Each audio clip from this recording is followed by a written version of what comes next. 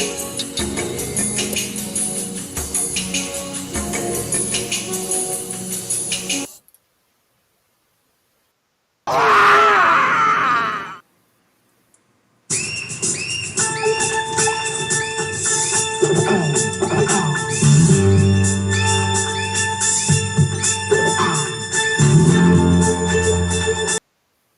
right, I let it get to the changing the future of 2A, and then I can shut it off.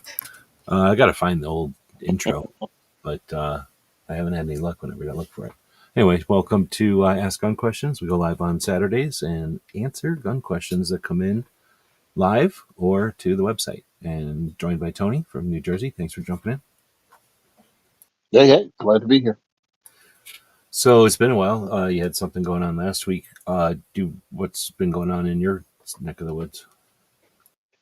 Well, I started the process with the whole charity thing. So, the name's registered, the state's been notified. Now it's only the tax part with the federal government. And yeah, so we're in the first stages or middle stages of becoming a 501c3. So once it gets going, I'll give up. I mean, you can still donate now because, you backdated from the time you signed up. So I can backdate it for up to a year. So if you want to donate to us, you can. And then, you just get credit for donating to a charity and you send you all the information. But yeah, that's what we're doing. Really happy about it. Gonna work with some companies and see if we can get some kind of raffles or something going on a monthly basis so I can at least have steady, I won't call it income, but a steady intake of funding. So everything isn't, our end's going to meet this month kind of thing. So that's what's going on. Right on. I imagine I was doing some learning or training or whatever you want to call it, like learning, I guess, because I didn't find anyone who was taught just what I needed to know. And I'm guessing that's similar situation to what you've got experience over there. You need to do some things, accomplish some things with making the nonprofit. But I'm guessing that no one wrote a book on here's exactly what you need to do your specific type of nonprofit.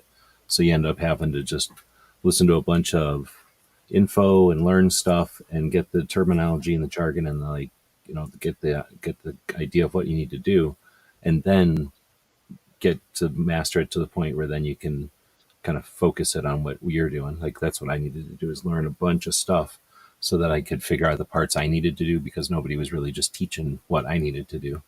So I'm, I don't know, a couple of weeks into this and just dealing with all the exhaustion from what I'm doing.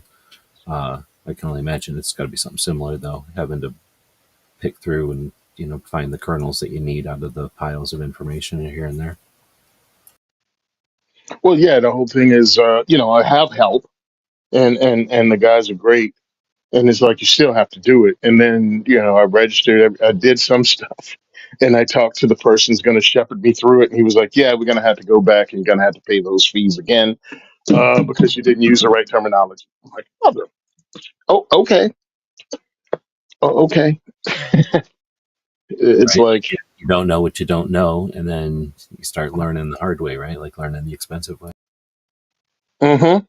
So it's like, and again, like you said, it's not like I can go, "Hey, how do I start the diversity shoot?" Charitable organ. No, because my thing is different. It's like a little bit of some of what somebody's doing, but enough different that I have questions. It's like, okay, what does that mean? Am I a workshop? Am I like Second Amendment? Yes. Am I a firearms instructor? Yes. Am I advocacy? Yes. So when I was working with clients back in the olden days, I just learned about doing corporations and doing things in different states. Is it the same with nonprofits? Are there like advantages and disadvantages to having a nonprofit in New Jersey, for example, or is it better to like do it in Delaware or someplace? Well, that was one of the things. It was like, do you want a nonprofit? So the people that are helping me have done all the paperwork and done everything to be a nonprofit here in Jersey. So why my whole thing is if I have someone that can help walk me through New Jersey's process, the advantage in my mind, any advantage of hosting it outside the state is not there for me. It's like if I have a step by step, hey, this is how we did it in Jersey. We're close enough to what you do that it makes sense. Why in the Harry heck would I screw up and run off and do something in another state? And also, you're working with the state, you're doing with taxes, you're doing with state tax, you're doing with federal tax, and then you're gonna sign up in a state that you're not a resident of. I don't want to do anything to make anyone look at us like what we're doing is wrong, or you know what I mean. It's like everything's above board. I'm not trying to get away with anything. It's just that simple. Because I don't want the federal government or the state government coming at me because I tried to be slick. I've shut down businesses because of state and federal taxes not being paid. As a locksmith, I don't think you, everybody walked in to work on Monday morning. Huh? Go ahead. I don't, I don't think you got to worry about taxes no more. We got tariffs instead of taxes now, so I'm pretty sure Oh yeah, taxes. yeah, we make all Back in the '90s, we had to worry the about taxes. money. Dude, I'll just be happy when this thing gets going and people can actually donate and get something back. Also, yeah. Anyway, it's cool. What do we do for? I mean, do people want T-shirts? You know what I mean? Do they want patches? Would they like me to have a store? Would it even be worth it? All that stuff comes later after I get established, but that's definitely coming. I hear you. My advice is always for people, especially in the gun community, but I don't bother talking to people who are just doing gun stuff. I won't even. So this advice is for Second Amendment activists. But if Hmm. you're in the space of activism where we need the work and you've got something to add to the mix, then my advice on or my I guess advice or my suggestion on merchandise is to charge a lot because a commodity patch or a commodity hat, in other words, pricing it competitively with the lowest price stuff out there, making it compete with the commodities. Like, oh, I have a hat, I bought it for $7, I added a logo to it, and now I'm selling it for 11. Like that's nice, but if you're able to do it at that with those prices, then sell it for 25, and now you Hmm. can actually do something, and the people that are supporting you have something that they know contributed to the work, and not just I guess there's something to the idea, and that's why they put stuff at commodity pricing, lowest price possible, is because there's something to the concept of just having your name out there.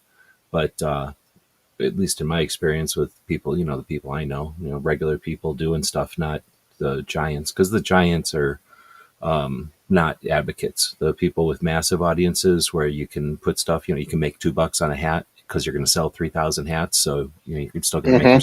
$6,000 on the deal. I'd rather see a person, sell a couple of hundred hats, make $6,000, and then be able to one, understand that they've got that engine, like that you've got that financial mechanism for your project, so that you're not spending 90% of your time learning how to sell hats or selling hats. Instead, you're doing your work, right, and getting your stuff done. Now, Maj is an interesting example of that because he does enough of them at scale that I'm sure he's not charging what I would suggest charging. But I'm not talking about somebody who's at that scale, with the following and with the amount of people, the scale of the people that he's got promoting his merch, his products. He's not just doing it himself. In other words, that's a Hmm. little bit different. He can afford to drop the prices and move stuff at half price, have big sales like he does. Everything's free shipping or whatever. Do stuff like move stuff out of Yep. the thing. But that's a whole nother level when you're just talking about a regular person who's trying to fund a project and the merch is nice. Again, I would say, in my experience, the people in the community would rather pay $30 for a hat, knowing that $20 of that $30 went to the project, and then they got a hat. Otherwise they could just give you $20. So giving them that option, because otherwise you just end up having to constantly be looking for the cheapest hat so that you can keep your hats the cheapest price, and then inevitably you're either having a bunch of hats in your closet, right? Because you've got to ship them, and now you're shipping tons of hats because tons of people are buying them because they're $5 a piece. And now you get people who buy your hat and go, well, it's only a $5 hat. I'll just leave it here at the bed and breakfast or something, and not worry. In other words, they don't have much value of your hat. If they pay $25 for your hat and they know that they were a major component of some project or some event or something, they're not going to get rid of that hat. And I don't know. Anyway, I'm just throwing that out there to you and anybody else who's in the realm that's contemplating putting their stuff at bargain basement prices. I just think it's a unnecessary way to do it when the community is interested in supporting projects that are of value. So let them. Cool. That's what I was thinking. As far as merch is like, no, I'm not trying to compete with the lowest, somebody that threw a patch on or a logo on. It's like this goes to funding work we do. Thank you for supporting it. Yes, and it's this much because I know I'm not selling 7,000 of them. I don't have that reach doing what we do Yet. And then there's yet. nothing wrong with doing that. Creating merch that can get reach just on its own. You've got the bathtub guy, the little cartoon guy in the bathtub. You could play with that a bit, and you never know how far that could go. And that could be people that don't know one thing from another. They just think it's a funny, T-shirt or a funny meme or something, or a take on a meme or something like that. You never know.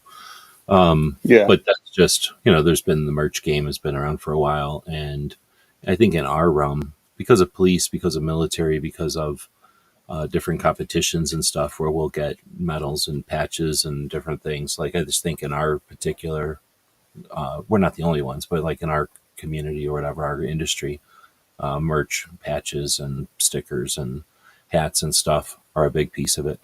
Again, we're not the only ones that do that. There's other realms that don't do that at all, right? We definitely do it, and I think we kind of lean into it. So there's, I think, a bigger potential to sell, for like a hat for a gun thing than there is for like a hat for a laptop or some computer game that you maybe a computer game, but for a computer that you came out with, like nobody's really wearing an Intel hat around very often. Back in the day. Is Patriot, that an Intel hat? glad I could help with that. I was wondering if those got to you and everything. So good to hear. We got people joining us from all over the world right now. So thanks everybody for jumping in. And if you've got any questions, feel free to throw them in. Bed and breakfast, isn't that what you call like a hotel when you're out traveling? Most of us stay in B&Bs at this point. I guess some people stay in hotels, but it's usually the same price to get a B&B or sometimes less than like 2-3 hotel rooms, 4 hotel rooms. So at least in, again, my experience, a lot of, I want to say, do I want to say most people? What do you think? Will most people stay in B&Bs over hotels these days? I don't. Potentially, I'm getting all right because I look at hotels because usually I travel solo. So it's just me in a room. I'll do a room. What's the point of having a whole house if all I need is a room?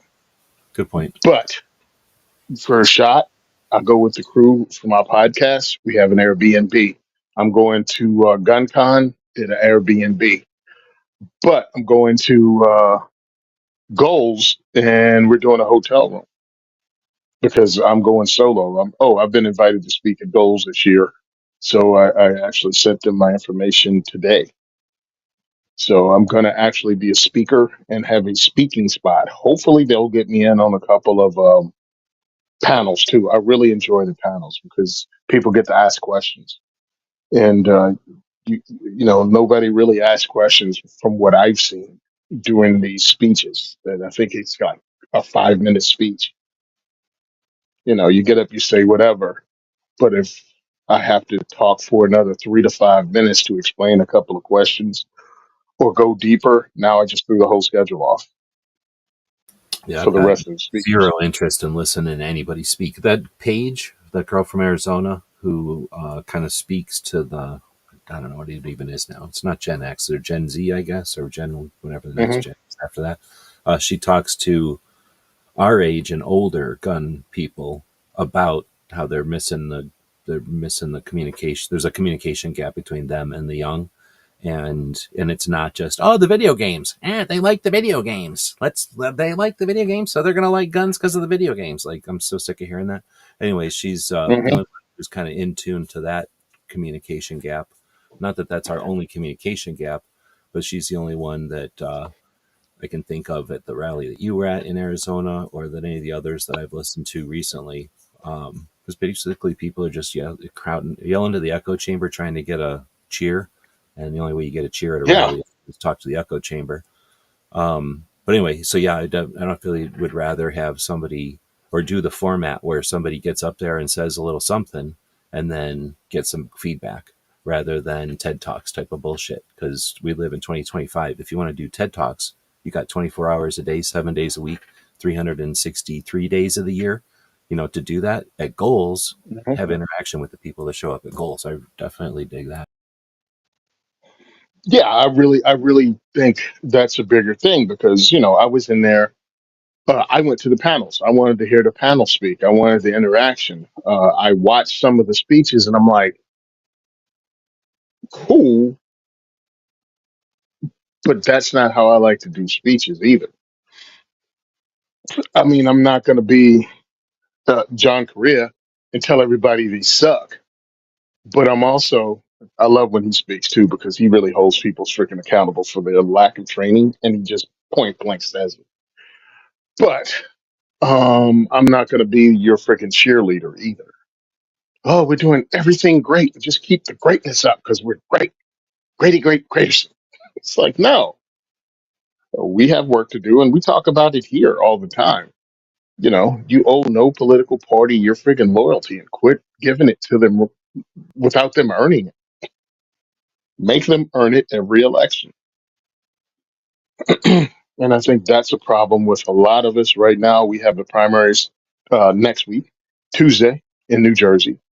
And a whole lot of people have to pick what Republican they want to fail them as a gubernatorial candidate as far as the Second Amendment in New Jersey is concerned. Now, I met one of them at an event, and I was not impressed. Actually, I met him at a couple of events. I listened to him speak, and it was like listening to a parrot speak. The parrot's not really having a conversation; it just knows the words. Doesn't know what the word So, or the consequences or any of that. It just knows the words. yeah, it just knows the words. So, freedom, Second Amendment, cold dead hands, don't tread on snake, yada yada. But any question asked deeper than that, it's like should be changed or just repeating the same thing in a different way. I don't know where I read it. Really sucks because I read a lot of stuff and I also listen to a lot of podcasts. But one of the things I heard was Republicans have a Second Amendment position, not a Second Amendment. Uh, Policy fudge. It's something like that. You know what I mean? It's like principle principle. or Yeah, something. Yeah, there you go. they, That's perfect. Yeah. yeah, they don't have a principle. So if you just have a position, you can adjust your position. You can um, make deals with your position because it's not a principle. I stand on this. Second Amendment is an apolitical human right, and the government should not be able to say anything about it. Hmm. I think that should be a Yeah, shirt, dude. How do you make that? yeah. There should be a thing right there, like a T-shirt design contest. Like, come up with a cool way to express position, passion. What was it again? Uh, A position versus principle. Principle versus, yeah, position. I like it. You know how like Naj does the uh, Hmm. how is it, something over something? Freedom over everything. Yeah, thanks. Where it's just the line.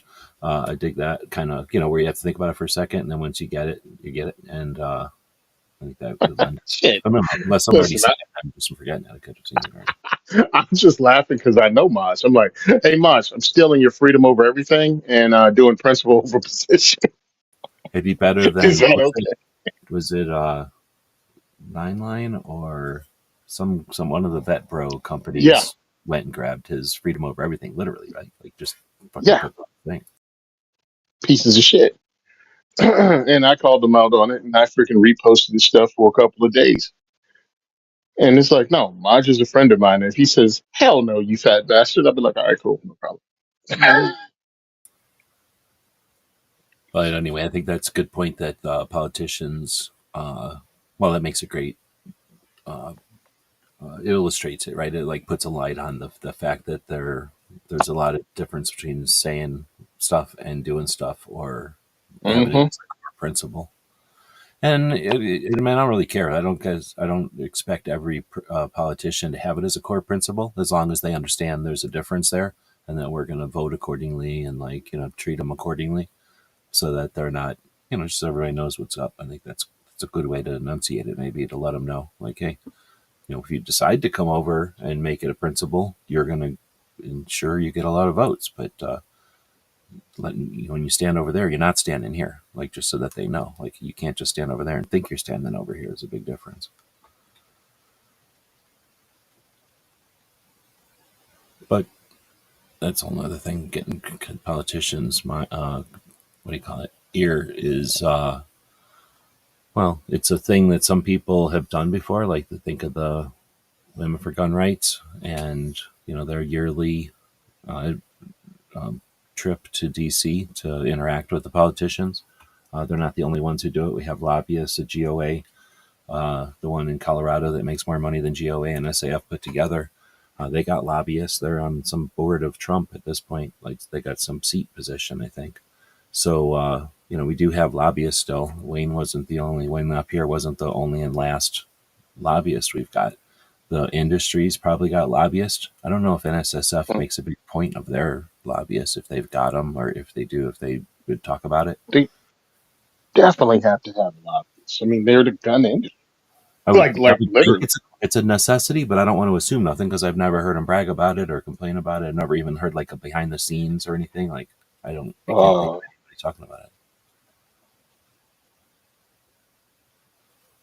But anyway, I guess the politicians like it that way to some extent because they get to ask for money every once in a while. It's important because we care about the country and the system.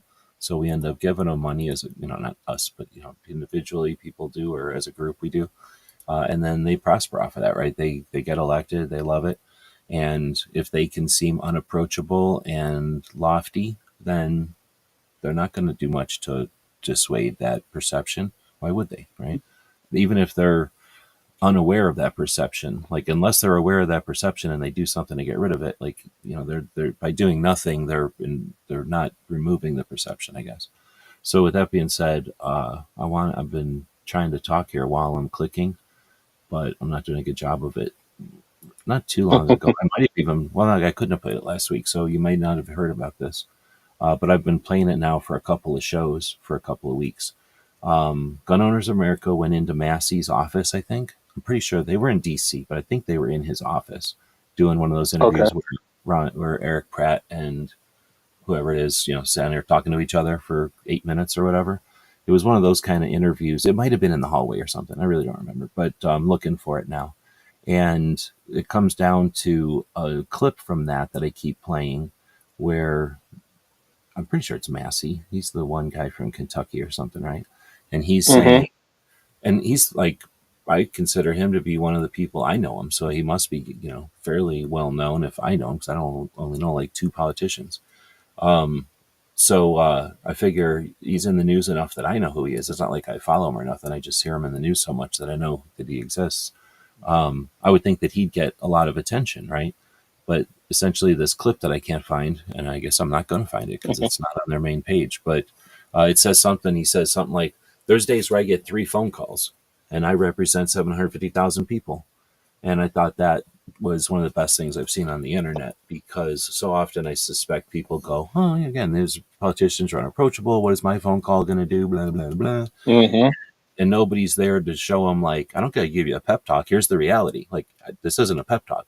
Politicians don't get a lot of phone calls. Phone calls matter. They don't want to tell you that because they get a lot of phone calls, and then they wouldn't matter so much. So there's no Hmm. incentive for anybody to tell you to make phone calls, except for when we need to make phone calls like this. And I'm sure that those 3 phone calls were probably people that call them every single day, like, I love you or I hate you, right? But it doesn't Hmm. matter. They're only getting 3 from those wackos. Then that means 16 or 100 make a big difference. And he also went on to say that a lot of times when they're talking to each other, the representatives, when they're talking to each other, and they're trying to convince each other of voting in a certain way, they'll ask each other, how many phone calls did you get, as an indication. So it's like an inside thing that they use as like shorthand to know how big an issue is this for your constituents. Did you get 100 phone calls? Did you get two?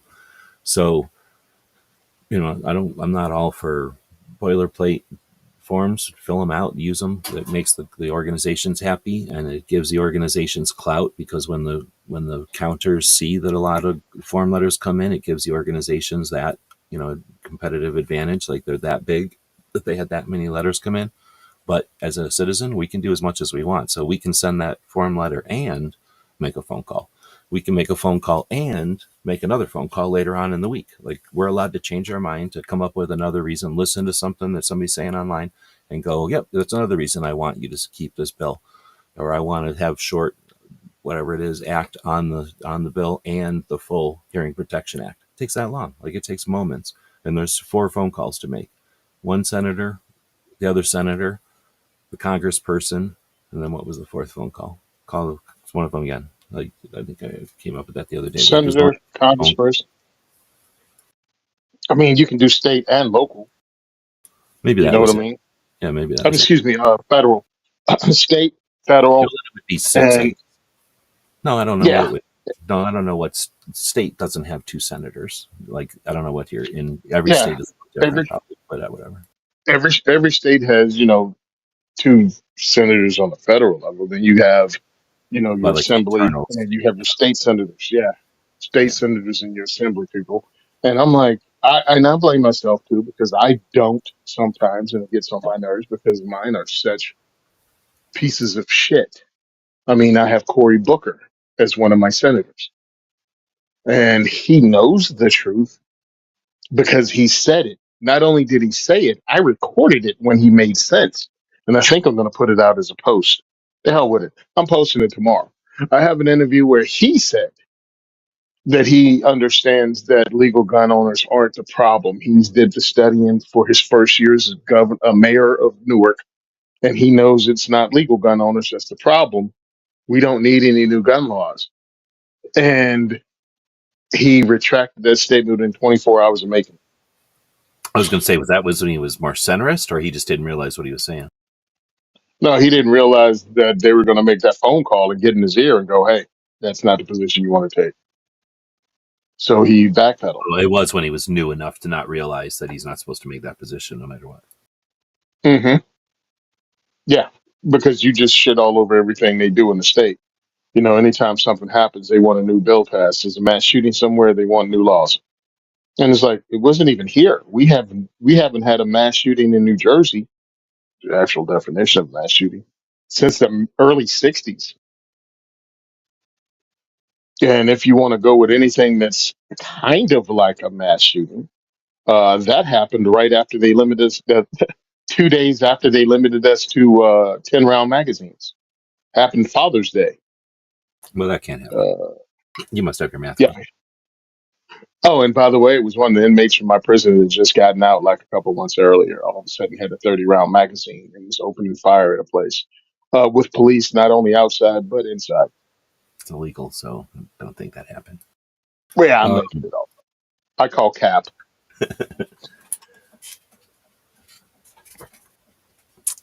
let's see. Still on the road, just driving to make a few bucks. Right on. Are you still in Arizona, Scott, or did you already move to wherever you're moving to? I don't want to say it, but Mm. I was gonna say, well, let's go back and hit at least. I had like 3 things I was gonna address from what you were saying, and then I didn't write any of them down.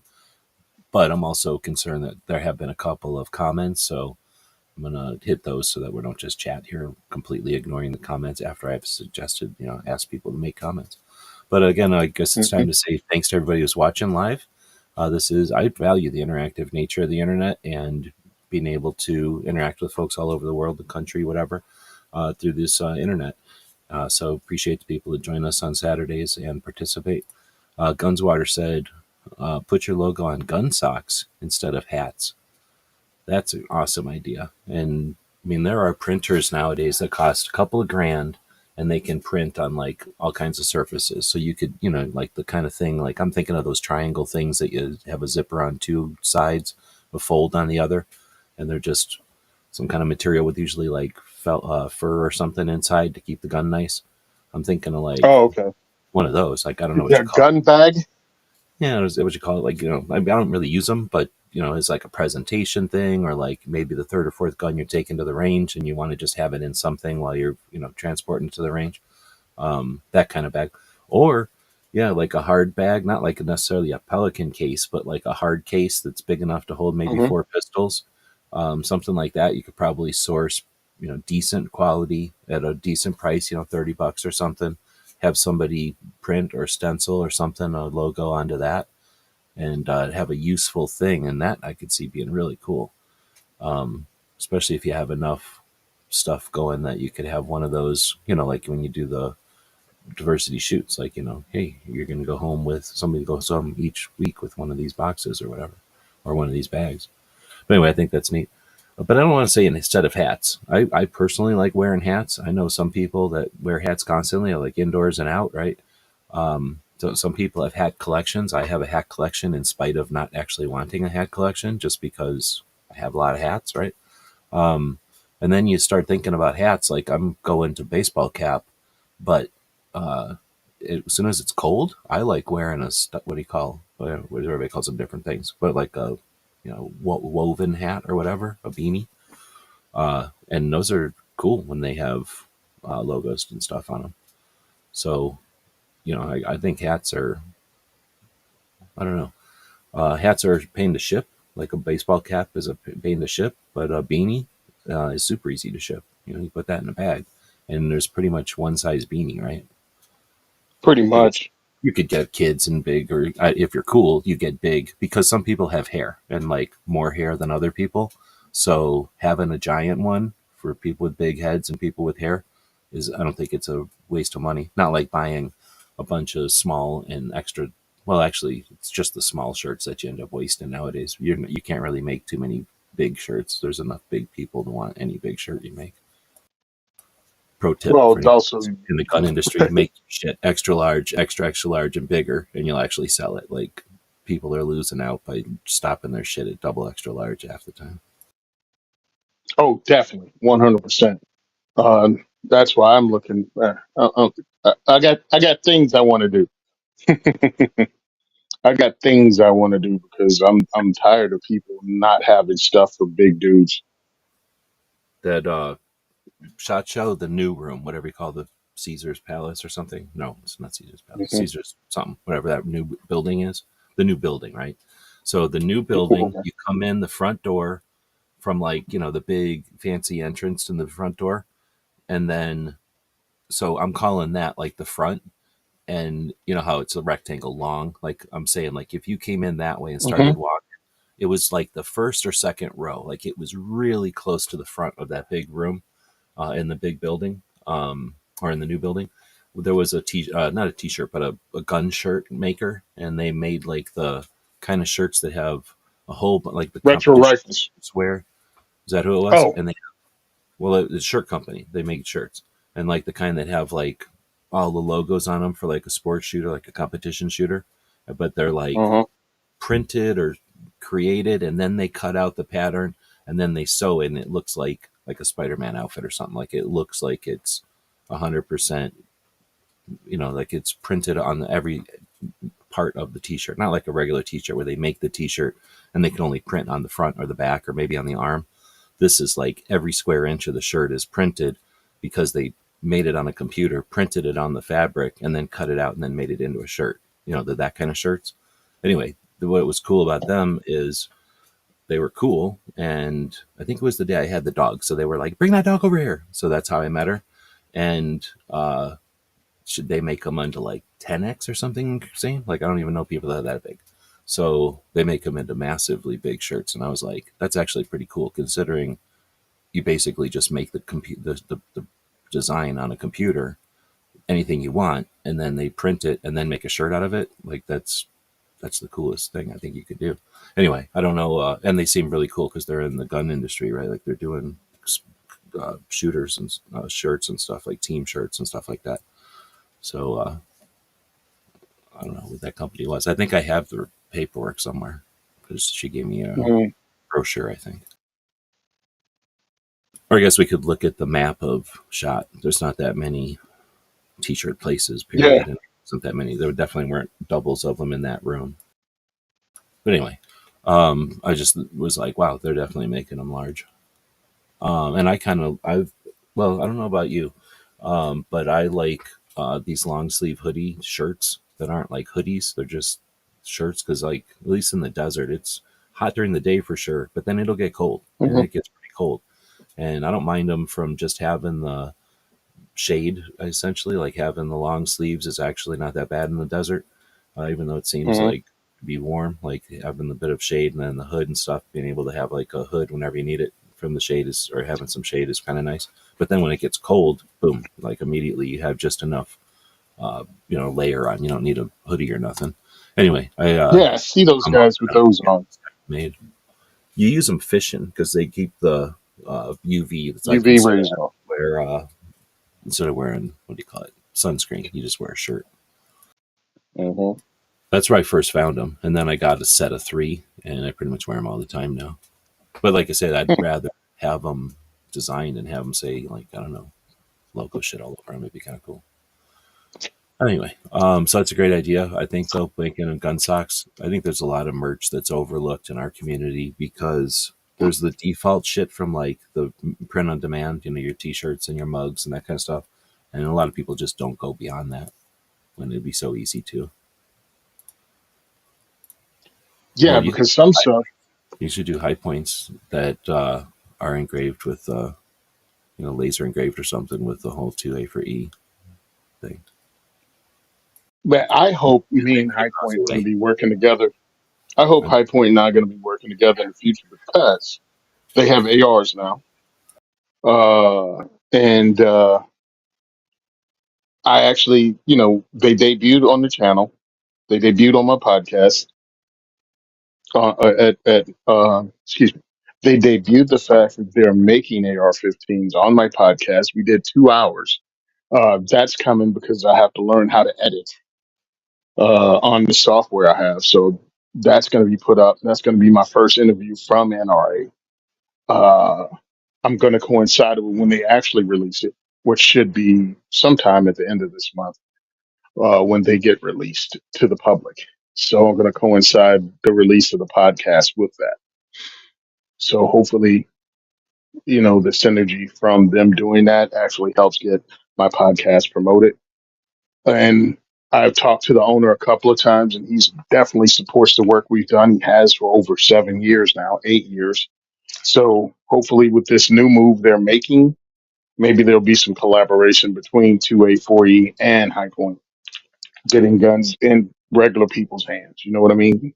Because it's not going to be the least expensive AR-15 on the market. They said they have no interest in doing that, and I totally agree with them. But I think it's going to be a good bang for the buck. Oh, I didn't see this to follow up before. Gunswatter says the original gun sock maker offers to put your logo on them. So that's cool. Mm. Yeah, I also had a target maker that would do that too. Um, so that way, when you go to diversity shoots, I have my own targets. So they have my information on it. You know what I mean? Now contact information to A4E. You can write the friggin' logo. I mean, you can write the name of whichever range you're at, but I'll at least have something that starts off. You know what I mean? It says 2A4E targets. You can throw them up. People can shoot them. If they want to keep their stuff, fine. Also, we're trying to get some competition going at our diversity shoots. One of the lanes, and we're just going to figure out what we're going to shoot there because there's different ways we can do it. So we've discussed it with my guys and myself. Like, how do we get something going that people have a little bit of fun? Everything ain't the same thing. We have some prizes.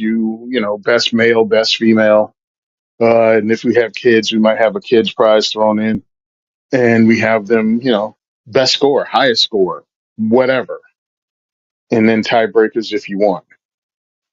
but it's another way to get people to uh, participate, get sponsors, and it doesn't have to be gun related. You know what I mean? I can have somebody who does chocolate, who does coffee, who does ashtrays, who lighters, Zippo. You know what I mean? Just anything. I never thought Uh, about it, but Zippos and lasers, that's got to be a pretty easy combo to, personalize standard brass or stainless or whatever. Well, maybe not stainless. Well, I guess lasers can go through anything these days. But hmm I just never thought about zapping. I don't carry around a Zippo, so I hadn't thought about it. Something about when you said that, and I was thinking merch. Like, there's a lot of real estate on a Zippo, and it seems like it'd be pretty easy to, make a fixture for that, Well, put it in your laser, and just do your artwork it's and not like zap I'm them. that bright. It's not like I'm that bright. Rusty sent me one. Rusty Yeah. sent me a Zippo with 2A4E on Oh, really? I it. know you've been playing with it Yeah. on the podcast once in a while. I didn't know realize it was that one, or it was that was the story. Yeah, Rusty sent it to me. I thought it was pretty cool. I mean, it's damn near $40 though. You know what I mean? These Yeah. things are not expensive. Oh, I'm cool Um, with it. It's just, you got to get that money back somehow. well, I was going Uh, to say, like, sometimes people have $100, some people have $1,000, some people have $10. Like, there's just a lot of people out there. So you're right. Like, mhm, not everybody's going to buy it, but some people, that's like, oh yeah, that's not even dinner. Like, I don't care. I'll buy that. mhm. I mean, truthfully, look, having a $40 prize that says diversity shoe and has the name of the range. I mean, truthfully, who knows? Who knows? The sky's the limit when it comes to merch, as long as you stay and go, yes, this is what we're going to do, and this is how we're trying to raise funds. What I'm trying to do is not put out so much money, you know what I mean, that you don't get any of it back.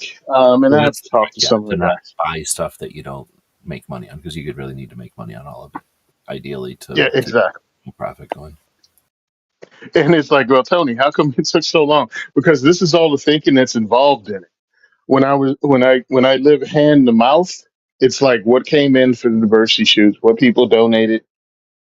Yeah, I mean, it keeps you right at the poverty line.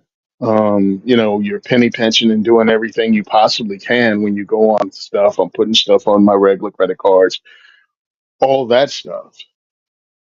But when you become a 501c3 and you're going to try to get merchandise sales, all of a sudden you're in business now. You're still in the t-shirt business. You're still in this, even though it's an advocacy business. You're doing sales, and you have to come up with products people want or are willing to donate. You know what I mean? They want to buy. They're willing to put their money on it. You can't just do anything and just throw any old thing out there and go, oh well, screw it, they'll buy it. No, no, they won't. No, they won't just keep buying a patch with the same logo. You need to change it up. They won't keep buying the same T-shirts. You need to change it up. And then how crazy do I get with 2A4E T-shirts? Do I do the, F the ATF kind of T-shirts? Or do I keep it more centralist? Or do I have it and you can just go nuts? It could be nice, it could be motivational, and it could be F you. No.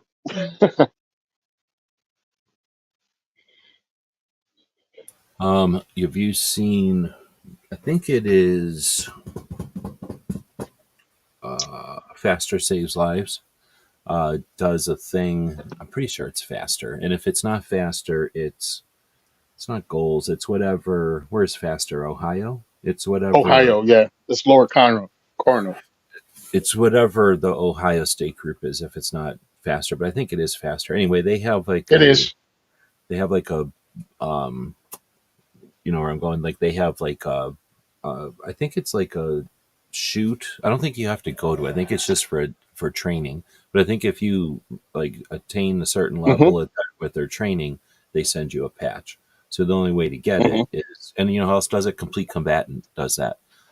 They're south of you, and they you can't get their patches unless but you have to be at their training. I think the other one you can. It's like a postal match. You can accomplish the training, send it in, and then they send you the patch, or like maybe you pay for it, but I don't know. But anyway, I was just going to say maybe something like that. That's merit based. Like you have to be in an event to get these patches. You have to be one of the volunteers to get these patches.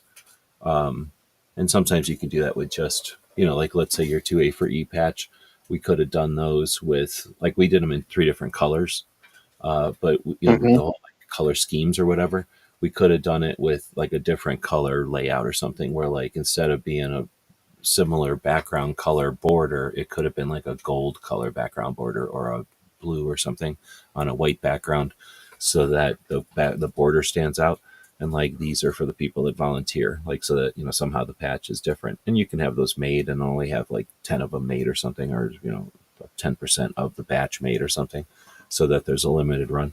But there's varieties like that, having t-shirts made, and then you have a certain number of the t-shirts with different color cuffs and collars or something, so that that's the instructor shirt. Or I guess on a t-shirt you would just write instructor on it, right? Hmm.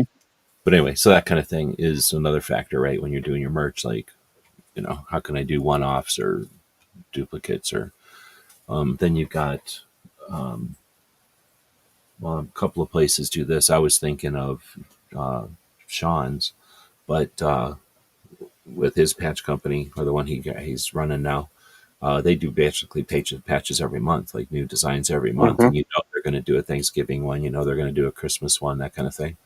So there's a lot of different ways to do merch, and if you do stickers, there's a bunch of people that like them for their toolboxes and their cases and that kind of stuff. Especially if you go back to a Pelican case type of thing, if you're giving away hard cases, then people already have a case to start putting stickers either on or in, because people will put stickers on the inside of cases sometimes too. But anyway, stickers are more than just for cars. Like in our community, lots of toolboxes, lots of gun rooms. People put them on their whiteboards and shit. I always say take a sticker and stick it on a magnet. If you get a magnet from the pizza place or something, or you get a magnet from Hmm. a lawyer or a real estate agent, Oh, stick a nice. cool sticker on it, trim it out, and now you got your cool sticker is now a magnet. I do that all the time Smart.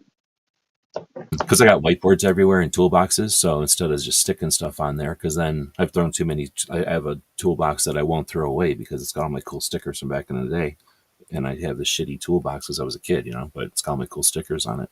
But so nowadays I'll just do that, and then you can just transfer your stickers to the new thing, and that way you can put them on a car too. If you have a metal car, I guess not all cars are metal anymore, but you could put a magnetic sticker on a car for an event, and then take it right back off, so that you're not the guy with the NRA sticker or whatever. Well, can't say NRA sticker; nobody would do that anymore.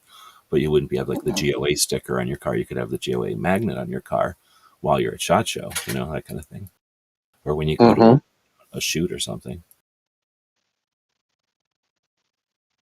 Anyhow, we're kind of getting sidetracked, I guess. Mike White had said that he's a hotel guy because of the consistency, because he knows what he's getting. That's a great point. Hmm.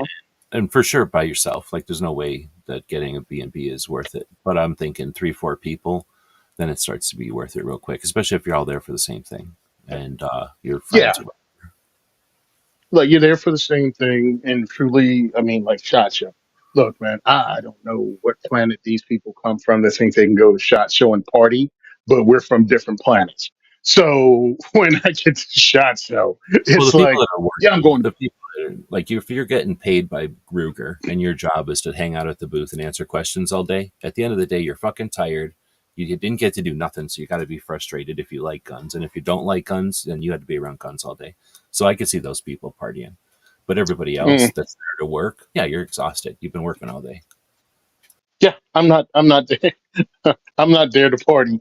So I'm coming back and I'm going to sleep. And I'm not drinking heavily if I'm drinking at all. So yeah, but so you can do, 6 adults in the house because somebody's not getting trashed and, fighting shadows in the back room or something. It's like, yeah, everybody was asleep by 12. Yes, that's what we do, our guys. I And value sometimes you come in like, the time you get. Like, uh, I haven't been in as many houses because I got the van. So I get hmm. to go to a bunch of houses though. So I've been to, like, I visited a bunch of people who are in that situation, and I've definitely known about them, hearing the stories and stuff of many even more than that. But the part that I dig about it is because you get a living room and usually some kind of backyard, depending on the house. That's one of the features usually is the backyard, especially in these rentals nowadays. The rent backyards are Yep. nice, and just being able to have the place where either it just happens or you plan it. Like sometimes you plan it and it's shitty, but sometimes you plan it and it's awesome. But often it just happens where boom, all of a sudden there's 10 people in the backyard, 7 people in the backyard, 3 people in the backyard, whatever it is. And just, that kind of stuff you can't plan, but that's what they say, priceless or whatever. That's the part where you can't put a price on because there's no way, it's just, that's the best. That's where the real value of going and being at these places. Anyway, so the houses give you that. The hotels, yeah, it's possible to have that kind of stuff happen in a hotel room, but then there's like 3 people sitting on the same bed and chairs are all full. Mm-hmm. Somebody wants to take a shit and now the place reeks. Can't do nothing about it. Like it's just not, it doesn't leave itself to when you have a house and you can walk around and people that want to smoke and go outside and smoke. And it's not because you can't smoke at all in a hotel anymore. There used to be, you could get a hotel room with balconies or something, but they just don't lend themselves to that. And then if you go downstairs in a hotel in Vegas, you're in a casino. So it's just good luck. You're not going to have a conversation. You can fuck Nope. around and have a party or whatever, but you're not going to have a conversation. Not at But like I all. say, nobody, I don't know anybody that really goes to fuck around unless it's like they just got divorced or just got married or whatever. Like they're having some kind of thing go on and they're there to have some fun. But I don't know enough people in the industry anymore to know the people, like I say, that are just there, getting paid by their company to work, and they're just there to, they're on vacation, essentially a paid vacation. And I don't have any problem with that. That's awesome. It's probably fun to hang out with those people if you haven't before, but you don't get any other work done if you hang out with those people. No.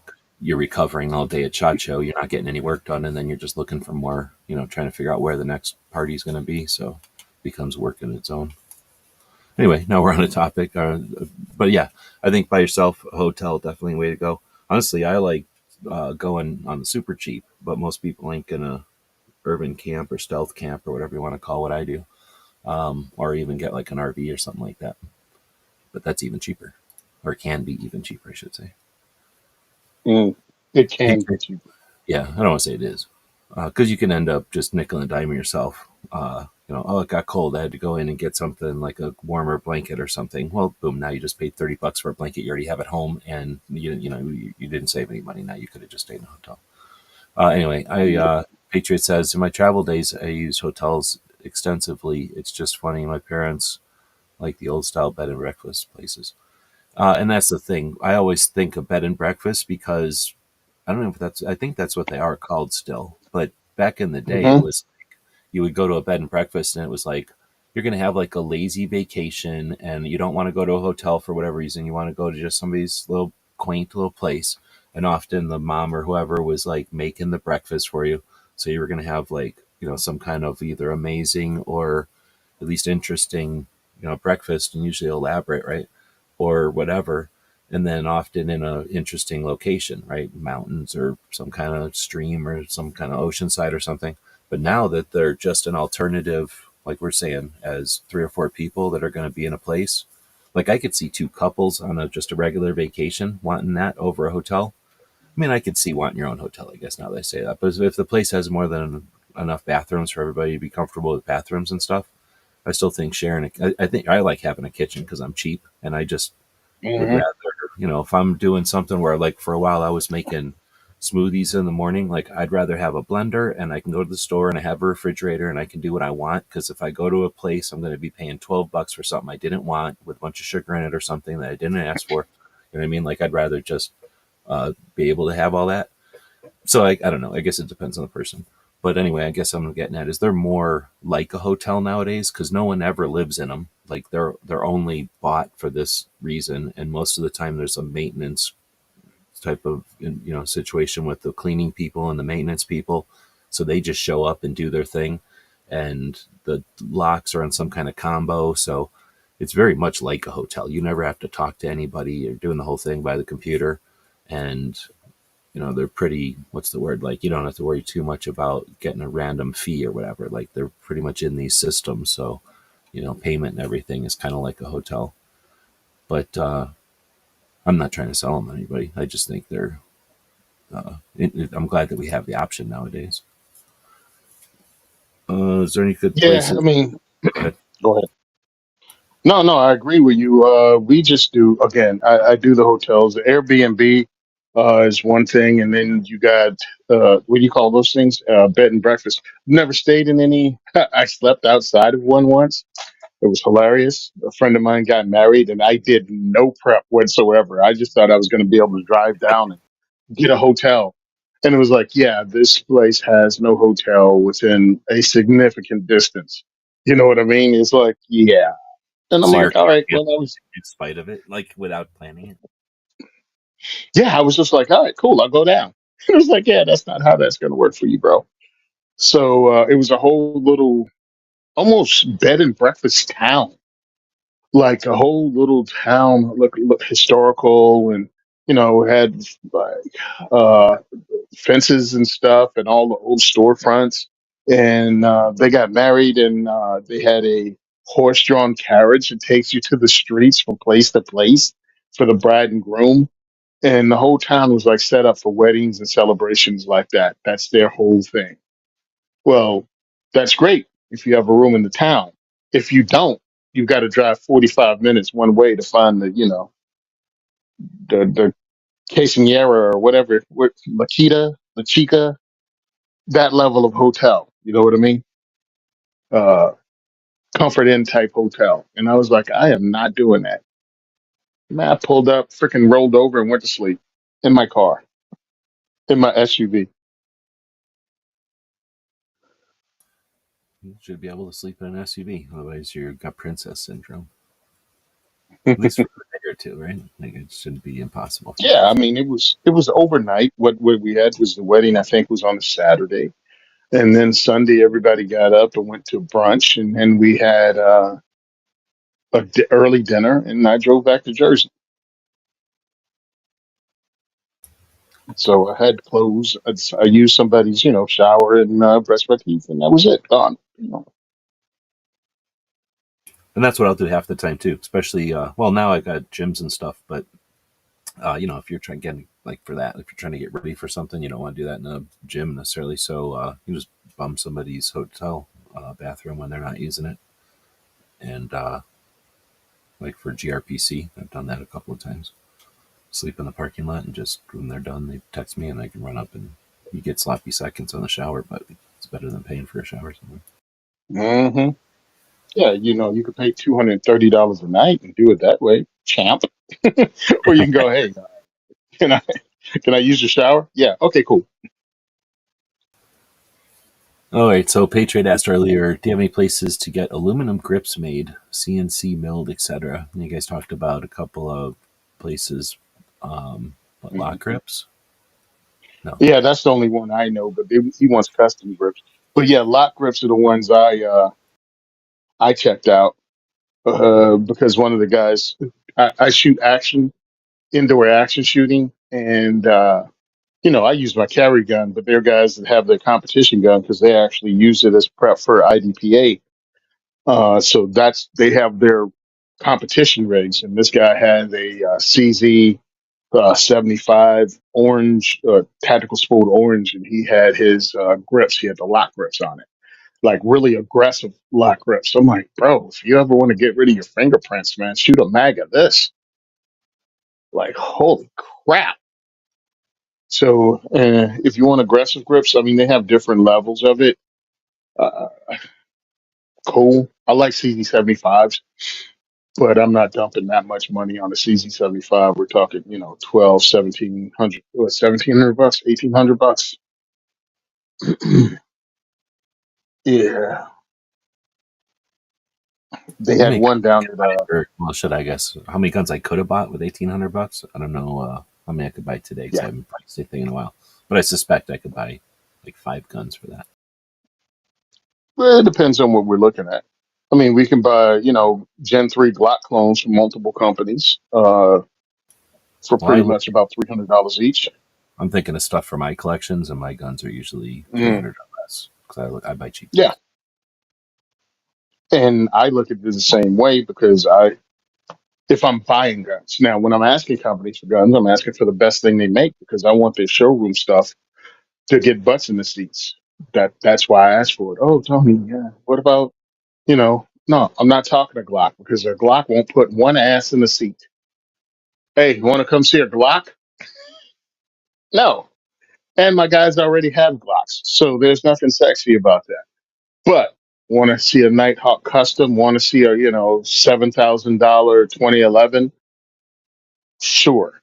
Well, what does that do for the people from the companies? I'm like, like you said, there are people with money out there, and all of a sudden, they're gun owners in Jersey with money that have never heard of some of these companies because they're not that deep in the guns, but they have the money.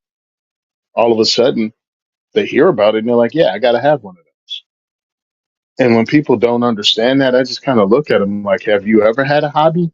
Like, do you know people who are in the hobbies?" And go, "My dad, his thing was cars."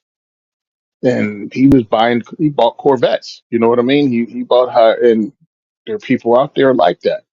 He went from not owning a vet to buying a show vet. So when it comes to firearms, there are people that have a couple of good guns. They'll have like a HK, they'll have a Walther, and then you'll introduce them to something like a Phoenix Trinity for 7 grand, and they're like, "Holy crap, what's that? I'm buying that." You're like, "Oh, okay, cool."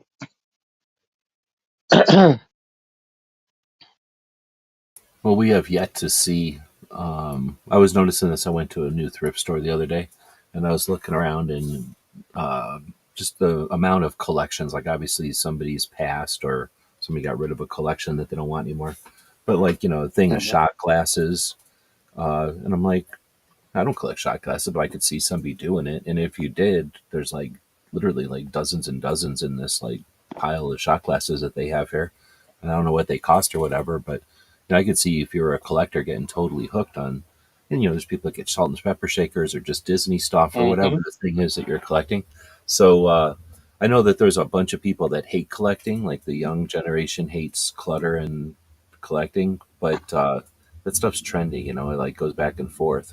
And if you don't own a place and you haven't set down roots, then why would you want to acquire?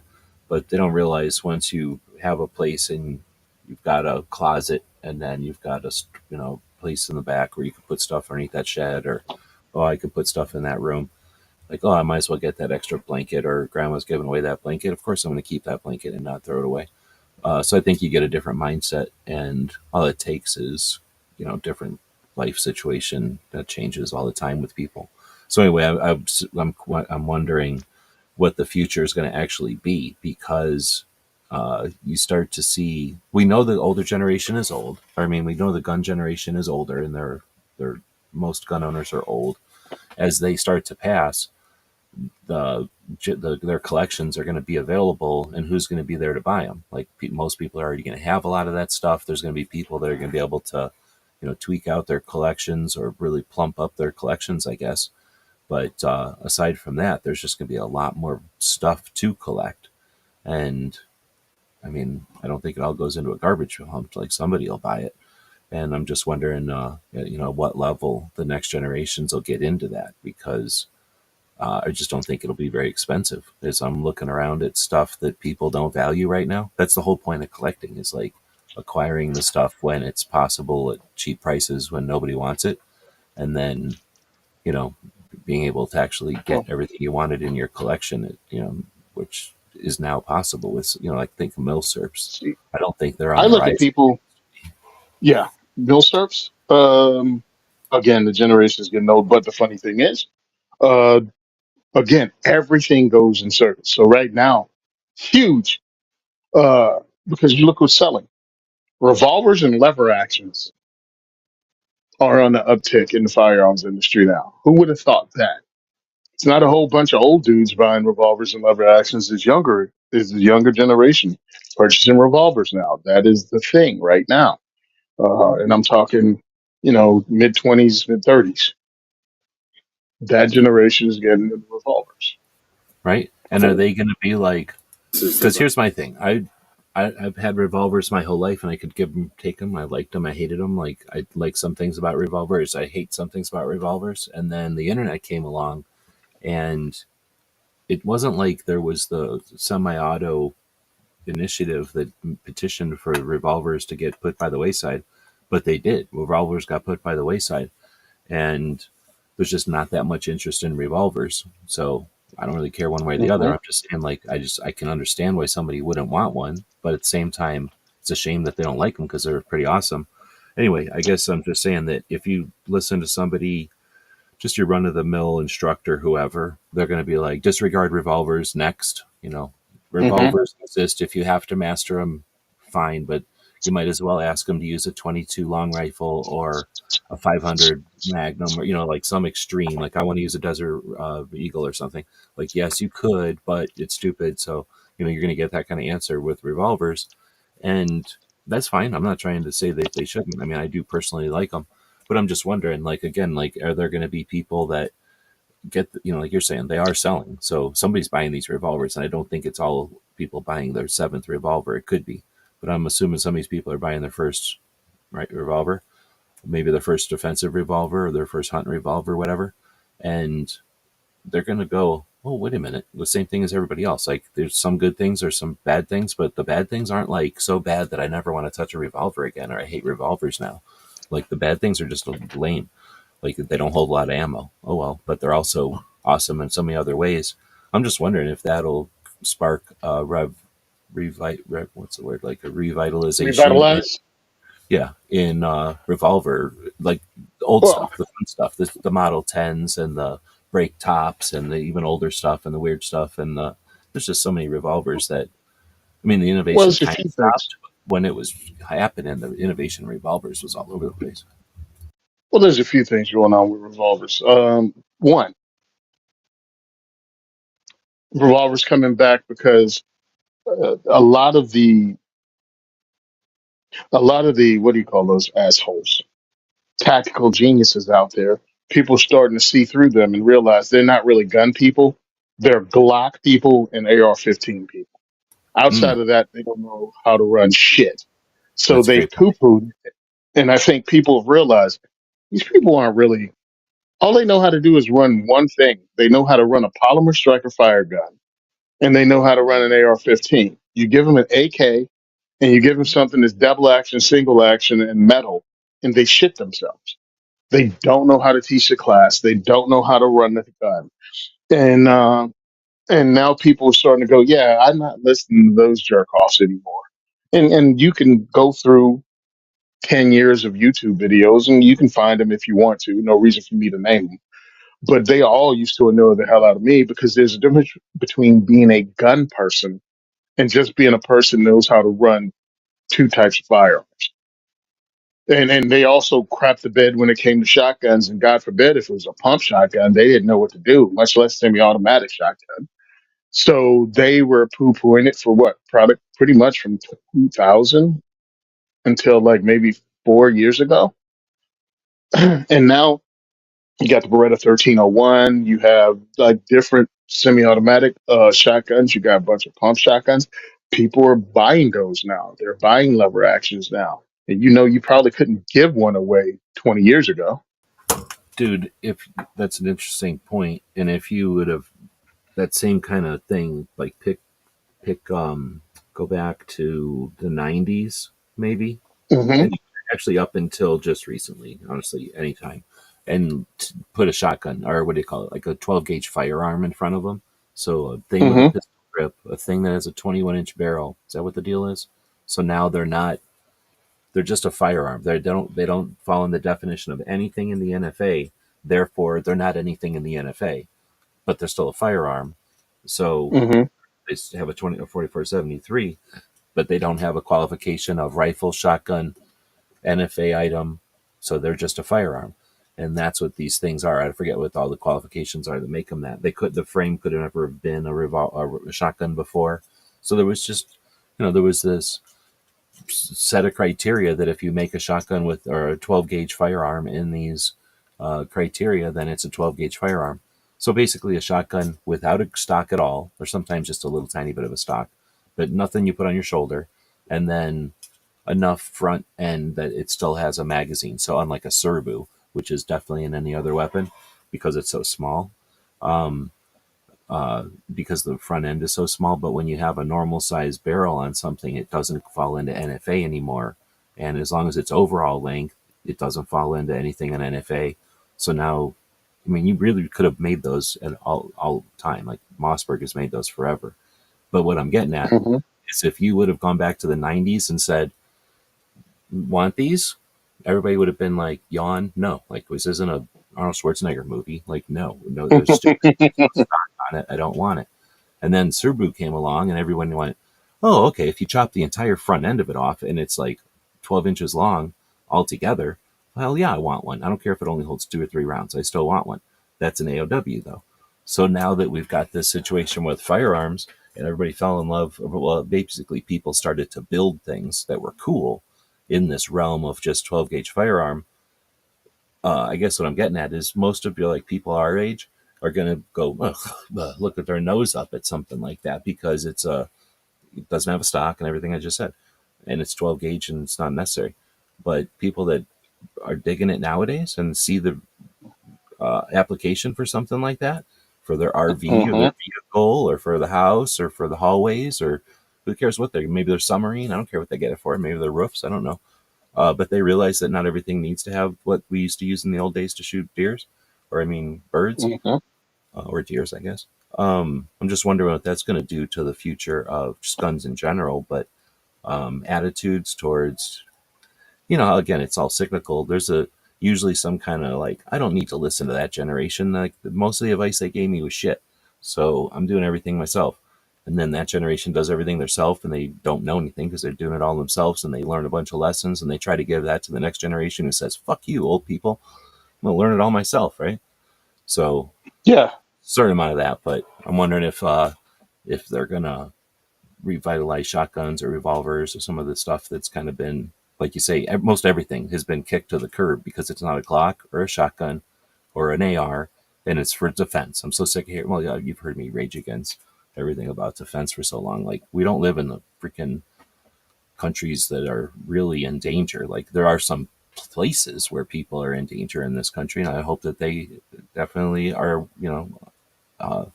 What's the word? Like aware of their situation. But most people carrying guns are just doing it because they want to have one. They're not in need of it. I should say they're not in need of it ever, but they're not in need of it on a daily basis or anything. We don't live under the threat of violence to the point where everyone's carrying around guns because we, what I'm saying, like are fighting off criminals every day. So would see being in New Jersey, being in a place where, because this is what's happening, running diversity shoots, having more people come out, having more relationships and ranges with gun stores in them. I'm in gun stores more than ever now. I mean, I'm in a different gun store at least twice a month minimum. If I don't visit on my own or if they don't have stuff they donate to me, you know what I mean? So I'm at a gun store most weeks. I go in and I'm checking out stuff and I'm seeing what's selling, I'm seeing what they're doing. Well, now Jersey has carry permits. We didn't have them before that you could actually get them. So we have 50 to 70,000 people that have carry permits when we used to only have 1,500 in the whole state. So you have a significant number of people that are now coming into guns. Every one of them is not going to be into every gun. They just want to carry gun, but they're getting in and they're seeing different things. And what is moving now is the non-NFA items, which is, the 11.5 inch barrel AR that any other state would call the AR pistol. But here you put a vertical grip on it with overall length 26 inches and a SBA 3 stock, SBA 3 brace. And Brace. now yeah, now it's a non NFA item and they're selling. So they have those. They have an ARs, they have them 9 mils, they have them AKs, all of a sudden these all over the place. That wasn't something that was out years ago that anybody gave a damn about because the brace didn't exist. And no one wanted to buy an AR with only the tube extension on the back of it. That was just not something that moved. I mean, Olympic Arms were the ones, if I remember correctly, and I'm only doing it off the top of my head. came out with those, and nobody really wanted them. But Yeah, that now was it's a like an thing. answer to the assault weapons ban, where some aspect of the assault weapons ban said they were trying to get rid of AR pistols. So they said something like any pistol that weighs more than XYZ, blah, blah, blah, is a big deal and had to be on the assault weapons ban. So it only affected massively heavy pistols, which there are not that many of, but all the AR pistols and AK pistols fell into that. So then they started to strip down everything they could possibly strip down. Well, Olympic tried to strip down everything they could possibly strip down. I think that's what you're talking about. And part of that was just put a pistol extension on. So instead of having a regular receiver extension, we're going to put a pistol receiver extension. I think that's probably where it came from. Otherwise, who would have bothered to strip all that shit off of it and make a new part, right? But it complied with stupid law that if you can't put a stock or anything on here, it can just be a receiver extension, like you're saying, and pistol tube is what we used to call them, right? But they were dumb. Like nobody wanted them unless you were thinking about it as a truck gun, and then they were amazing because then you don't have all that weight and space. That I mean, it's lame that they're even on there because of the way the gun's made, but honestly, it's not that big a deal on a pistol to just have that tube sticking out the back. So, um, anyway, in a car, in a vehicle, I mean. So, a lot of people didn't see it that way, though. They just saw it as, like you said, like just an option, and they just sat there. I don't even know if So they don't. I never yeah, knew so any. now they have all of that in New Jersey. Now they have that. They have the short, well, again, not a short barrel shotgun, um, 12 gauge firearm. a firearm. Yeah, yeah, a firearm. Those things are big in Jersey. They weren't big before. So what's old is new. Is new. What was it? What's new is old. It's It's new again or whatever. nothing's new under the sun. Yeah, nothing's new under the sun. There are multiple manufacturers putting out freaking Browning high power clones now because Browning stopped making them, and they're selling because now you want a high power because it's kind of cool, it's kind of retro, and now they have them so you can put red dots on it, have this trigger that's straight instead of curved, so it looks different enough. And of course, you still have movies, video games, and television shows that bring people towards firearms, just like they always have. I mean, back in the day before television, you had movies, you had radio shows.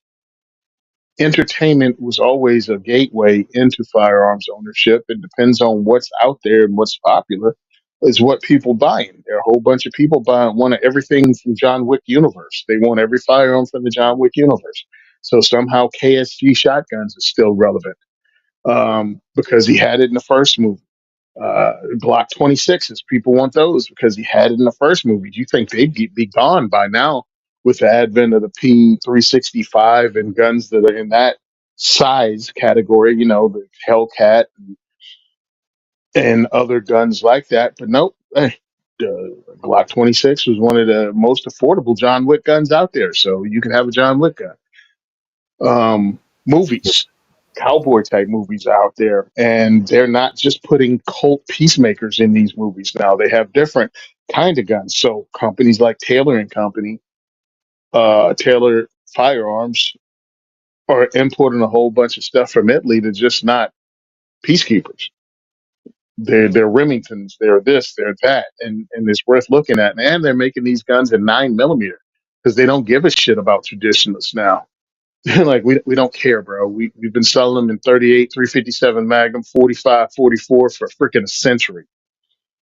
There are people wanting this in 9 millimeter. We're gonna make it 9 mil. Just a process in the mill, just a different adjustment on the same machine. hmm And again, new generation of people that they don't they don't never heard of the show Gunsmoke. They don't care. They're not trying to look like those guys. They just know they have a 9 millimeter pistol. They have like four 9 millimeter handguns at home. And this is just another 9 millimeter handgun, except it's a single action revolver.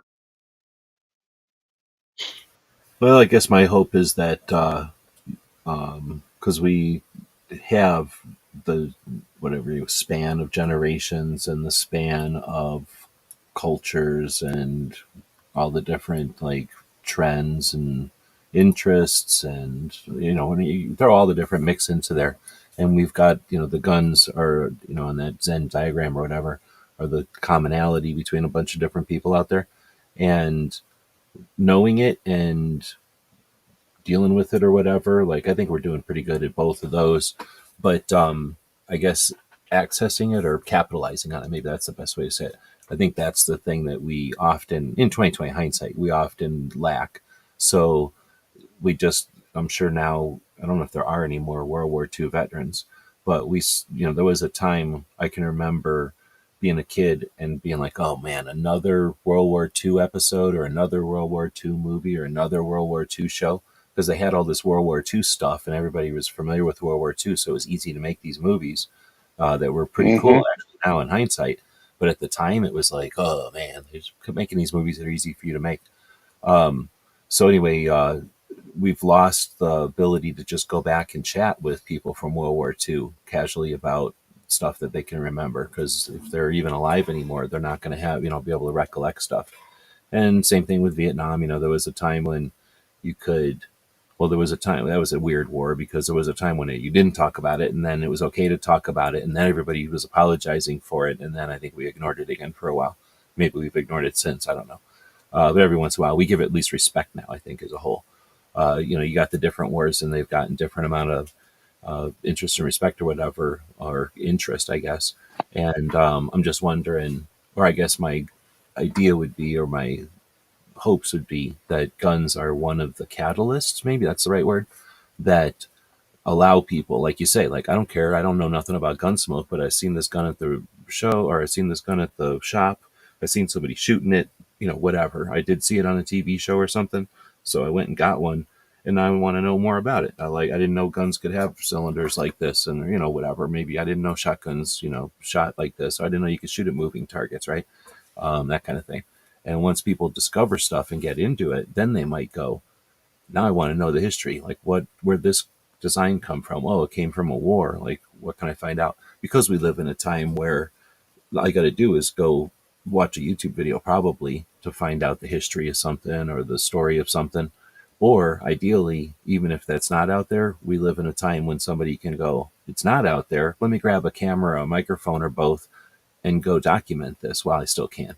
And that's where I think guns give us that commonality, that catalyst to, like, that reason for us to get together across things. Like, hey, I've never watched a Western before, but I'm into revolvers. Can you tell me how you developed this revolver? Guy who's an inventor, or somebody who was in a sport, or, you know what I mean? Somebody who was in a influential place in revolver history.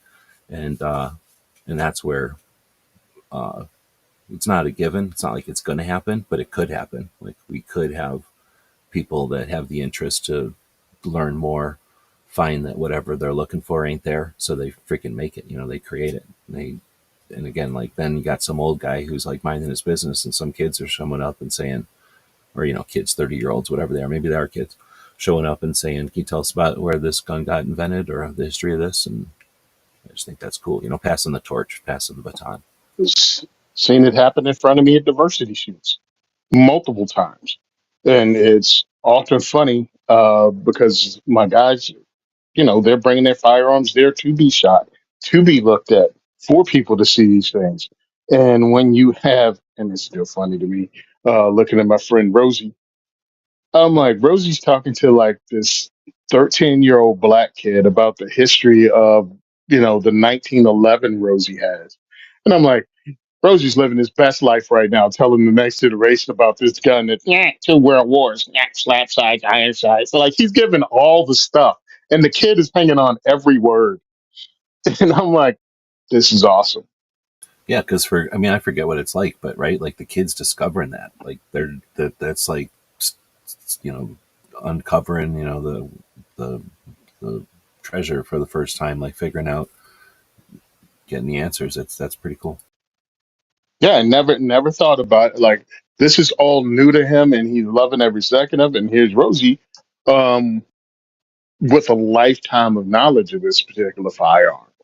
Um, and it's great. Like when I first got into black powder revolver shooting, I went out with Rosie. I just had one. I had my Remington, what do they call it, 1858. It's really called a New Army, Remington New Army, but a lot of people mistakenly call it 1858. Um, I was happy with that. I had taken it to competition and I actually shot it at 50 yards on a B8 target and did pretty well with it. He was like, "So you into black powder?" I was like, "Yeah." He was like, "Cool. Let's have a range day. I'll bring my stuff. I'll bring a grill and we'll eat and shoot guns." I was like, "All right, cool." We go out there. He pulls out a freaking Walker clone that he shot in competition at 100 yards, along with the targets, along with his other stuff. And now he's going into it and has stands and all kinds of other stuff. And now I'm like glued to it, like, this is the greatest thing ever. And that actually morphed into me getting into guns. We become the firearms instructor, uh, and us trying to set up a class for just black powder, trying to get people interested in black powder. And it had one of the coolest names ever, Black Powder Matters. That was actually the name of our class. But we couldn't get enough people interested. We had to have at least 10 people if you're going to bring out all the guns and shoot them all. We wanted to have enough firearms out there. Um, we wanted to have enough guns out there and enough people out there to make all the cleaning we were going to have to do afterwards worth the effort.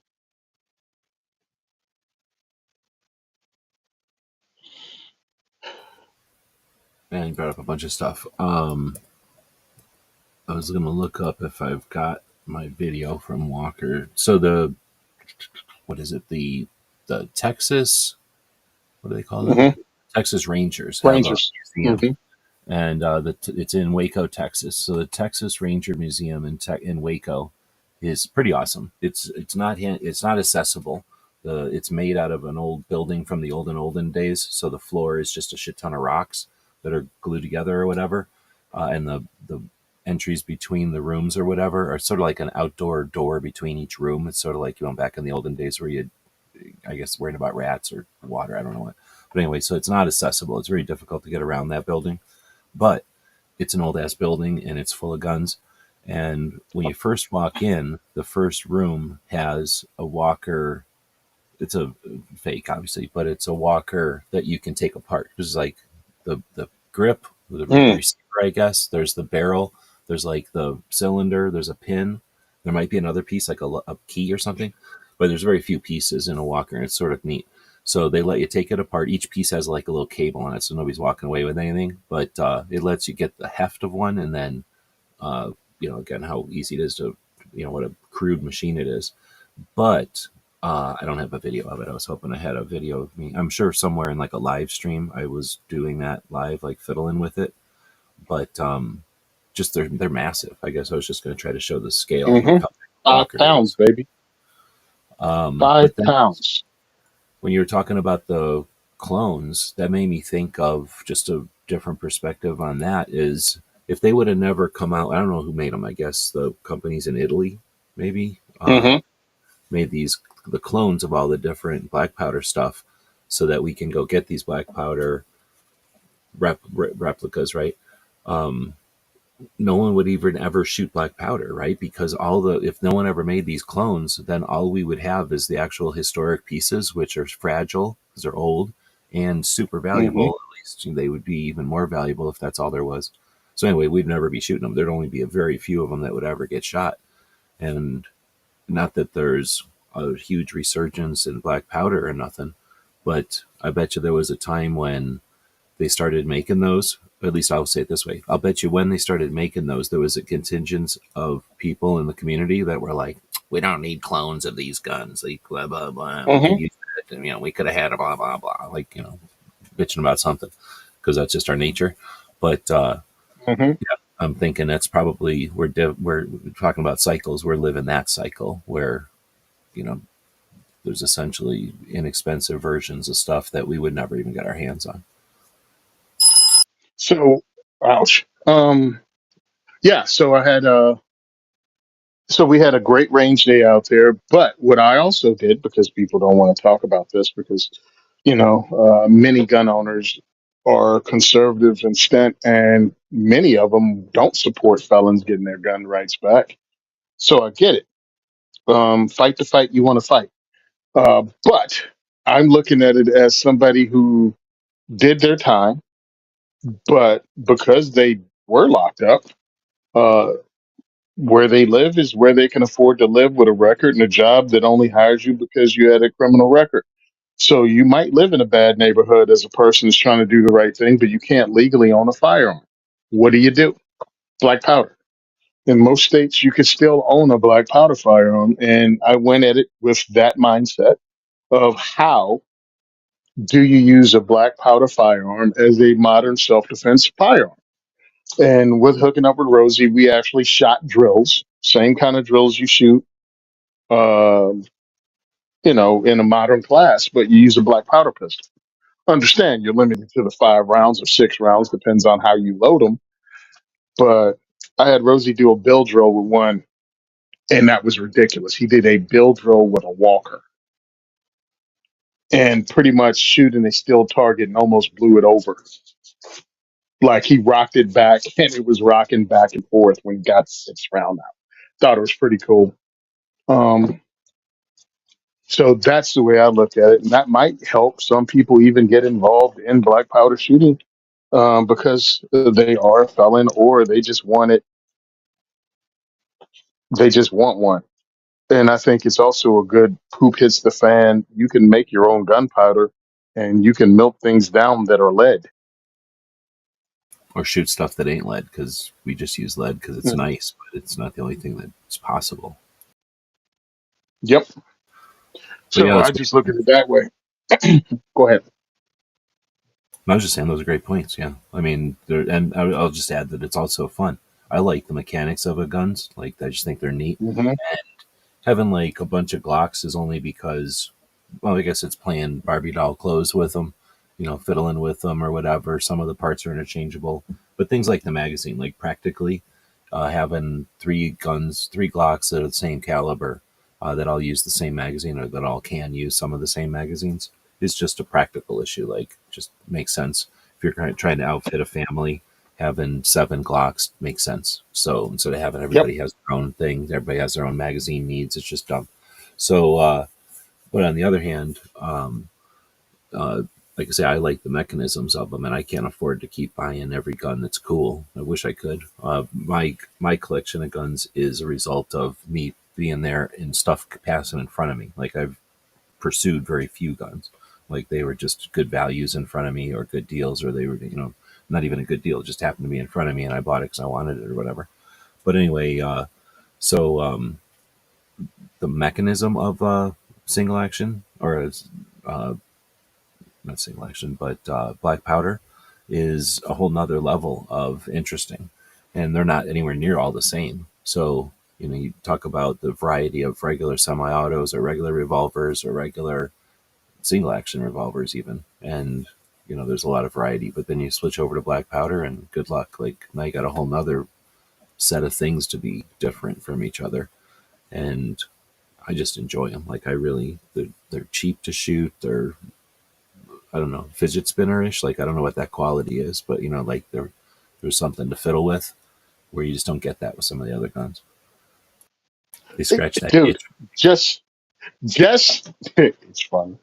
So again, the new army, we're into new army or 1858, whatever you want to call it. It is fun just to sit there and cock the hammer back and watch it rotate and then pull the trigger holding the hammer and just lowering it back down and cocking the hammer and letting it rotate. Boom. I mean, I'll just sit there like a fidget spinner because one, it's empty because you don't forget to load one of those. You know what I mean? It's not something you just You drop don't rounds in. accidentally load one, and then you don't leave it loaded. Like, that's not a thing either. Like, nobody leaves one loaded. Yeah.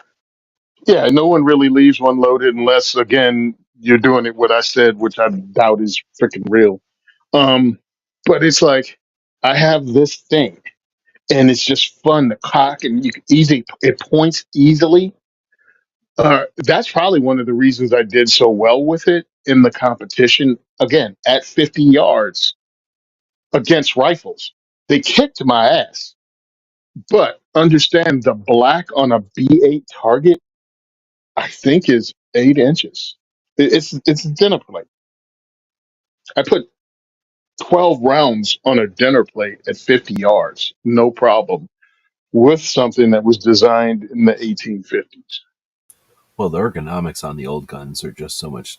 They shot differently. They stuck their arm out, and they were bigger dudes. They probably stronger in general. People were probably stronger back in the day. I think that's safe to say. But maybe smaller too in general. But anyway, they shot with their arm out, and I also say, nowadays people probably put some hours into designing a gun, but back in the old days, what else did they have to do with their time? Like, I think they put so much more time into developing stuff back in the old days, before it ever got to the light of day, as it was prototyping. I don't think they just whipped stuff together back in the day, in other words. So I think there's a reason that uh, black powder single action guns have a different feel to them. Like, they're just there's just a lot more to them. Kind of like a sword versus a knife. A pocket knife. Sure, they're well designed and whatever, but you pick up a sword and you've got all that metal out there. No matter what kind of sword, any kind of sword, pick up a big piece of machete even. It's just a different thing in your hand. It really is. And why would you want that? So I have a video of my friend Alan. Alan is a tactical Timmy, if there ever was. No, what hipster? He's a tactical hipster. Proud of it. No shame in his game. He has. It's just funny watching his progression into the firearms thing. Met him at the range. I don't even know how many years ago, as he was bringing people to the range, just like many of us do who are firearms enthusiasts. You just bring people in, and he was doing that. And I watched him go from being a Glock and an AR, to being CZs, and then he got into old Roscoe's, snub nose 38s with the leather shoulder holster, and MP5s. And I just watched his crazy progression. And then one day I gave him that black powder revolver, bro, and it was over. You didn't think a tactical Timmy would do it. And I actually videoed him shooting it, and you just watch after the first trigger pull, he was like, "Oh yeah, I'm into this." So now he's buying black powder guns too. So it's great, man. It's another thing. It's an aspect you probably wouldn't have thought of, and depends on how deep into that well you want to go. You have the revolvers. I mean, the Walker revolver was the most powerful handgun, commercial handgun, until the advent of the 357 Magnum in 1935. That's how long that gun reigned, from I think the 1850s until 1935. It's no joke. But you can also get Hawa pistols that were used in India and carried on the back of elephants during hunting trips in case the tiger jumped on the back of the elephant and climbed up and tried to get to the people in the basket. They had these short barreled, damn near sawed off shotguns that were black powder that were used to blow freaking tigers away at point blank range. Those are out there now. And those are black powder, so they're not considered a firearm. So you don't have to go through the entire process. Again, you can go to Taylor Firearms and buy one.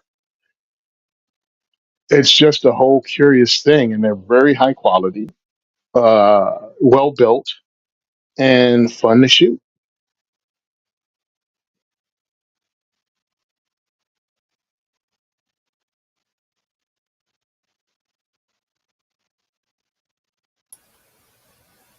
I think it's worth spending some time. I mean, we don't do. Well, I guess we don't even hardly answer questions, but we don't have a script for sure. Like, we don't have what do you call it? Like, uh, what am I trying to say? We don't have guardrails. That's what I'm trying to say. As far as topics go, I felt that was worth taking some time, right? Talking about black powder, even though was it even technically an issue? Like, I think we kind of went off onto that one, but I don't know if we really Those answered it with as far as the aluminum grips. At least I wanted to add that I can't remember now for the life of me what the dude's, because he changed his name a couple of times, but the dude in Texas that hangs out in Matt Never Enough Ammo's chats, he's a milling, like that's his gig, is doing mills or milling parts out of metal. And I can get you the name. I made the logo for him, so I can. It's in the top of my head. I'm just trying too hard to think of it. I can't think of it. But I'll send you an email with that guy's contact. But he's a cool dude, and you probably know him.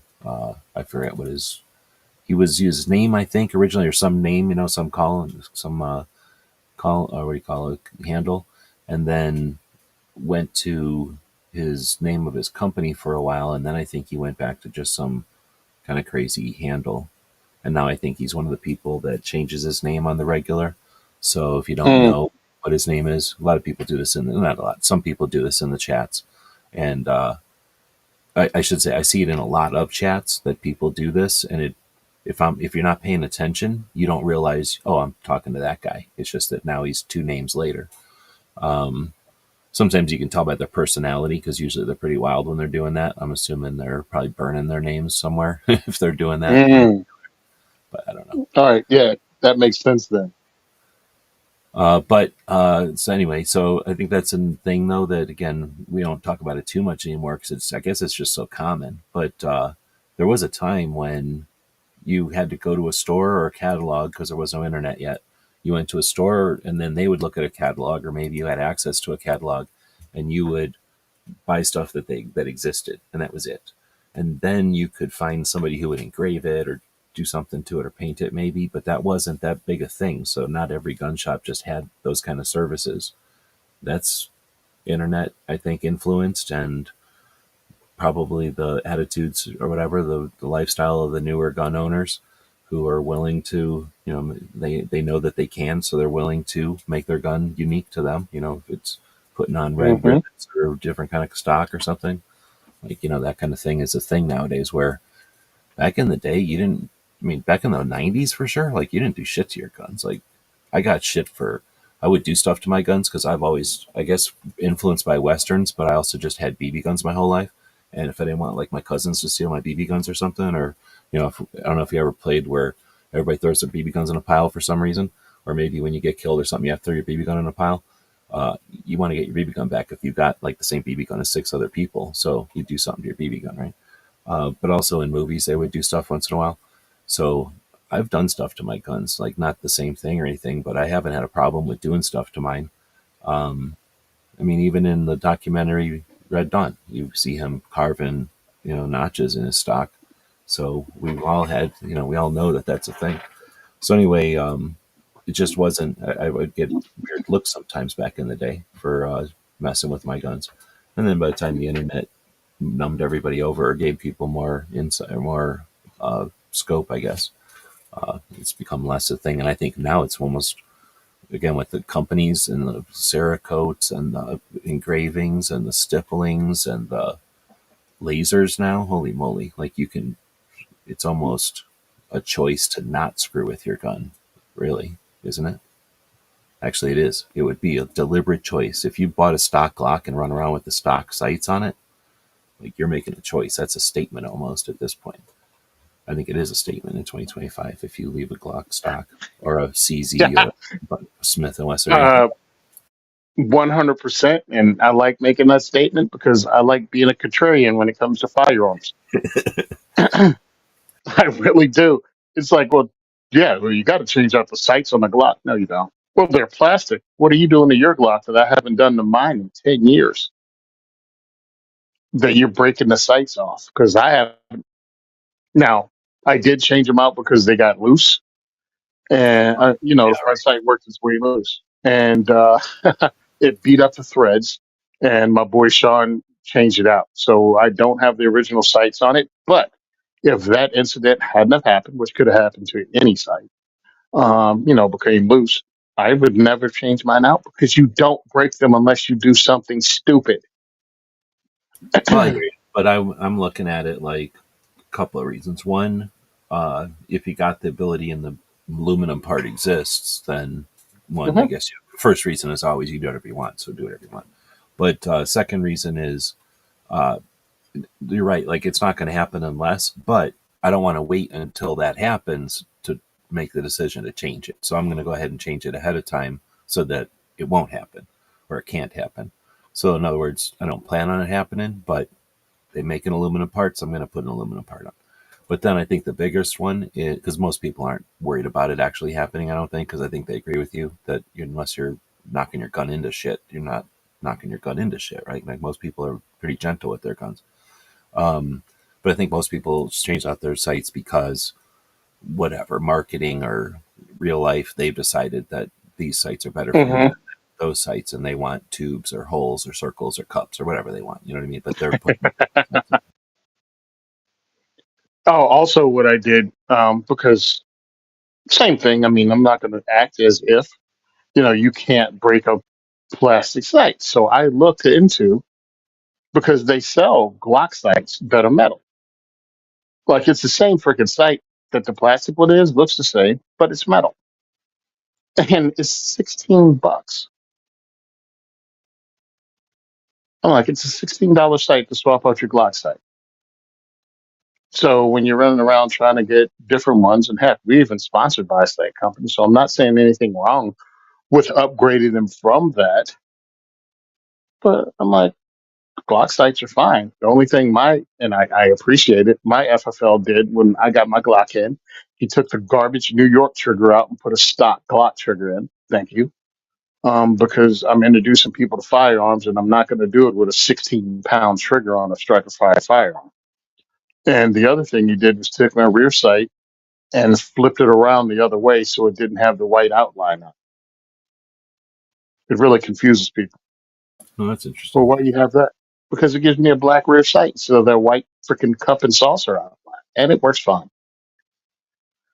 What it is I don't like messing with my stuff. Once I get it, I want to run it stock, and then I figure it out. You know what I mean? What works for me, not just replace it because some body on the internet said so. I tend to be So, resistant to changing anything due to some just because somebody made it. Because fuck you, I don't care what you made. Like I just don't care what people make. But unless it's better in some way. But then I'm hmm. also resistant because a lot of times, well, not a lot of times. I keep saying a lot of times. Like sometimes it will screw with maybe a Kydex holster or a leather holster, even. Like if you just give it a different profile on your front sight, you start tearing up your holster, or catches or something goofy. So there's just those unintended consequences, I guess. Um, and then buying something that's too trendy, I just can't do it. The practical side of me that I I tend to prefer like the thing that's existed for 16 years and has been bulletproof, even if it's clunky, because it's got a because it's been around for 16 years, and all the things that we could never think of happening have happened to it at one point or another in those 16 years by by somebody, and we would have heard about it because there's competitors.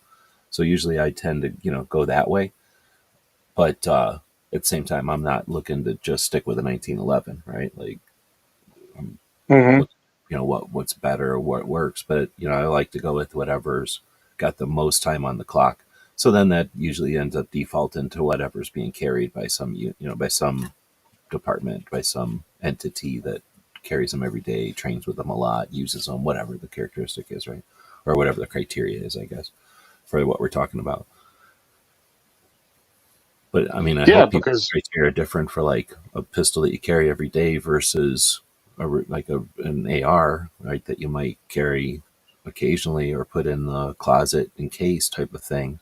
And then, do you think the same guns are effective for criminal running down the street or a weird thing that happens and potentially is the same thing that you might need for shit hits the fan completely, like meteor hits the planet Earth and it's people are fucking really weird and there's no infrastructure. People act like that kind of shit can't happen, but the dinosaurs were sitting around going, I don't need an AR-15. And then what happened? yeah, that's what happened to him. Oh, that's pretty funny because I just realized. Yeah, I leave a lot of my stuff stocked because why are you messing with it? What do you call that? What track record does the new thing actually Yeah, have? yeah. And how much money did I spend to get this improvement with, the finger quotes, air quotes?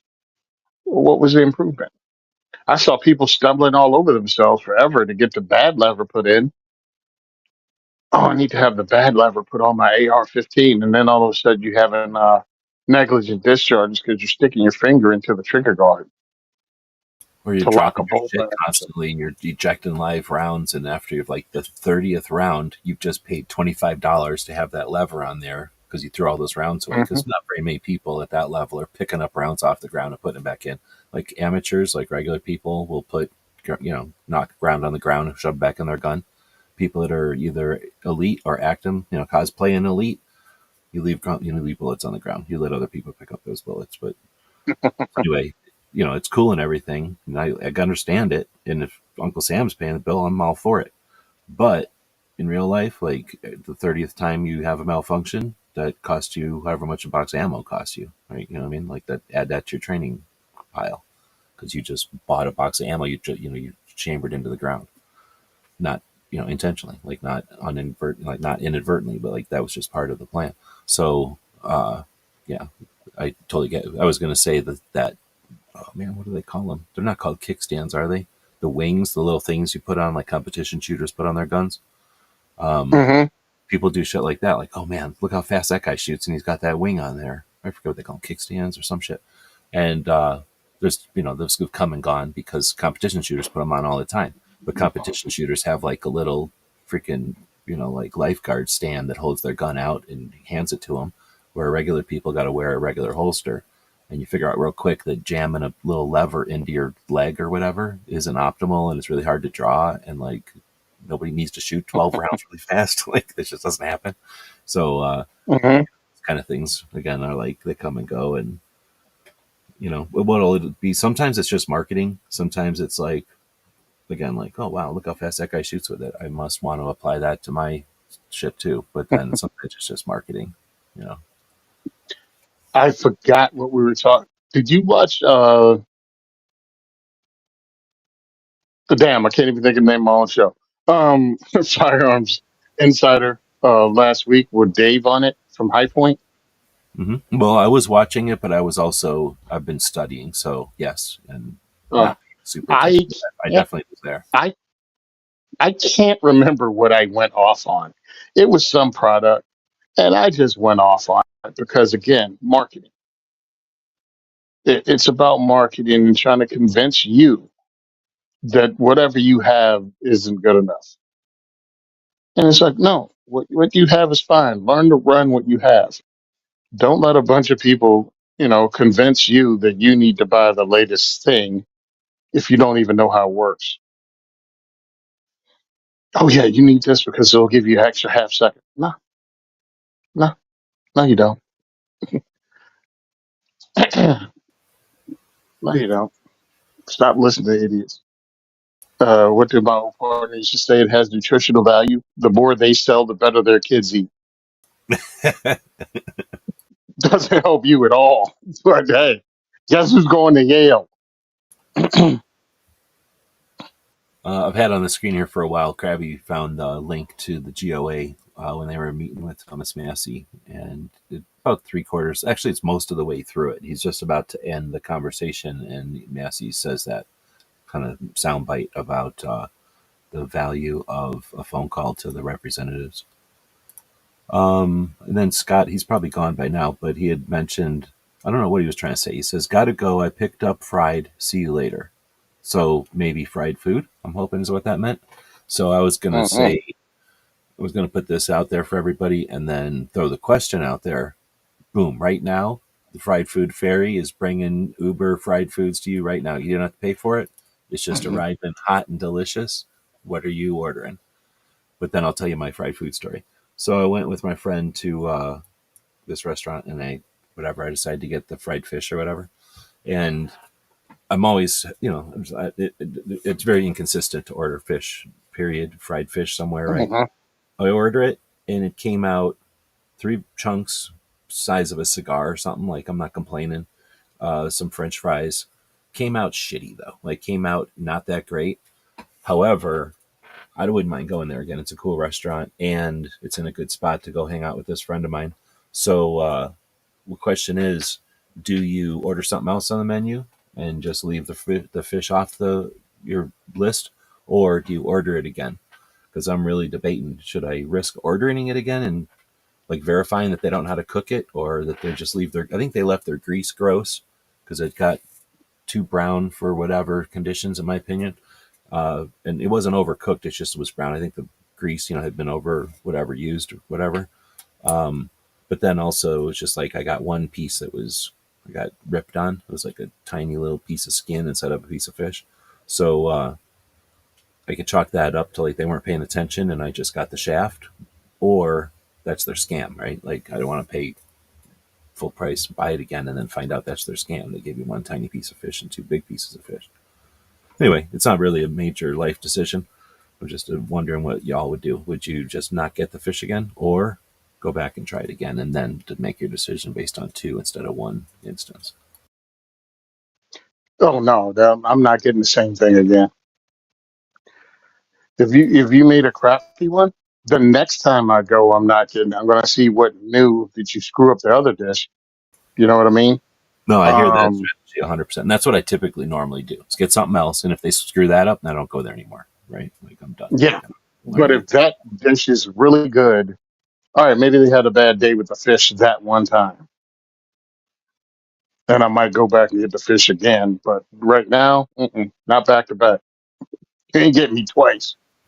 I hear that. So that's my dilemma: is do I go back and get? Because there are plenty of other things on the menu I could get. In fact, some of them look pretty good.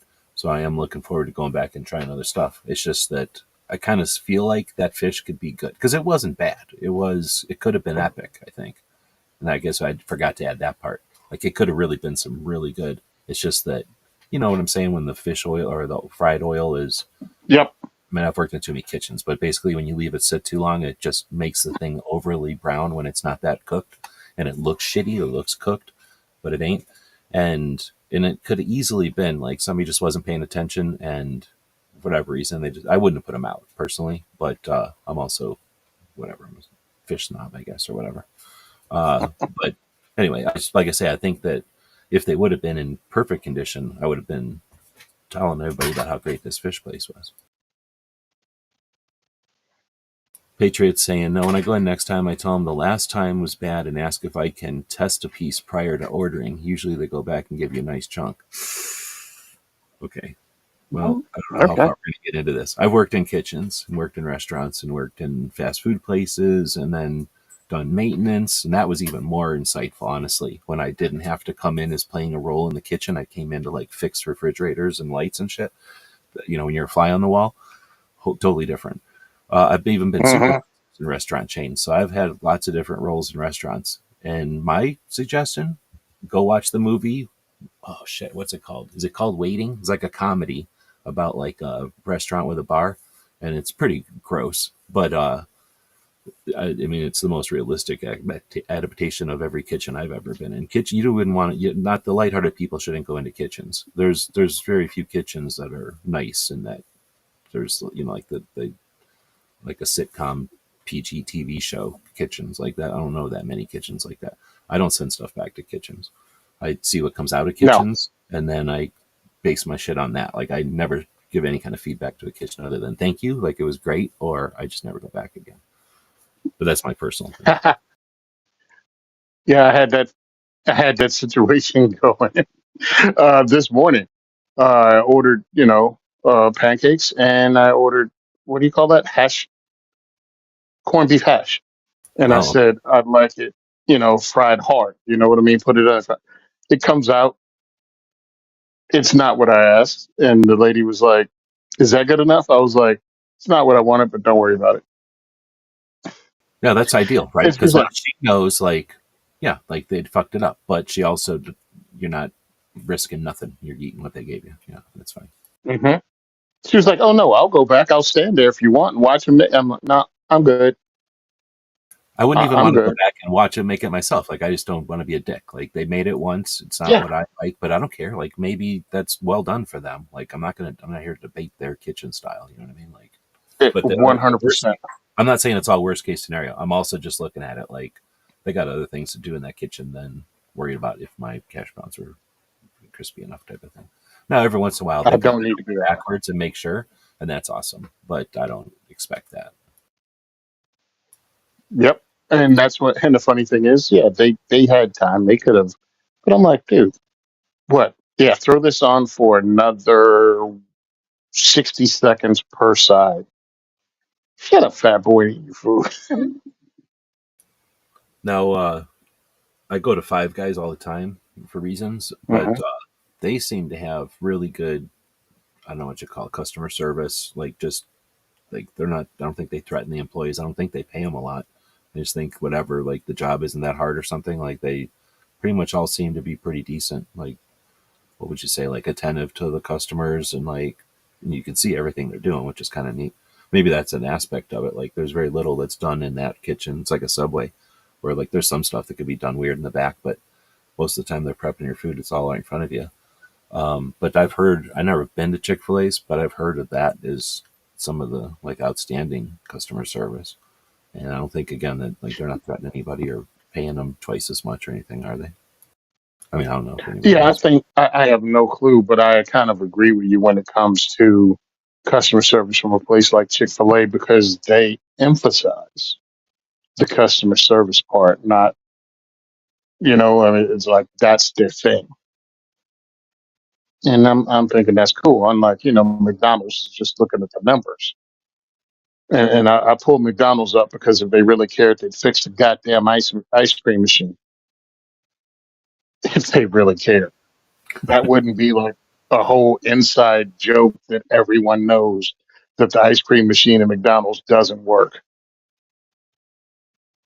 The Chick Fil A will never have that problem. Now it looks like everybody's very health conscious. Nobody wanted any kind of free fried anything, so nobody picked nothing. I don't know if you got anything to pick, but that didn't What go. a fried food? Like, if you were gonna pick something fried to eat right now, what would you be eating? Oh, chicken. Right on. Stereotype be down. Say whatever you want. Fried chicken's awesome. Um, and the decadent thing, a fried Oreo. Oh, I really? had like I don't know if I've one eaten of one. them, and it was really cool. I mean, but maybe you could eat two. In my mind, maybe you could eat two. You know, I don't. I never liked fried chicken ever. Like, that's half the reason I quit eating that kind of stuff. But Hmm. the the batter on fried chicken, I understand 100%. Like, I just don't like eating the chicken part of it. Like, I don't mind the batter at all. So the potato wedges that have basically fried chicken batter on them is what I might pick, because I dig those. And then you can obviously smother them in something Hmm. or dip them in something. But I don't know. Whenever I first learned about those things, I was hooked. I really like whatever those like potato wedges. Which I think they're just pretty much called potato wedges everywhere. But Yep, they take potato wedges. potato, put it in chicken fried stuff. But anyway, so I guess nobody wanted to talk about food, which is weird. A lot of times the or the gun chats will easily flip to food chats. Um, let's see. Long version of the interview where Massey talks about getting the calls is about the 11 minutes 51-second mark. Thank you. We got an actual question that I've been ignoring for a long time. Volker Rumble, welcome, says, question, magazine spacers on SIG P320 to prevent extractor damage from over insertion. Is there any specific mag spacer and mag base plates for specific grips, like the X grip? Well, that's interesting. I suspect, at least I would assume, maybe I'm assuming falsely or dumbly, but I would assume that if a grip manufacturer is making something, they're going to understand that people might be using, a mag spacer, like you're saying, and then not put their footprint outside of the standard grip. But that being said, that might be their whole thing, is that they're giving you more real estate, or they're doing a different shape or something, and they do go outside the footprint. So that's a good point. I would say worst case scenario, if you've got a grip that's, and Tony can answer because he's actually held any of these. I'm just doing this all by theory, so I have no idea. But I would think, if the worst case scenario, if you had some like big obnoxious grip that made your spacer get in the way or something, I would just take a Dremel to the spacer or the grip, whichever has less value to you, and just modify it, because no matter what the material is, Dremel tool don't care. And even if you took just a little away from, I wouldn't take a little away from both. I guess I would just modify one or the other, and then get them to where they fit perfect. Yeah, modify what you have to, especially with your carry gun. Don't play around with that, dude. Now, I mean, smart move. Uh, Dremel the cheaper part. Dremel the cheaper thing to replace. Right. Um, Now, a friend of mine, what's Paul's last name? Damn, can't think of his last name. He used to make spacers for Smith and Wesson shields, so you could have the longer magazine in it because it would be that spacer between the longer magazine for like the not the Size. shield, the compact. Yeah, yeah, between the compact and the full size. And he'd make a spacer for the full size mag. You could use the full size mag in the compact pistol without having that crazy gap in there where you can over insert and mess up your friggin' extractor or ejector. I forget which one it is, but you can break. Yeah, you're gonna have to look into it. I can't think any off the top of my head. I mean, I carry a Glock 19, and I'm limited to 10 round magazine, so even there'd be no reason for me to put a Glock 17 mag into my Glock 19 because again, I'm limited to 10 rounds, so I'll never get the extra rounds out of it. Oh, and I do have a 10 round Glock 17 mag. It's the most frustrating thing ever. Like it's got spacers in it or something, or Yeah, it's got. I mean, it's a factory Glock mag that's limited to 10 freaking rounds, but it's a Glock 17 mag, so it's just pretty much one third useless. Like man, it see, should hold they 17 don't rounds. have spacer. Like they're it's like they go to single stack or something. Like I think I've seen them. It's just got a whole freaking space in the bottom that's not worth any. It's just a thing. And in a state like New Jersey, it can't even be like shit. They build it so I can't even take the bottom off and put a lump, a full size spring in it and just build a full size mag. Nope, nope, Yeah, not that's how what that works. Take it, it yeah, sounds like. take it It's apart. It's broken. or something. Eckraiser says, beer battered fish. That's pretty much what I was trying to eat the other day. When it's good, it's good. I like it. I should probably Hmm. go on Friday because then you get usually all you can eat. But Patriot has a great point. Says going back to that idea of the restaurants and stuff. Says tip well, and they remember the crazy guy. They also treat me well. I also tip the cook, so they tend to do a good job, and they remember. And that's the I 100% agree with you there because again, the same thing as the 3 phone calls to the senators. Like how many people you think are tipping good, period, and then how many people are tipping the people in the back. And as long as the same people in the back, I mean, if it's a kind of place where they're different people every 30 days, that's a little bit different story. But if it's the same people in back, Hmm.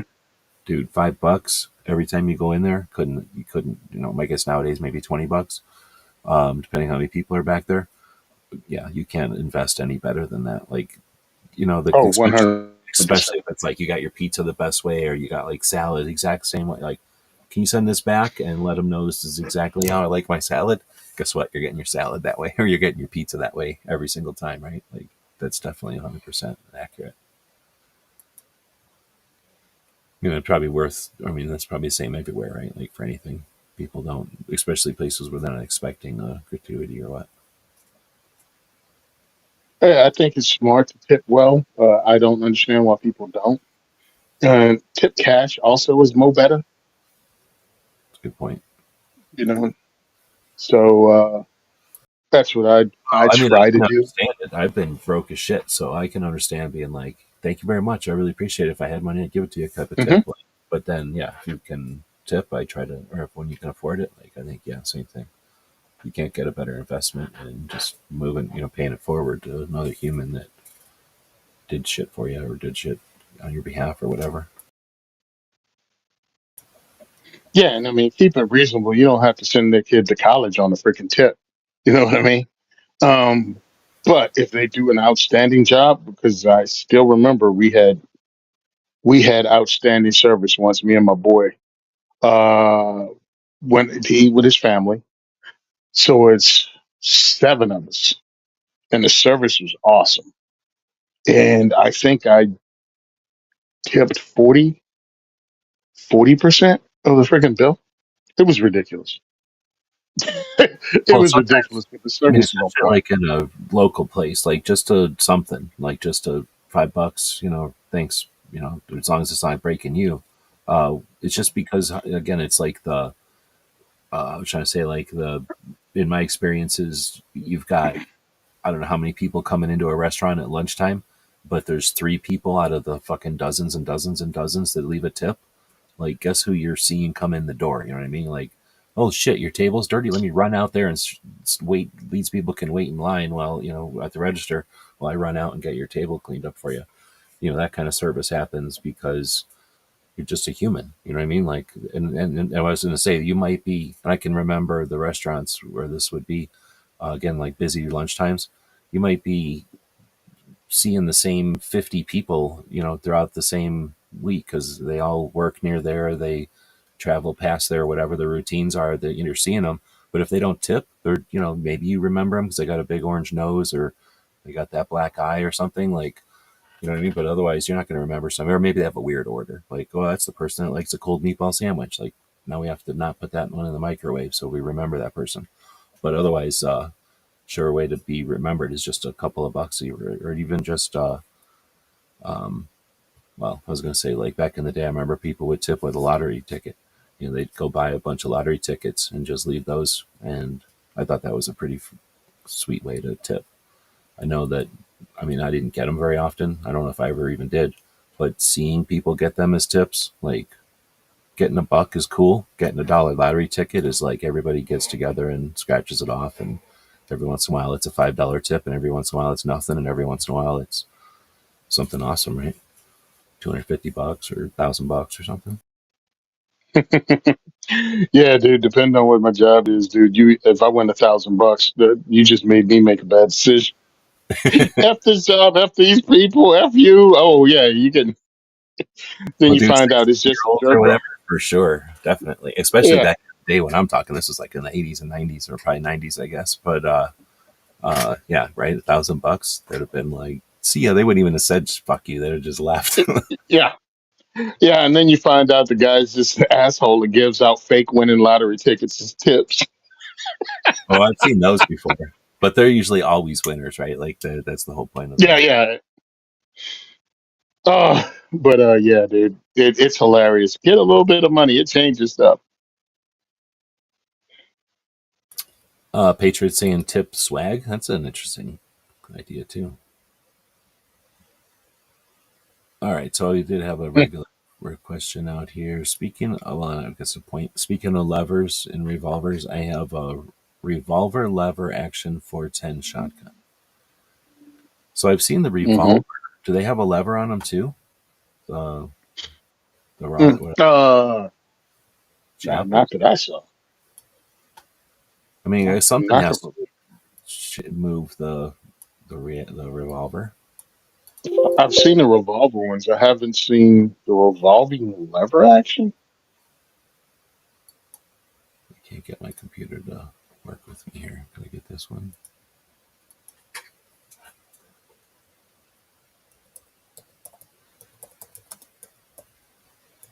I'm going to just type in revolving rifle because I'm pretty sure they're all the same. No, see, they have a hammer, and you cock back the hammer like a revolver to make them cock. So I Hmm. haven't seen one with a revolver. Or, I mean, with a lever. That'd be interesting. Yeah.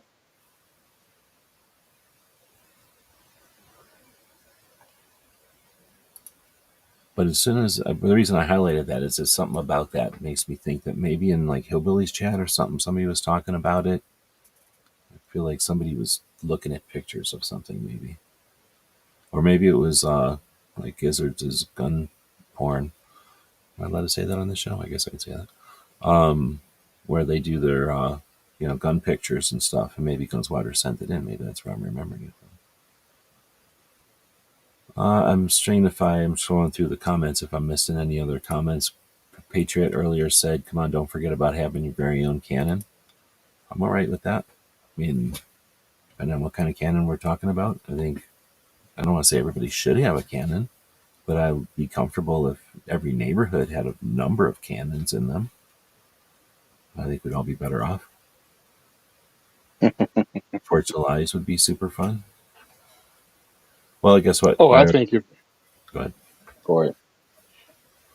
No, I just look at firearms as a thing that if people had it, a lot less people would act like assholes. Oh yeah, A lot less people be jerk offs. Crime would be a lot less. Again, responsible firearms ownership. You know, because there are always going to be morons, and there are morons with cars. There's morons with knives. Let's leave that alone. Um, but if it was a more responsible society and there were consequences, there'd be a lot less stupid crap going on. Because the Venn diagram of responsible gun ownership and responsible people overlaps. Well, I was gonna say we were getting to where there's like a lull in questions or interaction with people. I guess there's less people now that I'm looking at the number. There was like a whole bunch of people watching. There's like half that many now. It goes and comes and goes. It's Okay. because we've been on for a while. But anyway, I was gonna say we haven't had a chance to talk since you guys had with the I'm not gonna say it right. Locked, loaded, and locked, Yeah. unscripted, Locked, cocked, and unfiltered. unfiltered. Um, Hmm. I don't pay attention. It's like a phone number. Like I don't know your phone number. I just type Tony in the phone or whatever, right? Like so. Anyway, Yeah, I gotcha. I just watch the YouTube channel. But anyway, you guys had Mike on from Walk Talk America, and I was saying in my show the other day, on last night, I guess, that I'm not going to say I've seen everything that Mike's ever done or anything, but I certainly saw most of everything he did at the beginning of the whole Walk to Talk America when it started, and then I pay attention when I can, and I watch most of the shit that I would say most still of the stuff that they put out, unless you count the stuff where they put out like the live show and then put the audio of it. Like I don't watch everything twice, but essentially I pay attention to what they're doing because of one of the only people doing paying attention to suicide prevention and the intersection with the gun industry and the medical field or industry, and that has great consequences, and they're the only ones really doing it, and they're exploring things as they're doing it, right? But anyway, Mike brings back lots of Hmm. insight, and I guess I'm saying I've seen a lot of what they're doing, but that interview, the way you guys were chatting, I don't know if it has to do with y'all know him so well, or just Hmm. have so much history with him. And I'm sure you didn't do this intentionally because it's not scripted or anything, but No. you hit on a bunch of things that weren't on any of the others. It's not like if Mike was going on a show with, wouldn't be with me because he does know me a bit. But like if he went on a show with somebody who he doesn't know at all, and they were being very formal, and that person that did no research, which is typical, right, or very little research on the guest. So Mike would have to do his origin story and all of his shit, and it would be very similar to a lot of his other shows because most hosts come with that same, right, like same scenario. Since you guys didn't come with that scenario, like I say, I don't know if it's just because you know him so long or whatever. It just was the right mix of having him on at a time when he had been kind of coming back from doing some stuff and had certain things on his mind, I guess. And again, knowing that he's talked to you all before, he didn't, and he doesn't. He's not the kind of person that'll like some people are very, I don't want to say phony, but some people will always just start with the superficial introduction. Like if that's their default, even though you fucking know them and you've known them for a long fucking time, so you consider yourself friends, and then here they are introducing themselves to your audience. It's like, what the fuck? Let's continue this conversation. Let's not just start the same conversation each time we talk, right? Like let's not. Anyway, Mike's not like that, right? Like he's just moving on. So I guess it's a factor of all of that. But anyway, I'm just gonna say it was a very interesting conversation because so many of the points that he brought up in just casual. It wasn't like, Mike, tell us about this next. And he said like profound thing, like as an answer. Like it was just he's saying something and I'm like, holy crap. I'm going to say profound because I can't remember. They taken away the clips piece because usually I would listen to something like that. Like when I was talking about Massey earlier, like I would usually take Hmm. that, turn it into a clip, put it on my channel, and it's a thing that YouTube does. Like it was a thing that we had an ability to do before. They must have taken it away because I at least I don't see it anymore. I can't pull clips off of other people's shit anymore. But anyway, it was bugging me because it was like it happened once, and I went, "Oh, I'm going to try to remember that and like make a point of talking about that on the show this Friday." And then second time it happened, I was like, "Shit, now I need to take notes because I'm not going." Because like I say, I've been kind of studying and whatever this last couple of weeks, so my head was full of other shit. There's like no way I'm gonna remember this, and I'm trying to look for some way to keep notes. And then he did a third time, I think, and then I was like, crap, I just have to listen to this again. Because, again, it wasn't like you guys said, okay, we brought you here to talk about this. And his response was, the profound answer. It was just in casual, like, he mentioned something and I'm like, actually, that's deep. Like, holy crap, that's actually, there's a whole conversation there. So, I mean, I don't expect you to just know what the hell the things were either. But at some point, I'd like to go back and grab those because, again, Mike's fairly unique in what he's doing. And because he's got that place that, he's got his position where he's been to a lot of places and seen a lot of people on both sides. His insight, I think, is, at least now, I think it's super valuable. I think, was it in that conversation? Do you remember? I mean, you guys recorded that a while ago, and this was like a week ago or something. You've had a lot of shit happen since then. But I Yeah, I think think it was like saying 2 weeks something ago. about liberal gun owners, and like it would have been a good time to bring the liberal gun owners to. Oh yeah. So during he was talking about during the Biden administration Yeah, yeah.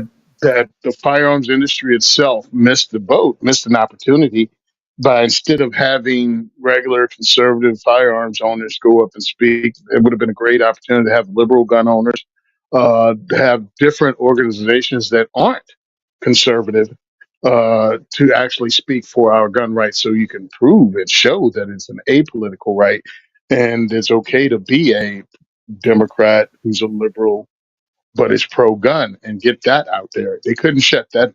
Well, they could shut it down by ignoring it, but we missed the opportunity. And I think he was 100% correct, because people want to gatekeep so badly this particular civil right and make it political when it shouldn't be, when we should be embracing the allies. Uh, I don't have to agree with everything you say.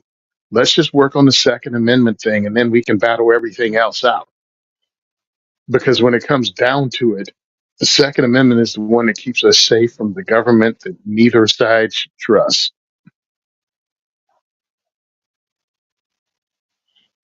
Sorry, I don't disagree with you at all. I don't know if you were done talking there, but what I guess I came away with a different angle on it is that Hmm. Mike is one of the few people, because of where he's been and he's able to talk to both sides.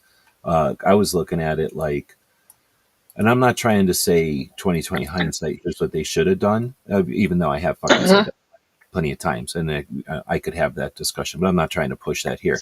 But basically, I saw, the way I was listening to that, I was thinking, Mike is correct, and not that you're incorrect. I'm just looking at it from a different angle. Hmm. That the because I keep thinking that the liberal gun owners and the, God, man, what's the other one? There's two of them that are right next to each other like that. Um, Liberal Gun Club and the Liberal Gun liberal, Owners of America. yeah. Sorry, Yeah.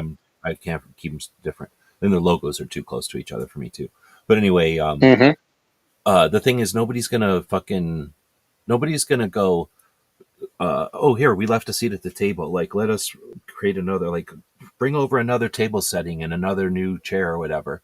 But they don't realize that if they just got there early and sat down, nobody would give a shit, number one. And two, if they Hmm. did get there late and they went up to somebody who's redundant and said, tap them on the shoulder and say, can I sit down too?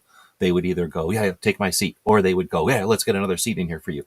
Like, they just don't realize that it's never been, oh, I shouldn't say never been, but in a long, like, in my lifetime or whatever, it's like there's very few people like, oh, blah blah blah. There's definitely instances, but in general, we're like, we don't care. Like, there's another gun owner, awesome. Like, what do you want to know, or what do you need? You want to talk about reloading? Like, you want to talk about hunt? Like, let's go. And and you see this every time anything new happens. Is there, everything new is always welcomed. For the most part. I'm gonna say, I don't fucking see everything, obviously, but for the most part, everything, pretty much all shit is welcomed that has been new in the last couple of years. So I guess my thing is, Mike needs to tell them, everybody who's fucking feeling like they could have something to contribute and haven't been contributing, is like what I just said. Fucking get there early and sit down, because nobody's going to care, and nobody counted chairs or nothing. It's not like there's a certain amount of pie. Just get in there with it's like boarding house reach, right? Like, if you wait to be served, Hmm. you're going to get nothing at the end because everybody just grabbed. So figure out that, like, everybody can just grab. And the best part is, when you just grab, everybody respects the shit out of that. Like, because that's what everybody's doing. Like, nobody's saying, like, get the fuck out of here. Everybody's just doing their thing. So, and that's the thing, that you can't know that until you know that. And that's where it's like, we all have this hindsight now. And that's how I saw it, is like, hopefully that gives them incentive to motivate them to go, shit, like right now, like here, because as much as you guys were correct about them during the Biden administration, I don't have any disagreement there. They can do the same thing right now, because right now the Democrat Party is sitting around going, "What are we going to do? What are we going to do?" And they're fucking wrong, right? Like, pick the fucking topic. Mm-hmm. They tend to be wrong on it. So now's a great time to stand up and go, "Hey, look, we're the fucking whatever you want to call, whoever the organization is. I don't want to pick on anybody. I don't want to call anybody out or give anybody preference, but you know what I mean. Liberal, insert gun, insert whatever code. That's the organization, right? It fails. What am I trying to say?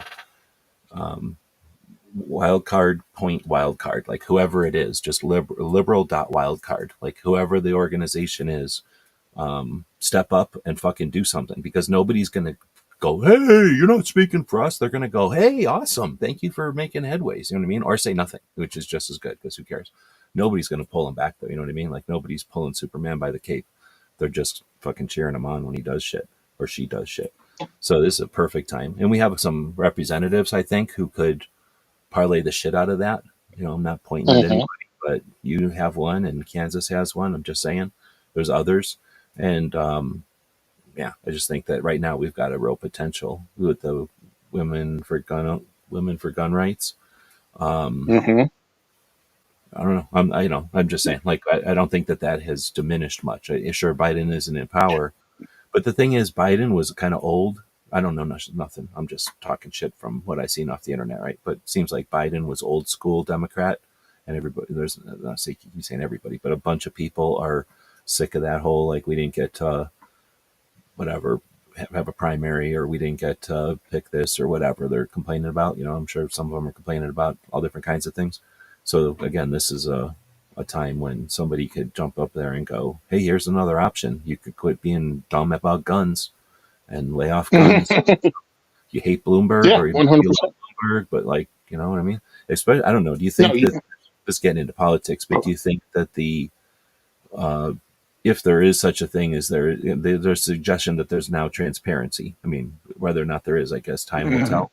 But if there is actual transparency in some of the people who've been on either side, I don't really care. If there's people out there who've been profiting on the whole, like, gun thing, along with every other thing they might have been uh, exploiting to make money. If that stuff comes to light, um, I would think that that's going to have some effect. Like, you know what I mean? Like, they're going to have less, what's the word? Like, you know what I mean? Less influence, I guess, on people once they come out as like, "Oh shit, they were doing that just for the money." Or do you think Mhm. it'll be like, "Well, they had good intentions and they happen to be making a fortune doing it. So I guess I'm just going to still agree with them." I guess there's going to be some of that. There's always going to be some of that. Remember, calm down. Um, there's always going to be stupid people. There's always going to be people that want to believe in their side, right or wrong, and they will contradict themselves. They will make themselves look like fools, just to continually back their own point of view, regardless of reality. They will fight you tooth and nail over it. So yeah, you can't depend on that. It is a great opportunity for them, and to push our, well, one. It's always a great opportunity to push our agenda, regardless of when it is. Now, 10 months from now, 10 minutes from now, we have to continually push back. Don't wait until there's legislation coming, or right immediately after a tragedy, like a mass shooting or whatever. Like, do it now. Get the voices out now. Let people see that it's apolitical now. So, I know the guys from Liberal Gun Club. Uh, we speak every time we go somewhere. They know that I believe in their cause, because, again, this should be apolitical. And we just talk about the Second Amendment stuff. Just keep pushing that agenda. But yes, you can't wait around. And I totally understand why maybe they don't want to be in the room. One, they're small. It's a small group. They're not funded by anybody big. And then, of course, they're going into rooms where, I swear, gun people won't shut the hell up about other stuff outside the Second Amendment. No, that's So who the that's hell wants to 100%. put themselves in a room to be called libtards and other crap the entire time? Like, you just won't stop talking about the other stuff. And it's like, you no, I'm not taking the 15th day off of work to do a Second Amendment thing so I can sit in a room and be pooped on by the people who I'm supposedly are my allies. But they're just saying all kinds of horrible things about me, putting words in my mouth. Well, if you do this, then you obviously believe in this. Can we just stick to the Second Amendment, please? And No, they you're won't do it. They're treated like, go ahead. well, yeah, I don't disagree. You're 100% correct. And it's one of those things where I think that's where tone deaf comes from, right? Like people don't realize that they're doing it because they don't realize they're doing it. It's like an endless loop. And when you tell them, they get all upset half the time. So, Hmm. and I don't know. It's one of those things where unless you pay attention and you dig in, you don't realize. I don't know. But anyway, I guess what I'm getting at is that's a fight and that's a challenge. I guess not a fight. It's a challenge that we have to overcome. But I think it's an opportunity because I think it's a challenge that's achievable, and there's really nobody pushing against it as much as it's like a miscommunication, a communication gap. I think again a perfect opportunity to say that. Like it's just people are talking two different directions and they don't realize that they're just missing each other, but they're really I'm not going to say saying the same thing because they're not, but they're not necessarily saying things that can't exist together. They're just there's certain things that they'll never agree on, and that's causing them probably to like again have like a miscommunication essentially, and we just haven't figured out great ways to mend that rift yet. But I think that's our potential is we have this core belief that's pretty significant compared to like of convertibles or something, and convertible people or maybe motorcycles are persecuted and we all like motorcycles, but I like off-road motorcycles and you like Harley, so we're never going to get along. Like okay great, but motorcycles, they take them away or motorcycles stop happening, we'll probably still live. Second Amendment's a little bit different. So we've got this like core value, and I think that's what can potentially help us to, because we all want to see this core value protected or continue or expand, whatever you want to think of it. So I think we've got this incentive to mend this rift. And then what's awesome is once we figure out how to have, I don't want to say mend the rift, but get the gap understood, and then not have the gap, right? Like we're not going to all see eye to eye. I don't care. Like I don't like 9 millimeter. I'll still understand. I'll admit you have a right to have 9 millimeter, but I don't like 9 millimeter, and I'll work against 9 millimeter. I don't care. I'll tell you that. But you know what I mean? Like I'm not gonna stop you from having 9 millimeter. I'm not gonna. I'll just shun companies from asking for 9 millimeter. You know what I mean? Whatever. But however that works into the mix. But I don't know if you see what I'm saying. Like I think there's an advantage here that once we figure this out, we can start to take that to other places where we have misunderstandings and miscommunications, communications gaps, so to speak. And I think there's a lot of potential there. I don't think it's a given either, though. I think I'm not trying to be too optimistic. I just think there's a real potential there.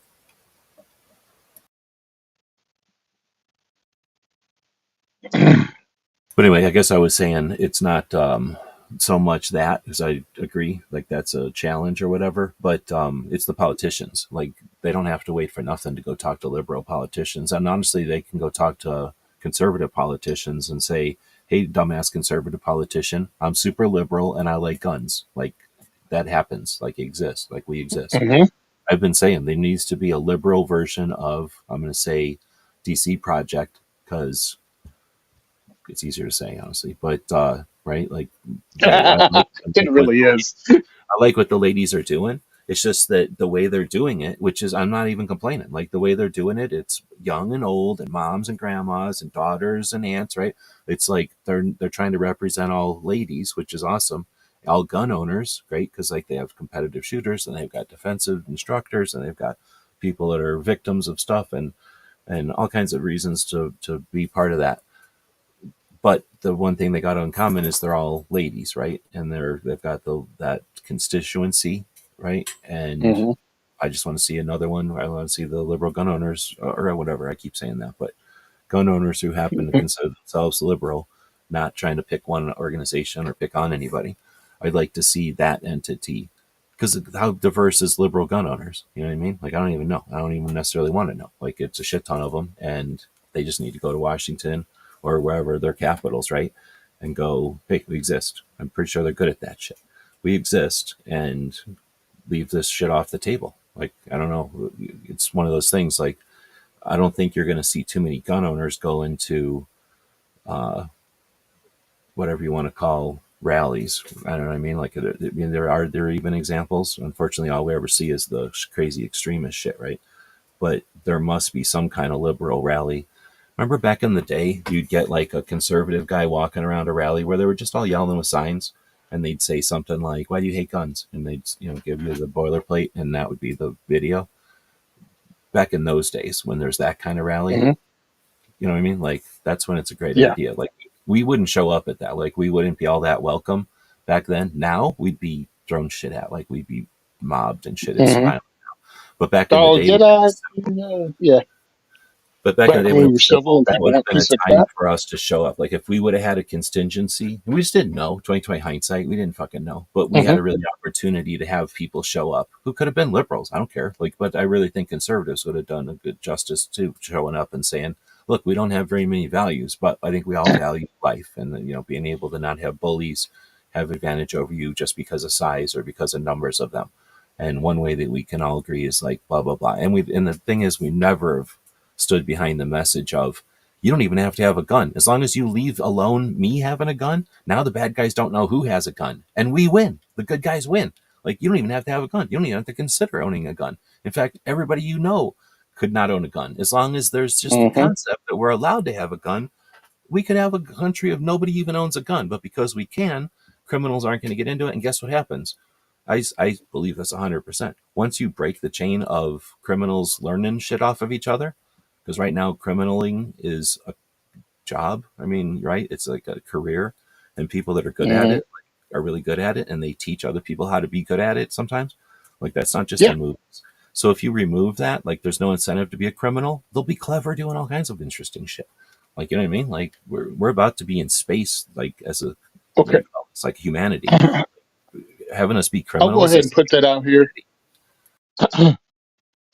Crime rate dropped. Shootings dropped in Detroit after they got concealed carry. People who robbed people stopped robbing people because they were getting shot and killed. right because it They was went the and did potential. something else. Yeah. And look, if you're bored, look it up.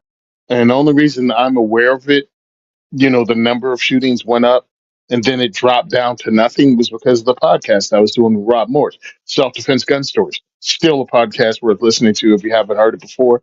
It's 4 self defense stories of armed civilian self defense from all around the country, and it's told by me and I think we had a total of maybe 10 different self-defense instructors over the years come in, and we were a guest each week, and we talked about 4 stories.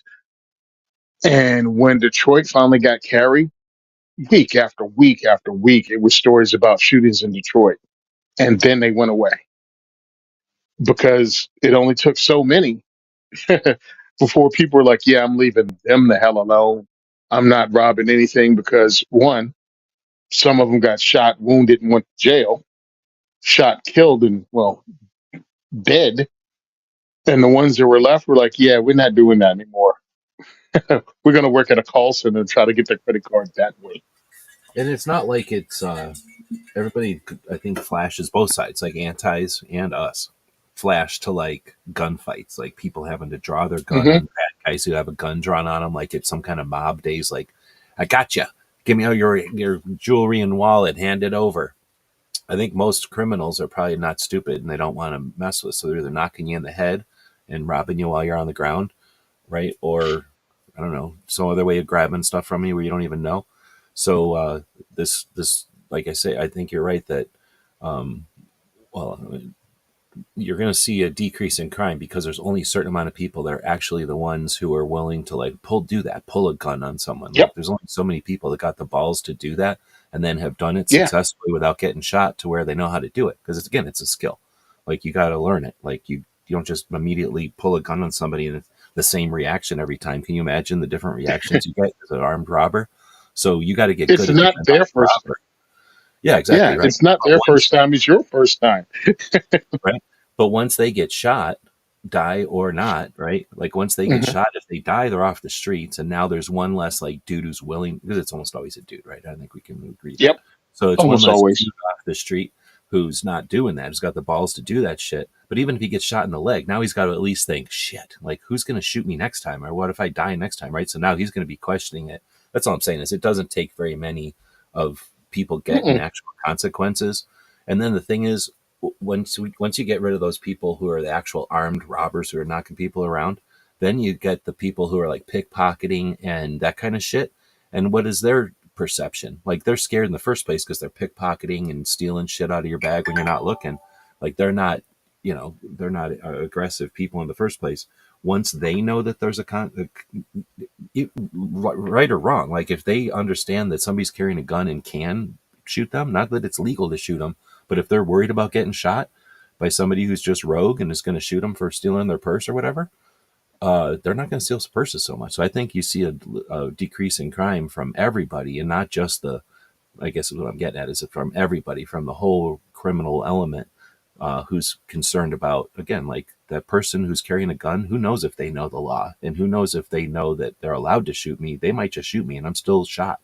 So I think they're not stupid, and I think you see a lot of that crime go away, both by the criminals themselves being taken out, either off streets or taken out of the business because they don't want to get shot again. And then again, that bigger pile of people who are the, what do you call them, like minor criminals or like the coward criminals who are just scared as shit to get shot. So I don't think, again, those are people who are only in it casually, I guess. Maybe that's the way to say it, like a casual criminal who they're only doing it out Mm-hmm. of opportunity, maybe, or occasionally.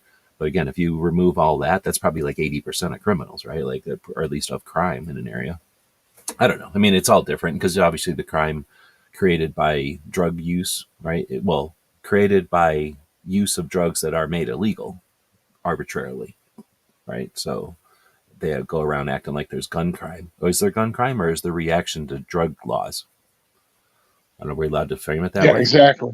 because nobody's getting shot over like real estate. Like, oh, I like your park better than mine. No, I like my park better. Let's kill each other over it. Or like, I like that your flavor of tobacco better. No, it's pretty much always fentanyl or meth or what, heroin, or is it marijuana? I guess people maybe get shot over marijuana still, but maybe back in the day when it was illegal, for sure, big quantities of it and stuff. I'm guessing for sure, but you know what I mean. Like, there's nobody getting shot over.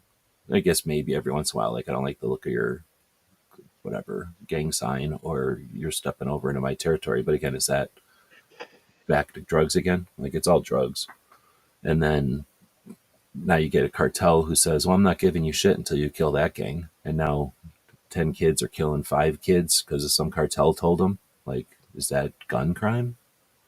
You know, what's Yeah. What I'm looking up something right now because it's annoying me, and I wanted to bring it up. When we talk about firearms and the criminals that do it and whether they pay attention, because people love to act as if criminals are stupid. They're not. Um, I it happened years ago because I saw it because I was there.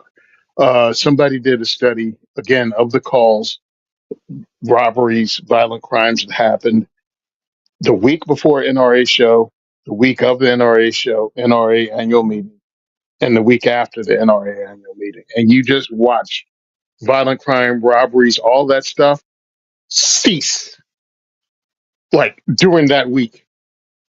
And we're talking Indianapolis, we're talking Atlanta, Georgia, we're talking Louisville, Kentucky. Done. Criminals took a week off. It was almost their spring break. It was like done. They're somewhere robbing people in Florida that week. And it's because they don't want a challenge. And it's not every person that comes to an NRA annual meeting that has a firearm with them because most don't. But you have 70,000 people that are NRA members. A significant portion of them, if not own firearms, they pay more attention because they pay more attention to their surroundings and are more aware. Um, Not as a blanket statement, because of course there's some people walking around they'll bump into a wall, but there's a larger percentage of people aware of their surroundings and know that there are bad people about, and you need to keep your head about you. During the NRA annual meeting, it's 100% true. Everybody doesn't have to own a firearm, so When I talk to people about fighting for your civil rights, well, I don't even like guns. Cool, you don't have to. You don't have to. It's not even mandatory that you like firearms, but understand you benefit from others legally carrying firearms to Yeah. defend themselves. And you got nothing to fear. Like if you like, that's another thing is like we make it a meme and we laugh about it, but the whole like whatever the number of guns are and the number of ammo stockpiled, if you want to call it stockpiled, like in our closets, like if there's a problem, you know it. Like we have more ammo and more guns than is it all the other countries, like armies put together? Like we got a very large number of all the guns on the planet, like 40% of all the guns on Hmm. the planet.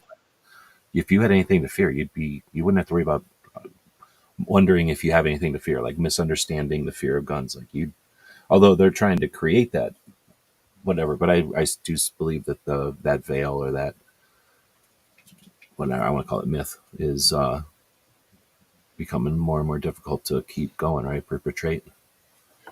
I mean, you have to be So pretty when I unaware to continue to believe that guns are the actual problem of all this. Well, that's why I try to have individual conversations because everything can't be had in the comment section of a social media post. Just stop trying to have real conversations there. You can put something out there, but once you start arguing with it, you wasted your damn time. But you can have those conversations one on one when you don't attack each other, when you're looking each other in the face. Actually listen and talk to someone. Don't just wait for them to stop talking to make your next point. Actually have a conversation about what they're worried about. I'm scared of guns. Okay, I kind of understand, but what do you mean? Well, with everything that's happened, with what is like, hey, I'm not being condescending. I really want to know what you're talking about. Well, what's happening? What's your fear? And then have that conversation like you would with a person whose opinion you respect it, because you should, just because it's different than yours. Maybe their issues are based 100% in fear and don't even make sense. But understand they've been propagandized their entire life that guns are evil in everything they look at. And if you didn't know any better, because many of us are gun owners and we grew up on the same television shows, but TV changed, man. Some of us thought guns were cool. Starsky and Hutch, 18, Tim, go back far enough, Rockford Files, Magnum Uh, PI. who You know what I was? mean? Oh, for sure. I was going to add to that yeah, I can't believe I can't remember who it was, but somebody had brought it up recently, but it's nothing new. That the news gen or this gener ever since Columbine, I guess, is that I can't remember. I don't care what year that was, but at some point in the past, for a number of years now, there's been what do they call them, drills at schools for they call them what do they call them, mass shooters? No, don't call them that anymore. Yeah, yes, yeah. Whatever they call them, but they're trying Uh, to they give them some name that has to do with shooters, right? It's some guy with a gun. Well, mhm. we had fire alarms when I was a kid, and people would call in bomb threats, maybe once a year, or I don't know if it actually happened once a year or if we heard about it. But what would happen is we get a fire alarm every once in a while, and in little kid school, it's more of a big deal. Like they're taking you through fire alarms because you have to learn that shit because you're a little kid. But in high school, there's no fire drills. Like the only time the fire alarm goes off when you're in high school is when kids are fucking with the fire alarm. But every once in a while, after a fire alarm would go off, there'd be like the rumor, oh, that was a bomb threat. That one was a bomb threat because so many police showed up and it wasn't just the fire department, right? And I don't know what the difference was other than somebody called it a bomb threat. But anyway, I thought that was like a thing to do or something, or maybe after a movie came out that talked Mhm. about it, it'd be a thing. But anyway, it was just that it would be a fire drill no matter what. If it was a tornado, fire drill. Go outside, like whatever. Whatever the event was, it was a fire drill. Nowadays, I don't know if they still even have fire drills, but now it's a shooter drill, and that's all I'm getting at is for how that's Active like shooter drill. That's it. yeah, for like Active shooter drill. right for like a generation, kids have been so worried about it that their school is making them run around worrying about this. Like they have freaking backpacks that are bulletproof. This happens less than lightning striking, and there's kids with backpacks that are bulletproof. Like, you know what I mean? Like, One hundred people were percent. complaining because of the mask. Like, oh, the mask is a redundant thing that you don't need, and blah blah blah. And there's I'm offended that you would put, and then we're gonna put them through schools where they have to do these drills over something that is a perception of the media, in my opinion. But Hmm. it's definitely a politically motivated thing, 100%. and people leaned into it and didn't do shit. Anyway, I think that's one of the reasons we've got people like, I guess, getting back to the perception of guns nowadays. It's how you got to beat all that, right? Like you got to get a poor kid. And I'm not blaming the kid at all, right? Like kid just minded their No, business not at all. to do at school, and now they got to think, why wouldn't you think guns are bad? Like we don't. I don't think any kids ran around playing with fire after fire drills. You know what I mean? Like they're kind of designed to warn you of a danger. So that's all I'm saying is we have that extra challenge to, and I'm hoping that, I mean, I know when I was a kid, when I found out some shit was bullshit, I got pissed. So I'm hoping that once the kids get old enough to look back and go, that's a lot of fucking shit they made us all go through. That's like indoctrination. Is that the right word? Am I allowed to say that? Like that's a lot of 100%. It's brainwashing, is indoctrination, and that's what they're doing to the kids today. And politically and so motivated. when some, Not just like, oops, we oh made a mistake. That's all. Like, no, you didn't. Like, you did that intentionally no, because you you hate didn't. guns. Yeah, you knew if you killed it, if it died a crib death, no one's there to fight you as an adult for their Second Amendment rights because you Yep. killed it when they were kids. And so Engineered. when I'm talking, yeah, 100%. And when I'm trying to convince people, you actually need to have a conversation with this person that you think is an anti because they said something you considered goofy. I'm scared of guns. What are you, some kind of snowflake? Shut. No, stop. Do you want to feel good about yourself like you won an argument in the comment section because you didn't? Or do you want to actually grow the community and invite somebody in? Oh, you're afraid of guns? Yeah. What do you mean by that? Oh, well, with everything that's happening. Well, check it out. I go to the range every now and again. I got a nice clean range. I got a couple 22s. I mean, again, depends on how you know the person, right? Like if this is a work conversation at the water cooler, instead of turning on them and calling them a snowflake, set something up. Or you can even invite somebody to the range. Hey, why don't you meet me at? I mean, because we have really clean ranges here: Gun for Hire, Union Hill Gun Club, Recoil Range. We have all these ranges, and we shoot. These are ranges I work with in New Jersey. They have rental guns. I can go there and go, hey, why don't you meet me here on this day, and I'll put up the money. We'll get some headset. You know what I mean? Some Ear Pro, Eye Pro. I'll provide all of that. You show up and I'll just introduce you to firearms, just me and you, people having this conversation. I'll introduce you to a range and you'll see it's not so scary, but I'll help walk you through it. Or you can just call them names, high five yourself. I got that libtard.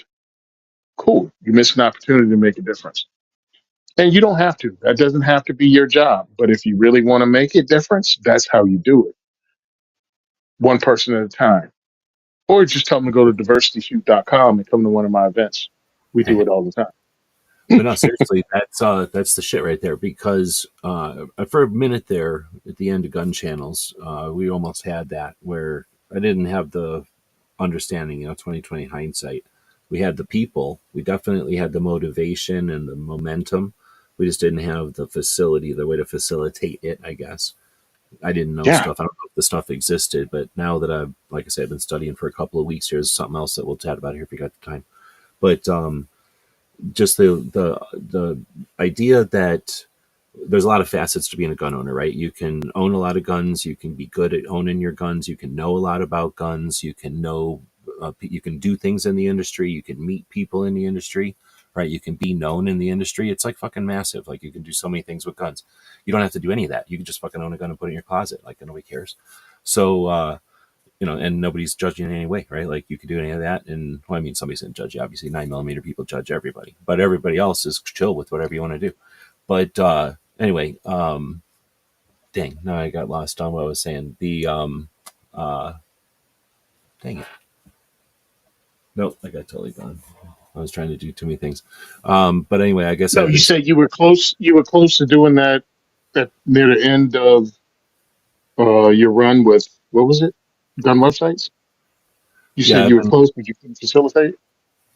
oh, with gun channel. Sorry. Yeah. That, Yeah, good. I really wanted to make a way to kind of get activists together. So Minuteman University, I guess, is what I was really thinking of. Sorry. Thanks for bringing me back on topic there. I went off on a tangent.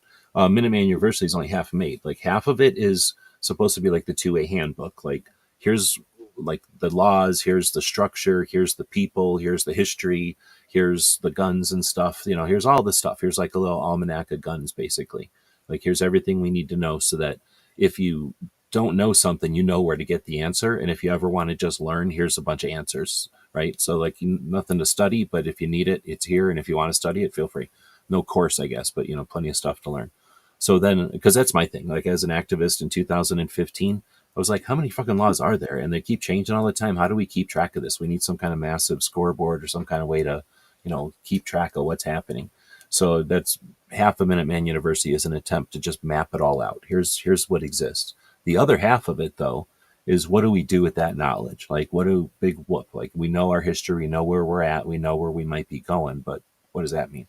So the other side of Minuteman was how to be an activist, right? How to be a better conversationalist, how to have those conversations, like how to seek out conversations with other people, what to do once you do, like how to be effective. And there's so many things. I started out just kind of collecting things because it's literally not even made. It's not even an outline of a structure yet, but eventually it will be. But anyway, the idea is that with the end of gun channels there, when I was kind of building all that, I just didn't have time in a day and resources available to be able to put it all out. So I started on the other side of Minuteman University. But every once in a while we would, there was a couple of people that would come around with a real interest and a real ability to offer insight to the stuff on that side of Minuteman. And so we would kind of stop and jump over there and do little pieces. Like I say, there's just like little fits and starts over there. But some of the stuff like verbal judo, you're familiar with that? Like the ability of Hmm. like, what did they say? Like de-escalating a situation. The guy who kind of started those as an FBI negotiator, hostage negotiator, and he's just really, really good at understanding our dynamic, I guess, as humans, the way that we talk. And it's almost like across languages. It's just the way that our natures are. Like we're pretty much all nice to each other. And then there's some people that try to manipulate that. And as long as you understand that, you have a pretty good shot of like chatting with people normally and understanding the manipulators and dealing with them effectively. And once you've got that down and you're comfortable with it, it opens up so many doors. Like you. Hello?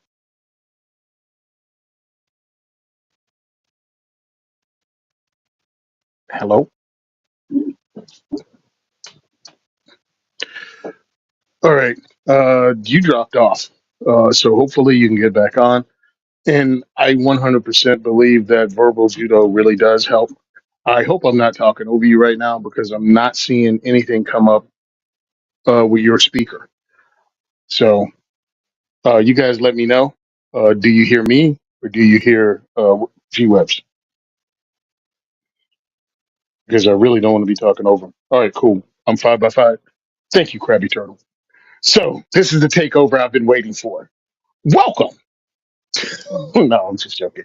Yeah, 100%, dude. The way we talk to people is very important, and the people that listen to this particular show, the ones here already, you're the guys that actually make that happen in your communities around you. But we have to talk to other gun people that are our friends that talk about, hey, I want to do what you do, but then you find out that they can't stop talking about somebody's a libtard. They can't, when you're having a conversation, they can't not bring up abortion. They can't not bring up the latest thing that happened in the news that they want to somehow bring into this discussion.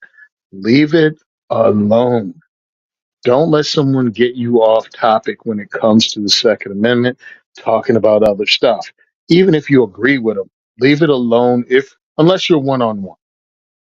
If you're one on one and you agree with their politics, cool, but bring them back into let's just talk about the Second Amendment. But now, as soon as I get this thing out, welcome Woods. That show's still going on. So once you get them, okay, I did an interview at NRA, NRAM, with dang, the former Lieutenant Governor of North Carolina, Robinson, Mr. Robinson, and he would not. During our interview, he continually tried to take it outside the Second Amendment realm. And I continually had to wrangle him back just to talk about Second Amendment, how we fight that fight, how do we contact our legislators, how do we handle that, what's his position on that. The man just continually wanted to, because I understand he's a politician. He wants to run for governor of North Carolina and he wants to get his voice out there. Cool. You ain't doing that on my show unless you're just solely talking about the Second Amendment stance. And I think that's very important. So it's important to find out if your friend can even be that voice. Maybe this is not the thing they should be doing. Maybe they shouldn't be on the welcoming committee of the Second Amendment if they can't stop insulting people or bringing up other things. And it's not a bad thing. Everybody's just not built to do the same thing. So those people, I think, should be some of the ones that go, look, I'm not the one to be able to tell you all about this stuff, but what you should do is check out this podcast or that website, or this group or these, social media pages. Like, you don't have to have the answers for everything, but we need to actually know who to send someone to that does have some answers, and not just bumper sticker logic, not just, from my cold dead hands. And Mike Sedini talked about that in one of his podcasts, Walk the Talk America, where we say, oh, there's laws that already exist. Cool. What laws?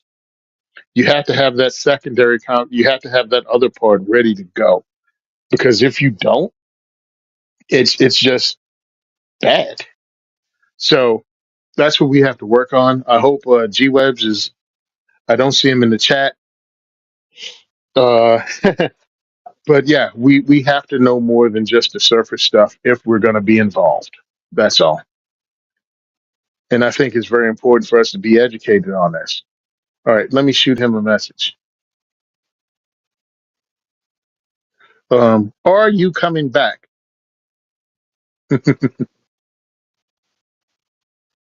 So, but I think it's really important that us as Second Amendment advocates, and everybody doesn't have to be one, even just gun owners, we should be able to talk to people. Don't be offended if they don't know what we know. And even if they kind of say things that are insulting, you're a grown person. You're an adult. You deal with people all the time. You can tell when somebody's messing with you or not. Now, if they're just going to insult you, stop talking to them. After them. All right? I mean, just stop talking to them. There's no reason to put yourself through that. But if they actually go, well, I thought all gun owners were this. No, we're not a monolith. We're different people. It's not just one person. I got back in the internet. I'm using my phone now. Hopefully it works. Okay, cool. Using it to hotspot. I'm this internet, so the whole minute. But got back here and people something when we were talking about 9mm. Your hotspot is not so hot, bro. It's morphing in and out. I don't know if it's mine or yours. So that's the bad part. No, it says The robotic. bad. Bad. Okay. Let's wrap it up, I guess. All right, then. No problem, man. I appreciate you having me on. If you want to find me, I'm at diversityshoot.com. We have an event coming up on Juneteenth, June 19th, for people that don't know. I didn't. Um, I went to take the day off, and then I found out the state already has Juneteenth off. And I was like, cool, I'll take that back. And they were like, yeah, but they're celebrating on Friday because June 19th is a Thursday, and we want a 3-day weekend. You can do that? Yeah, so they moved So Juneteenth from June 19th to June 20th, so the people in the state can have a freaking. So I still had to burn up a day off. That's what it's pisses me pronounced off. 20th teen. Yeah, 20th. Yeah, So anyway, I'm taking the day off. We're at Gun for Hire Range in Woodland Park. We're gonna have fun. Hopefully by Juneteenth, I will have all of my paperwork in with the IRS because it's gonna take them 2 to 3 months, if not longer, to approve all the paperwork for some kind of charitable organization. But by then, I'm going to be working on strategy between going to GunCon in Cleveland at the end of the month and going to Goals Convention where I'll be speaking. Hopefully, I'll be meeting and talking to enough companies that we can set up something going into the second part of this year. as fundraising on a monthly basis with really cool giveaways on things like not giveaways, but raffles or whatever the heck you call it on Give Send Go, on Patreon, and other ways that you can participate and actually win stuff on a monthly basis. I think that's a good thing. And that's what I want to set up to do firearms related stuff. It means some stuff not even firearms related. I think more companies need to be involved than just gun shit. So that's what I'm hoping to achieve by the end of this summer. And it's going to be a work in process. And really, I want to launch 2026 doing some really cool stuff with larger companies. So let's see what happens. If you want to support the work I do, please go to diversityshoot.com. You can make donations. We have links there. You can also see our schedule for the year. Visit me on Facebook at Tony Simon or Simon Says Train, or the second is for everyone. You can see me at Simon Says Train on Instagram. Also, I'm on X. Second for everyone. And I appreciate it. You can also shoot me an email at tony@diversityshoot.com. What I'm working on, one of the things they're going to do is try to consolidate all the names into one. But that's when it gets iffy because I have a crap ton of people who follow me on it. I had to do the numbers, and it's like I have 25 to 30,000 followers if you use all my social media pages together. So when I come up with one name, one picture, people just going to have to get used to that. So that's what I'm doing to make it easier and make these whole, hey, Tony, where can you refine you into like a sentence instead of a paragraph? So thanks a lot for having me on. I really appreciate it. You still there? Right on. Yeah. Thanks for, All right. yeah, it shows strong signal now. Does it sound any better? Oh, no, it sounds better. I just didn't know whether you dropped off. So I was trying to get everything out No, I hear without you. having to have you. Yeah. I'm looking at my cable because I want to make sure I paid my bill. Like maybe I had it on auto and the card got lost or something. But they just are saying there's an outage in my area that'll be 2 hours. So somebody hit a pole, I'm guessing, or something like that. Um, but anyway, thanks for coming on, dude. I appreciate it. This I do the show on Friday, and I don't mind. I wouldn't mind having a co-host. I don't know who to have co-host, but there's a what's it called? There's like pros and cons of everything. There's like the advantage of having your own show or just a single person show is you just say what you're going to say and you get it over with, right? Obviously, it drags Hmm. out when we are having a conversation, but I really value that. I think that's, I mean, obviously, we wouldn't be doing it, right? We like it. Hopefully, it's interesting for people. And for the one thing is we chop it up. Like I put it into a robot and it chops these things up into little pieces and then glues them back together into little shorts. So I've been having a little fun just watching what kind of tidbits or snippets, whatever they're called, like come out of these shows, and that happens because we're bullshitting, and it's all the audience and stuff. So I appreciate your time. I mean, fuck, we're sitting here for 33 hours on a Saturday. You got we're not getting paid for this, by the way. Technically, we both have things that are funding the projects, but it's not like we have a sponsor. I mean, we take one. Somebody wants to sponsor the show, let's do it. But it's not like we got a anchor or sale or what am I trying to say, hooks out there for it. So anyway, I do appreciate your taking the time to do it all the time. Like I say, having a show by yourself is one thing, but being able to chat, one, it keeps me up to date with what's going on, and you honestly keep me in check. I often will sit here moping or thinking about shit from the point of view of somebody. I can go to the store and buy whatever gun I want. I mean, except for money, obviously being an issue. I can just go to the store and buy whatever I want, and that's hard to not take for granted. So, and I mean, it's bullshit. I mean, I know I'm saying that in front of you. It's a jerk thing to say, but I hope that there's Hmm. value to this conversation so that people who are out there in the same boat, because there's a lot of us, right? And that's where, Yeah. I mean, I just don't have a chance to have this conversation with Toby on from Cape Gunworks or with Charlie or anybody else who's living in those 9 states. But as I'm telling you, well, here's the thing. I don't know if my internet's working. I don't have to run out of here right this second. I got something else I wanted to chat with you about. But I think Okay. that we should have a sister states. This is not the thing, but I've been saying this now for a bit, and I don't need to take credit for it. If somebody who's better at getting the message out can take this and run with it, but we should have sister states. There's only 9 states that have bullshit laws, and doesn't sound like much. And I think we disregard it way too often because it's 9 states. Like we got pretty good laws, and all the states have concealed carry. Constitutional carry is tipping 30 states almost. Sorry. And big deal, just 9 states. But I think we came to this realization in one of Toby Leary's chats. Um, those 9 states are something like half the population or something. Like it's a lot of people. Wow. If it's not half, it's like 40% of the population of the country. So it's a statistic that we don't think about because we get it. And I don't know if it's I don't I'm not trying to say it's like a conspiracy. They're trying to make it seem like less. I just think it's our tendency to think, oh, it's only 9 states. But like I said, it's a lot of people. Anyway, that being the case, 9 states, we have 50 states last time I counted. And that means we Hmm. have something like 5-1 or something. So we should be able to team up. And you don't even have to love the state. Like if we got teamed up with Massachusetts, let's say, I don't like a lot of things about Massachusetts. I'm not a big ocean guy, and I know they have a lot of ocean stuff and the ocean and boats and all that. Like I could take it or leave it. I don't hate boats, but I don't have anything. I live in the desert. Um, they don't have any mountains or anything I'm used to, right? They have a lot of weird politicians, but at the same time, like, I don't care. Like, we've got a lot of sway. Like, we probably buy products from Massachusetts. We may decide to vacation there, maybe invest or something. And all of these ways that we can easily or without much effort sway some influence in Massachusetts at a whim because we're capitalists. And one, we have the muscle to flex, and two, we have an interest in some social issue.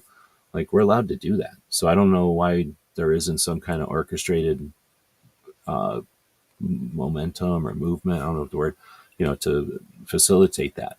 And like I say, if it was 5-1, you don't even, you know what I mean? Like the states don't have to reciprocate or anything. They can just take it, take the help.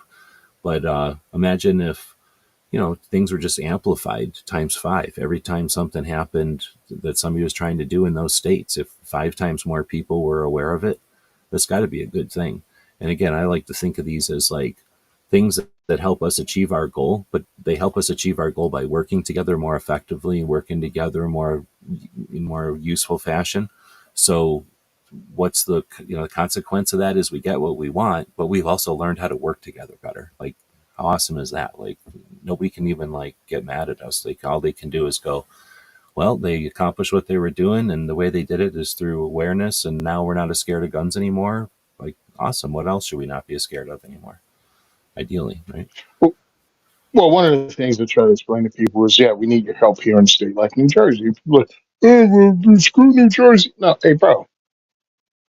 How do I put this without being mean? When you live in a free state, you take a whole bunch of stuff for granted. And when you're a resident and a gun owner, when you live in a free state and you're a gun owner, you take a lot of things for granted that as someone who lives in New Jersey and I'm a firearms owner, I fight for it. Like I go to protest, I go to speak. I'm going around the country speaking so I can help create and motivate people like me from every race, from every background, from every state to actually participate in the process because I live here and I see how they're screwing us over. And I don't want that to happen in other places and I don't want that to happen here. So I want to build a team of people. That's the kind of people pro gun people are in anti gun states. So you should definitely support pro 2A groups in anti gun states because you have some of the most fervent, rabid pro 2A people out there that don't only just buy bumper stickers or something. They go out and actually fight. They go and stand up. They go and do other things. They volunteer. Like for the small percentage of people we put in a lot of work. And that's something I think people who live in a freer state don't understand what it's like to be. Usually you're just a gun owner and you benefit off the work of Second Amendment advocates and activists. Here, not only are people gun owners, but a significant portion of them are advocates and activists. Well, I'd And say a that's why you should significant, support us. Go ahead. knowing that the like what I just said, that the states that are affected by bad gun laws are 40% ish of the population. That's a number, but that doesn't mean that's 40% of gun owners by any means. I think most of the Hmm. gun owners live in that unaffected pile of states that aren't the 9 states. And that's where, unfortunately, and I'm not trying to be pessimistic, I think I'm just being realistic, that most of the people in those states, most of the gun owners in those states are just observers. They're audience watching. They're observing the situation, and they'll participate occasionally, especially when asked. Right? It's not like anybody's getting up off their ass and doing a bunch of shit without somebody asking them. I mean, that's unreasonable to expect someone to run around doing everything for somebody else, constantly. But when necessary, and there's probably all kinds of instances of positive stuff being done when needed, right? But I think in general, most people are just sitting here watching the news, right? Like eating popcorn and watching Hmm. what's being presented to them. And if their presentation is, or if what's being presented is, here's what happened in New Jersey, next. Here's what happened in Washington State, next. Here's what happened in whatever, next. And now here's a grip angle brought to you by, you know, Red Dot Optic or whatever. So Hmm. that's fine. I'm not bitching about capitalism, but it could be, here's what's happened in Massachusetts, and here's what the people in the sister states are doing, which are, married. I don't know what they are. I had it all figured out one time, but whatever they are, and I tried to figure it out so that it was like, if you think of bad states, medium states, and good states, you get a mix, right? I mean, there's a way to figure that all out. Maybe I had a robot do it. I don't know, but whatever they are in Wisconsin and in North Dakota or something, or in Florida, this is being done. And now the people in Massachusetts don't have to feel like they're the only ones getting wailed on, for one, and other states can go, well, what the hell, what's our sister state? So who's stepping on Washington if they're gonna back up for, just like we play sports or whatever, like, oh, you like that sports team, well, I like this sports team. Like, okay, you're helping that state, well, we're going to help this state, and then we all win, right? Like, we all figure out new tactics, and the other side says, oh shit, we've riled up a bunch of actual people at the grassroots level, and now they've made a game of it. They've gamified anti-gun. Wait, no, that's the other way. We would hate that. We've gamified pro-gun owners' rights, Hmm. which would be ideal. And then, in other words, we've made a game of it. And so, fuck yeah, like, let's do it. Bring more anti shit at us, because we're just having fun. We're playing Pokemon through it. I guess that's a bad example. That turned out to be a Chinese spy thing, but they ended Yeah, up mapping everything's a Chinese the spy United thing. States. Well, that was that Pokemon Go. They ended up mapping the United States with running people around. Like, we don't have enough data on this area, so throw a Pokemon in there. Like, thank you. Now we have enough data about that intersection. That's fucking awesome. I'm not even mad at them. Quit playing games. You're a goddamn grown up. Uh, you playing hide and seek with imaginary stuff. Anyway, yeah, I was looking it up. I was trying to find out what the adult population of New Jersey was, um, because it continually told me there are 9 million citizens in New Jersey. It didn't tell me the adult population. The reason I wanted to bring it up is because there's over 1 million gun owners here. So I'm like, that's a significant portion of firearms owners. That's a significant number of people. But there's not a million people that have joined Second Amendment organizations in the state of New Jersey. Yeah. And I mean, again, the same thing nationwide. There's not, there's what 40% of homes have a firearm in them, but 40% of homes aren't members of the NRA. That's Well, not the going to NRA was happen. massive. The NRA was massive for a while because it was the NRA was the only thing, or at least the only thing anybody cared about, knew about, paid attention to. So it was easy. Like, oh, I care about guns. I'm gonna go join the NRA. I hate whoever Bush or no, I hate Clinton. I'm gonna go join the NRA. Like, just to like spite them. Now there's options, so it's a little different. But that's, what I mean. Like, when it's easy, everybody just jumps on board.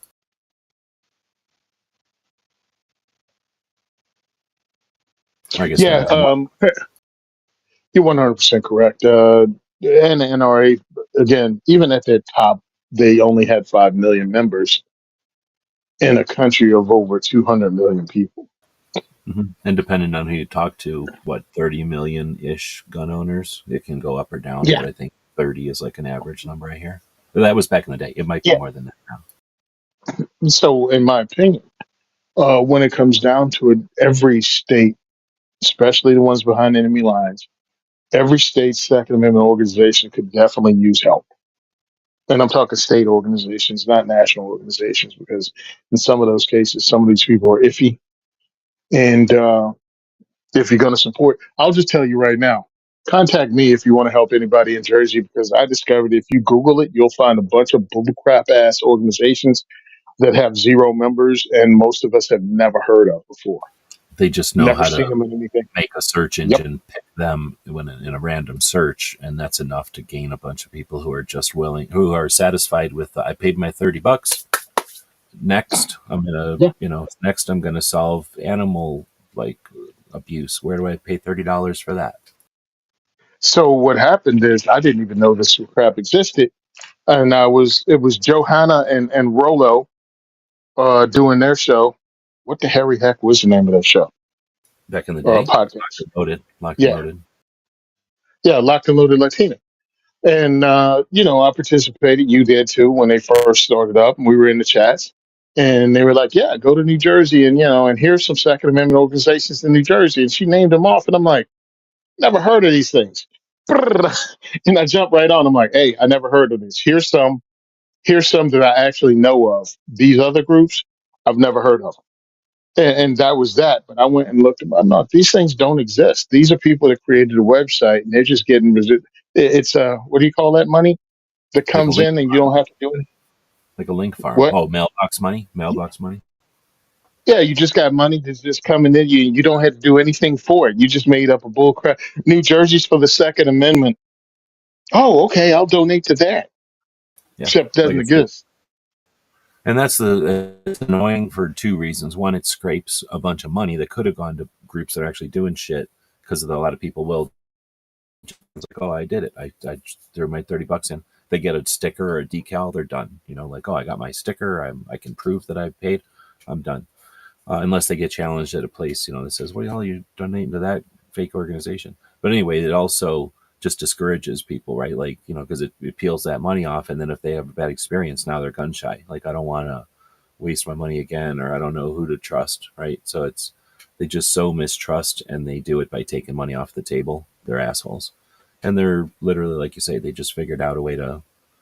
I don't know. They're more than likely they're doing it on other things too, right? They're just leeching money off the world by figuring out there's a place where people who aren't paying attention will pay their money, or will pay money. Oh, the term I was looking for was passive income. Ah, That's the ultimate passive income. You've done absolutely nothing except create a bogus website, and you're stealing. I mean, you're not stealing money, but yeah, you're stealing opportunities. How's that?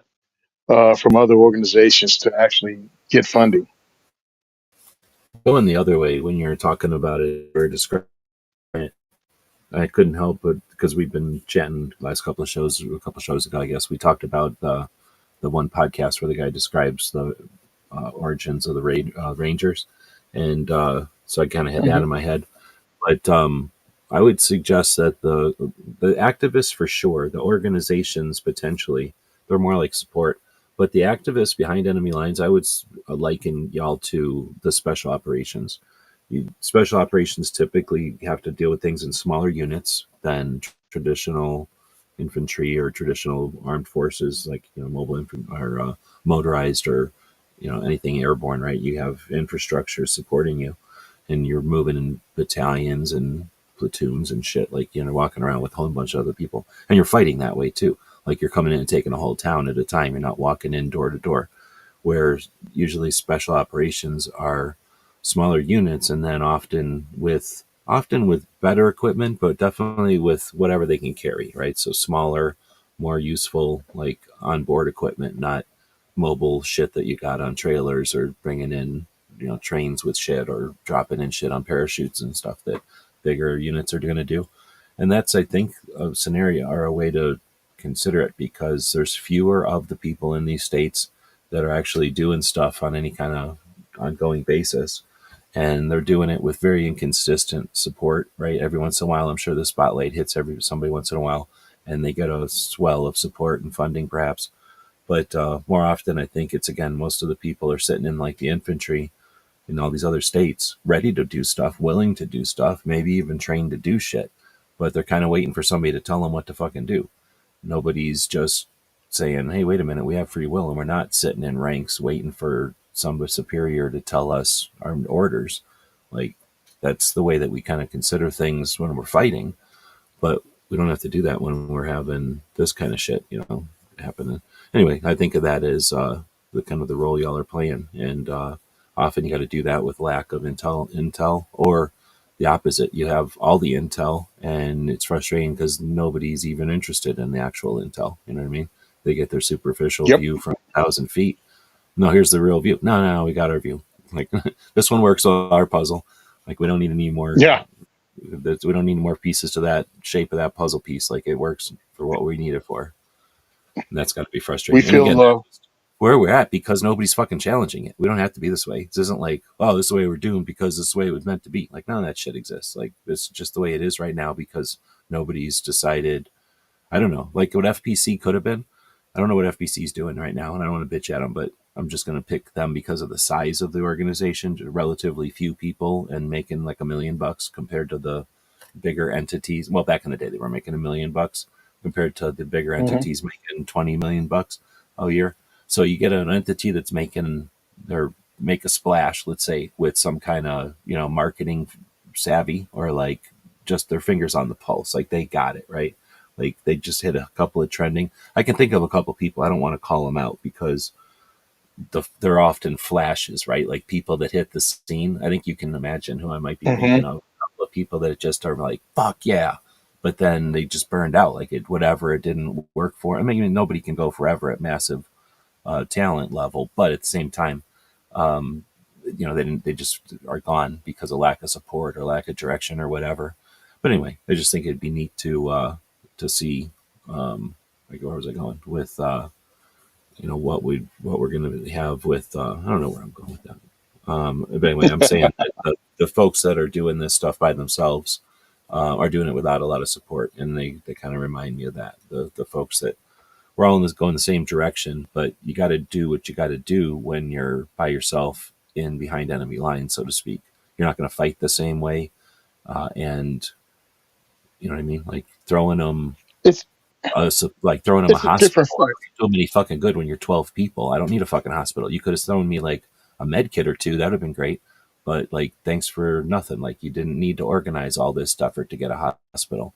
And like, yeah, maybe the hospital will be great in 14 years when we need it. But right now, we're fighting in the trenches type of shit. I don't know if I'm using a good analogy there, but I just feel like some of the fights are they've got to be frustrating just from watching California and people like yourself, my friends, like in yourself and people in Massachusetts are mostly the people I see. Sometimes in Washington, it gets frustrating because their shit's even more silent. Like nobody's paying attention to Washington at all because Mm-mm. it's paper cuts. It's like, oh, we just stabbed you with an ice pick. It's no big deal. You're hardly even bleeding. What do you mean internal bleeding? Like, don't worry about that. And Well, look at that's the that guy. We frustrating. cut off that guy's arm. All we did is stab you with an ice pick. So therefore, let's all pay attention Yeah, to the guy with the broke arm. and it's frustrating as a Second Amendment advocate when you're watching things going down. And again, this is as somebody that's in it a lot, and I don't share enough either because nobody gives a shit when you share it. Hey, this is what's going on in Colorado. You need to do this. You need to participate. If you can support it. If you can't support it, just share this post. That helps. And people won't even share a freaking post. And it's like, It's the muscle. They don't know they got the muscle, and we don't have that awareness that like, wow, once we all help this guy, like, boom, we'd all just like every pro gun owners' rights effort. If we figured out that we could like not just elevate them, but take them like into the stratosphere as a community, if we obviously ideally if we all got behind every effort, like there'd be no stopping us. But it doesn't take anywhere near that, right? Like you say, just a few people who figure it out, and then that's their new thing. I guess I was getting to that earlier. Like we have all these different things that we get into as gun owners. We just have to realize that that's a thing we can get into, helping each other out and being happy when we see others, getting ahead in different states or different challenges they might have, or something like right now where we have the challenge of talking to the Senate and getting them to put the Short Act on there and leaving the mhm. Hearing Protection Act as is, as the first step to getting rid of the NFA completely. But again, if everybody who gave a shit, not just everybody, but everybody who gave a shit, like that small fraction of them, would actually give a call to a senator and try to take the time, whether or not they're able to do it, but try to take the time to tell them, hey, here's a couple of 5 reasons why, those two things I just said, how far would we be? Because then all the senators would know shit. Like gun owners are like definitely into this shit. Like, we better not screw up with this one. Yeah, I got, and again, like you said, Thomas Massey said he has 750,000 people in his district and he got 3 phone calls. Just imagine the dude gets 15 phone calls when he knows three is usually a thing. Now he got 5 times as many, and all of them are talking about one thing in different ways. And again, I please look, if all you can ever do is send one of those form letters, fine. But a better thing to do is take that form letter and reword it and send it out as your individual email instead of as a group email for some group. Like, do that too, fine if you want to, but copy and paste that thing, take it over. And if you can't reword it on your own, throw it in the freaking, AI and have it reword it and send it out as your own words as a separate email because it looks and it's handled differently. And if you really want to be annoying, let it print that same email out and send it snail mail Yep, they still count. to your representative. Yeah, go It's ahead. still a number. It's still a number. They still count everything that comes in. Well, the number, how they count it is different. And that's what I want people to be aware of. They count because it's like, no, one phone call is not one phone call. One How phone they call, yeah, they convert it into how much interest is actually out there. It's not, hey, we just got one phone call. No, this one phone call represents this percentage of people. And a letter represents this percentage of people that, are concerned about it. And an email is another one, and a bulk email is something else, and it's like lesser. So please participate. Oh, quick thing. I don't know how you feel about used or trade in, police trade in firearms, but AIM Surplus is going crazy this weekend. I'm looking at some really cool stuff right now. They got police trade in Mossberg 590 A1 for 450. Like, I'm not I'm a a big nerd fan of about this. shotguns, but I'm a big fan of surplus, and I'm a big fan of police surplus. So that's where I Hmm. draw the line, where, like, I don't think shotguns are all that necessary, but having a cool ass shotgun, I can understand that 100%. Oh yeah, Assuming they these, got the Leo stuff. Well, some of them are. Hopefully, they have the Leo thing on them, and they got a lot of 40s. They got a lot of Smith and Wesson M&P 40s, Glock 40s of different, 27s, 23s, 22s. Um, they got Sigs. Yeah, I've been looking at them, but I don't know if I want that DAC trigger. You know what I mean? well, as you're saying this, I'm thinking there was a time when people were like, I don't want a Mosin gun because you can get a Mosin gun anywhere. I don't want an SKS because you can SKS anywhere. I don't want that Hmm. because you can get that anywhere. People are like, I don't want a Glock trade in because you can get those anywhere. Well, there was a while there where Glock did a good deal and got everybody's pretty much all the 80% of police departments we were using Glocks. Well, that's not the case Yes. anymore. So there's probably a Yep. bunch. I don't think it's 80% anymore. So whatever the difference is, like whatever it is, if it's 50% now or if it's 40%, like whatever that percentage is, means all them Glocks already hit the market and are gone. So good luck with those. And now the departments that are left, like their guns will age out. But guess what? If they've had Glocks this long, their guns are aging out. You're not buying those guns and using them. Like those guns are gone. Like they're going to run them into the ground, right? So I don't think you've got a lot of Hmm. chance to get maybe 20 or 30% of the last ones are just going to be gone. So that means there's only like maybe, I don't know, conservatively 30% of the Glock trade ins that even exist that you could even get your hands on, I guess is what I'm saying. And then there'll be a thing like, oh, I remember when Glock trade ins were a thing because now it'll be SIG trade ins, right? And Smith and Wesson trade ins, or maybe a few Glock trade ins, but you know what I mean? It'll be a lot of SIG and other Well, shit. Other understand. on. Glock stopped making the 22s, 20. Glock stopped making 40s. So that's an entire line that they're no longer making. So They this couldn't is buy the one if they time to wanted. snatch it. Hmm? No, that's a good point. They couldn't buy it if they wanted to. They have to get rid of them. Yeah, yeah. So no one's gonna have a brand new 40 caliber Glock anymore. Glock stopped that product. You can bitch about it, or for $299, you can get a Glock 22 and do a barrel swap and have a Glock 17. But you still have a Glock 22. Who knows what happened? Because $299 now. Oh well, who cares? It's $299. I don't know who cared about a $99 freaking Mosin Nagant, but you can get $700 for it now. Who's the idiot? $79 Mosin Nagant. It's like on sale for $59, and they still Hmm. existed to be like $300 years later. So yeah, nobody knows It's not until they like it's talk. gonna spoil. It's not like it's gonna spoil things. I'm If just they're going to saying shoot that themselves out, if you just leave them be, they'll just keep shooting themselves until they wear out.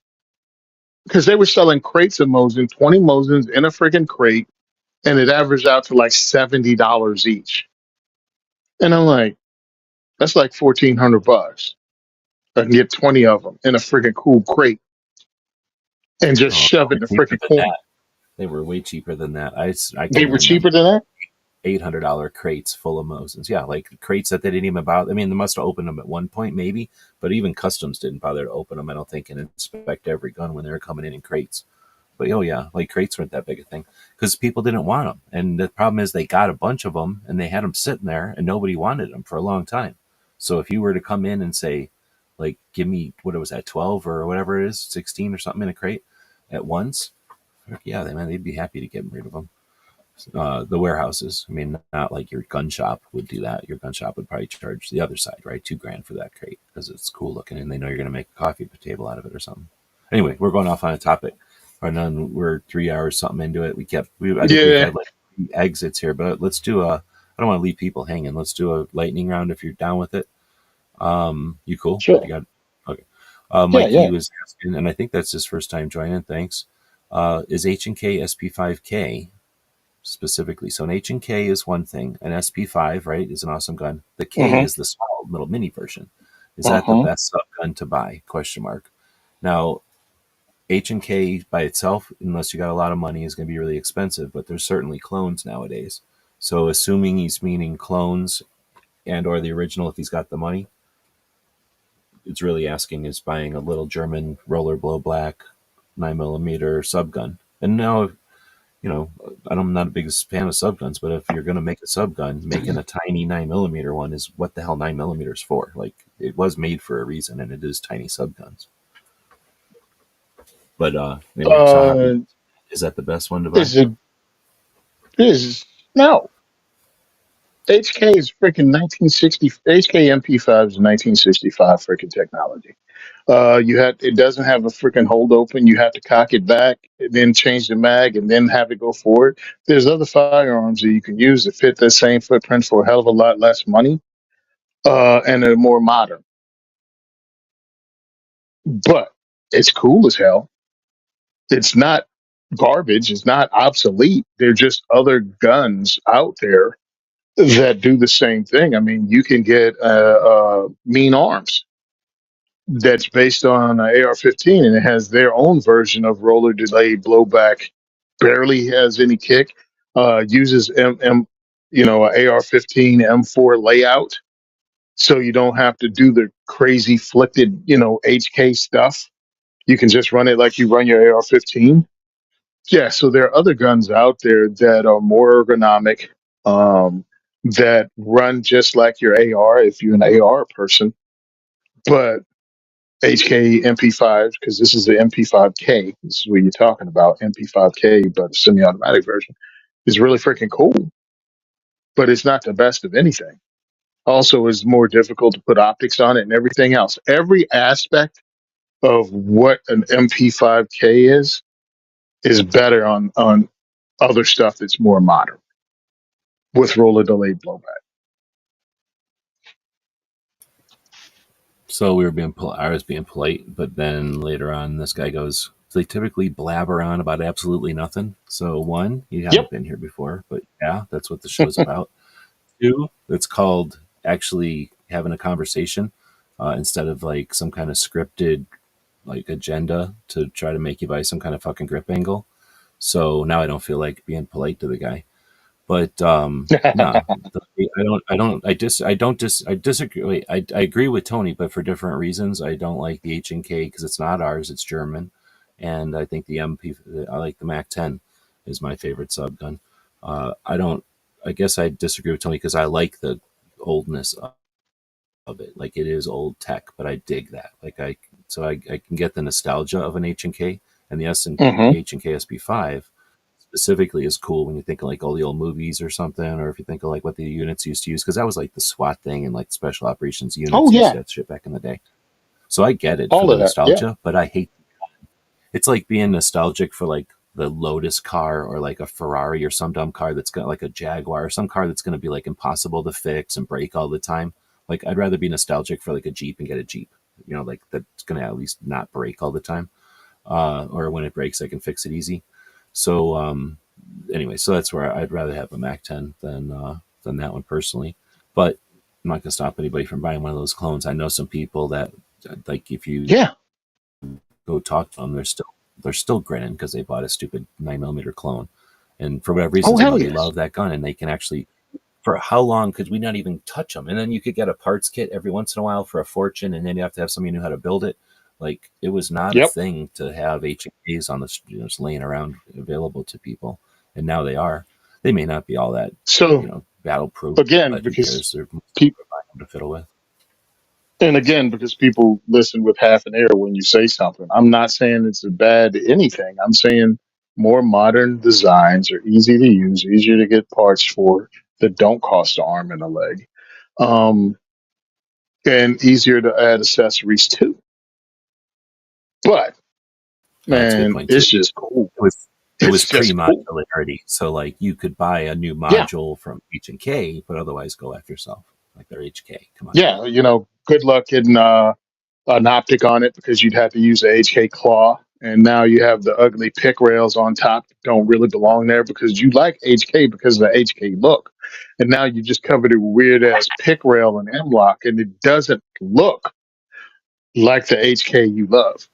It The looks like the HK HK you love with a bunch. What was that?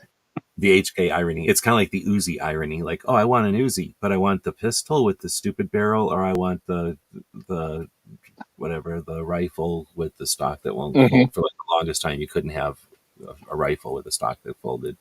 Well, actually, you can have a rifle with a stock that folded because it's going to look stupid. But if you get the pistol, you can never get a stock on it. I guess that's the Uzi irony. Like, you can't get a compliant Uzi that's cool until the braces existed. Yep. And So, that's the and kind of that's the gun. thing too. For a Yep. long time, getting an H&K would have been dumb because it would have been a pistol with no stock, and that's just a weird looking pistol. And then with braces now, come on, Oh, yeah. oh, and by the way, I'm not even being a hypocrite with this. When I talk to HK, that's going to be what I ask for. I'm going to ask for one of their MP5s, and I'm going to have to either turn into a non-NFA firearm or something, like that, because it is a cool gun. It will put asses in seats. People will buy them. And yes, there are other guns that, again, are better, more ergonomic, more everything. Check But a different box, really, because who's to say what's better? I yeah, mean, obviously they got a time on the clock. well, They've done shit. So better. as much shit as we're giving them, there's just they did know Well, I what the put fuck. better down as again ergonomics, ease of use, manual of arms is less complicated. That's what I put down as better. But again, like you said, what better for what? If I'm getting it because of nostalgia, nothing's going to come close to the awesomeness of this. I'm sorry. There are other guns that are more as iconic. The Uzi, the Mac 10, the Thompson, the Sten, Sten, yeah, and maybe even throw in the Sterling which everybody submachine thinks is guns that are freaking cool. Good. Everybody thinks it's a Sten. Yeah. Hell, I'll even go weird on you and throw the Owens in from Australia.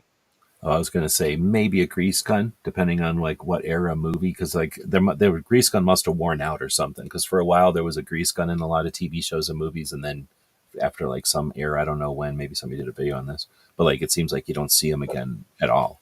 So it's like almost Well, like one of the armament companies that supplied the movies quit, wasn't in their inventory anymore. I really want a grease gun. I want a movie made of the Gulf War time frame and then show the people in the armored recovery vehicles in the Army, U.S. Army, were still using grease guns during the Gulf War in 1991. Cool. They're a neat gun. And I I never think had that one would be until I cool. had some friends that let me play with theirs, and I was like, I could see why people dig this. It's kind of like designed to be over your shoulder and like shot from the hip. It's crazy. Yeah, so that's one of the guns I'd love to see. But yep, there are a bunch of classic guns out there that are awesome. And luckily, HK finally pulled their head out of their butts and allowed you to have this MP5K civilian version. Because before you either couldn't get them or you had to pay a crap ton of money for them to get a kit. It was not something a regular person would do. It would be something an obsessed person would do. Seriously, because you had to do a lot of effort and money and time, and you didn't even guarantee. Like you had to wait in line a lot just to, even if you could check all the boxes and pay for it and everything, you still had to wait in line. Yep, I was gonna say, boom, lightning round. There you go, guy. Think we ramble. There you go. There's a lightning round for you. So next question is, can a 9 millimeter take down a bear? yep. I think so. I agree, 100%. You shoot a mouse, that mouse falls over and knocks something over, and then that proceeds to knock something else over, and eventually squishes the bear when big enough things fall over. Now it's funny because when you say bear, everybody thinks 9 foot tall grizzly. And I'm like, no, no. I mean, it'll probably take down a brown bear. I mean, it's all about shot placement anyway. Remember, the most successful elephant hunter in Africa used a 303 British to drop elephants. Just knowing where to shoot Shot them or placement. when or something.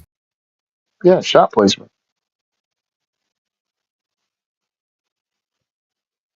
Yeah, this guy must have said something horrible because Krabby freaking silenced him or whatever you call it. No, I think he left. He got sick of us not answering his question fast enough. The new Okay, generation. hey. Let's assume he's a kid and write him off as the young generation. I'm assuming he's just an old person who shit himself. Oh shit, that could be too. They don't have no tolerance for our generation rambling. Like they asked a question, damn it, Hmm. dang naggabit. Damn it! I wanted to know. I'm listening to Glenn Miller while I take a poop. All right. Okay. The last thing I was going to say is I've been working on some stuff. I keep alluding to. I've been working on some stuff, and one of the results, one of my, when you work on something, sometimes you need to have an example, a project, or something that you can fiddle with. So I made like a sample project, and I worked on a little robot for Minuteman University. So I mentioned Minuteman University's big website. It's like half done, and but there's a shit ton. I mean, half done doesn't mean like there's not a lot to it. It's a massive website thanks to the Patreons and the different projects that we've done, like to basically create time to create it. So anyway, it's a massive project, spans over a number of years, and a project I'm working on involved essentially taking a robot, one of these AIs, and attaching it to data, and then using the AI to pull data from that pull information from that big pile of data. So anyway, that's what I built. And at some point, I'm going to need some to have some kind of conversation with folks to find out what parameters, what we would like a robot working for us to be able to do, so that I can attempt to build something like that.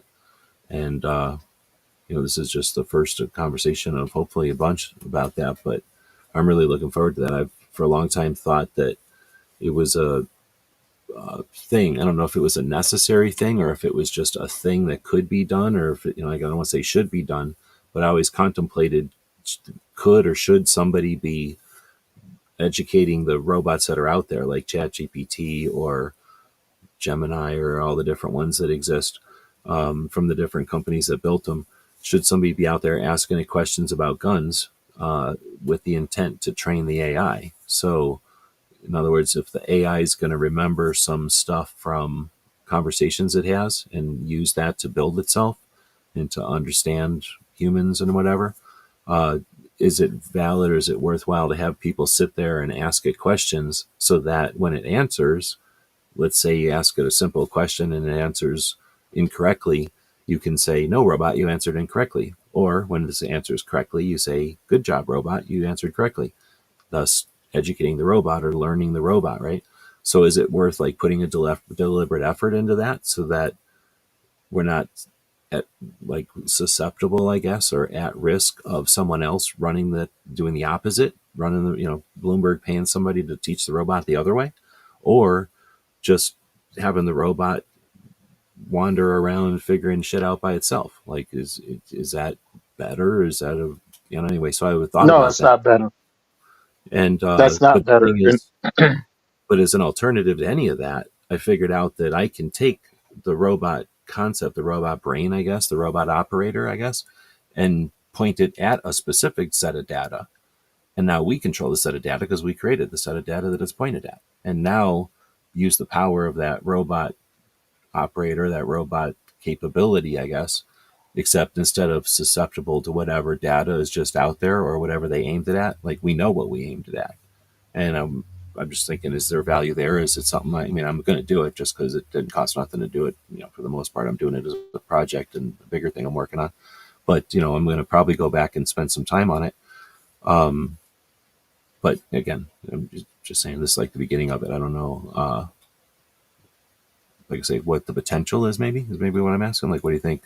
What kind of aspects should I include, or how to even start thinking about, contemplate what to include, or what's possible to include in it? so a friend of mine is playing with stuff like this. Also, he's playing with AI and answering questions and getting it. He actually got it to create a religion, which is hilarious. Um, but he's putting in the work just so something like this can actually be used, because yes, the other side is going to use AI to put out a negative message. It's going to bombard it with it, and to actually get a real answer, because most people won't go deeper than I asked a question. This was the answer I got, and you not even understand how the answer was skewed that was given to him. You know what I'm saying? Kind of like a search results So, in a search engine. Some people understand that you can doctor that, you can mess with that by paying a lot of money or doing a bunch of stuff to, like, you won't affect it forever, but you can affect it temporarily for sure, and you can kind of bump it and move it around, like where your website's going to land on the search engine with enough yep. manipulation. Yeah, people don't figure out that you can do the same with the robots, with the AIs.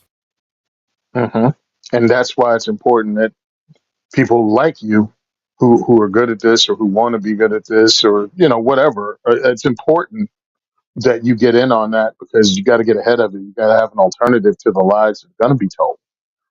The robot, This the political. robots, the robots tell me I'm super good at this. Yeah, good.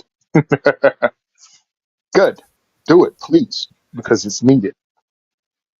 It's certainly interesting. Like I said, I think that well, I don't know what the potential is, but I know that I've been frustrated with, how do you keep track of it all? So maybe if we get some kind of big deal. So we have Skynet to help us keep track of it all. No big deal. Nothing could go wrong. No, but really, Oh, if we can stop get with the something to help Skynet. keep track of all the, it's just so much. It's like having a massive uh, what, newspaper or something, trying to keep track of, not just what's happening in Hawaii or Massachusetts, but like what's the attacks they're doing. Are they is it like when they all shifted from gun control to gun safety, right? Like when hmm all the different campaigns that they've done, like being able to see that, it's just another tool in our uh, inventory. And I love it when you say it and you throw it out there. People are like, what? I was like, yeah, they've changed their attack methods. They changed all of that. And most people aren't aware of it, because you only know what happened. You're not even into it. So you're not noticing that they're screwing with you. Oh And they've yeah, never most people stopped. are. You know that there's antis, but you're not paying attention to their campaign, so to speak, right? And you're not paying attention to what they name their organizations. And I certainly was eye opened, or had an eye open, whatever it is. My eyes were opened when the Brady's the big one, because growing up, we knew that the NRA was fighting the antis, but the antis kept changing their name. We didn't know. I guess the idea was, or the effort was done so that we would think that there was like mayors that hated guns and teachers hated guns, hmm and regular people and victims hated guns and other people and hunters hated guns and gun owners hated guns. And in reality, it was, again, I don't know if I've even ever seen the reasons why, but we do know that, like, this one went under and this one started, this one went under and this one started. And they say that because the same people were in the organizations. They literally just folded, started up again, same building, sometimes same group of people, or maybe in a different state or something, but all funded by Bloomberg, and sequentially, like one would go down, the next one would come up. And the general consensus, I guess, or at least the nobody's challenged the general idea that it was just they had to change their tactics, and they decided to change their tactics, or they had to, whatever, right? They changed their tactics and they started a new group for it. And it was also just a factor of back in the day before the internet, you really did have to close down a building and start up a new office. I mean, it wasn't as fast as, unless you were some kind of con artist or something, like it probably wasn't that fast to just close a company and start a new company. Or I don't know. Yeah, Like I now said, it's a website. nobody's ever done a documentary on what they did or anything. I don't know if it's because no one cares, which maybe it is, or it's all shady and they're scared to tell you why, which it could be also. Yeah, I never doubt that. With Bloomberg money, and like I say, there's this massive payoff with the bullshit bipartisan gun control bullshit of 22, when all of a sudden, let's just take trillions of dollars, put it aside, and make the states fight, and whoever the top 4 states are each year. This is all this stupid gun control went for the states that fight the most, who have the worst red flag laws. Those top 4 states get one chunk of the thing for the next 10 years or something. It's either 4 years or 10 years. It's $10 million in 4 years, or it's $40 million in 10 years. I can't remember, but it's something like that. And it's a massive scam. And who the hell is making all the money? Bloomberg. Like, he owns every organization that could possibly be against red flag laws. Name an organization that's against that are pro red flag laws. Name any organization that isn't a Bloomberg organization. Every single fucking one of them. So, and I don't know if he told all the politicians, like, do this, or I'm pulling in my favors or whatever, or if it just worked out and he was just standing there and was like, oh snap, all I got to do is amend this bill a little bit or poke one little person, and now all of a sudden it's like the jackpot paid off, and all that money he ever put into it is just pouring back out after the next couple of years. But nobody talks about that. Am I the only one who, like I say, was paying attention to that whole part of it? For very few people pay attention to anything, man. But like you Very say, few that was the people whole pay point of what attention you're to anything. saying. And even if you are, you have to sit here paying attention week after month after year, right? Because otherwise you wouldn't see the difference. Like, if you just watched a parade, you'd be like, wow, it was the best parade ever. It was the first parade I ever seen. It was the best parade I ever seen. It's the last parade I ever seen, right? Like, that parade might suck, and it So might be the best parade ever. How would you know? You would never know. when we talk to people, right? Because again, everybody in here is old enough to remember. If you're reminded how political things changed when the facts didn't line up long enough, you know, global warming. Now it's called climate change. Now it was called global warming before that, and before that, in the 1970s to the mid 80s, they were talking about everything was going to freeze. Facts didn't line up. They changed it. They said it was warming. Now they just throw it all together. When you point out that they had a 180-degree shift in the results, because New York was supposed to be frozen when I was a kid. That's what we were told. 'Cause- and then it was New York is going to be underwater because the polar ice caps are going to friggin' thaw out. And now it's just climate change, and any inclement weather you have, hurricanes, tornadoes, it's all because of climate change. Because there are always going to be hurricanes and tornadoes, as if they weren't any before. Like there were never hurricanes and tornadoes during the time of the dinosaurs because they didn't drive SUVs. So they will change the argument, but it's up to us to try to remember it and point out their bullcrap, because they will the thing about no longer having encyclopedias is that anything online will be purged, changed, or made difficult for you to find when they change the narrative. Yeah, for a long time, I So, was like, the internet's awesome because we've got this kind of entity that takes a snapshot of the internet on a regular basis, like well, we have Google and stuff that do it for their own reasons, but we have this like benevolent entity that takes snapshots of the internet and records them and archives them for all time. And they keep doing that. And again, you take things for granted. And I figured, if you think about it, at some point that's going to be a massive undertaking, but at least for the time being, it seemed like for the next foreseeable future, we're going to have this entity. And then I think it's called, well, it's called Wayback. I think they might have other names for it now, but it used to be called the Wayback Machine, from that one Mm-hmm. cartoon. But anyway, about 5, 10 years ago already, like they started. It wasn't 10 years ago. I hope maybe it was 5 years ago. They started kind of posting the thing like when you'd open the page, it would say, "Hey, we're not going to be here forever. Like, you want to throw us some money?" And now they're to the point where you'll get an email every once in a while, kind of like Wikipedia. Like, "Hey, you've used us before. Do you want to pay because the internet costs money to take a picture of it every single day and to archive it?" But it's pretty awesome having it. And I guess what you're saying is, we take things for granted that that's going to be there forever when at some point people are going to be like, what do you mean they took pictures of the whole internet every single day? And you could go back and look at that and like pretty much take any website you could think of. Maybe it wasn't every internet website anymore, but what would happen is the first time someone searched for something, it would keep that website in its memory forever. So it wasn't every website, but it was every website that anyone had ever asked it to look at. So it was willing to look at the entire internet. It just wasn't able to look at the entire internet. But anyway, that means that pretty much everything you can think of, imagine everybody who's ever existed knowing about this thing has gone there and asked about something. So there's very few web pages you're going to ask it for, besides like my neighbor's website or something like some very small entity or something, or like my friend's page on Facebook. They wouldn't have something like that. But for just websites and stuff, that was a massive thing. And because they're showing signs of like we need money, I'm guessing it's going to have a lifespan at some point, if it even exists anymore. At some point, it'll probably just be like, remember when we had that, which sucks Mm-hmm. because that was the validator. Like, there's a bunch of shit that me as when I've done research and stuff without robots and everything, just doing research.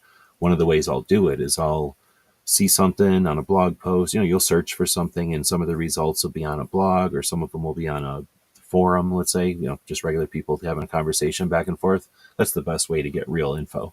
You'll get a lot of conspiracy theories and bullshit, waste of time, but you get real info that way, right? So leads on real info. So I was tracking down a lead or something from some kind of story like that, and that's where I'll go back and look at a website, and often they'll be like, "Oh, we never associated with so and so." But if you go back and look at the actual archives, where it's not like what you say your website was, it's what your website was, and you'll see like this organization was started by these three organizations, and 5 years later they hate each other, so they disassociate and they all change their histories. But in reality, you know what I mean? Like, there is the real history. And once we lose that archive, the ability to even discover that shit, I mean, it's not like it's the first time that's happened, right? Like, this is humanity we're talking about. Like, we've lost archives before, or, I mean, we've lost our Mm-hmm. history at times. But it's frustrating when it does. And we don't need to, right? Like, ideally, we wouldn't anymore because of robots and everything. And pretty soon we're going to have giant moons in space that are computers with lasers on them, and they'll record everything. They'll have solar panels. With freaking lasers. With Like a freaking Death Star. laser beams. Nice. That's not a All moon. right, dude. Yeah. I'm gonna go Well, ahead and grab some heat. so yeah, thanks Yep. again for joining us, and we're chatting again next week. Or are you traveling? What's next week? Next week, if I get done the competition, I'm shooting an Outlaw Rimfire match next Okay. Saturday, and we should be finished by 3 Eastern Well, do your Standard thing. Time. So, I don't know what heat's like up there, but don't stress out. We can always move the show or something. yep, no problem, man. All right. Thanks, guys. Appreciate it. Hanging out with you guys Saturday. Thanks, Krabby, for taking out the trash. We'll run a quick outro here.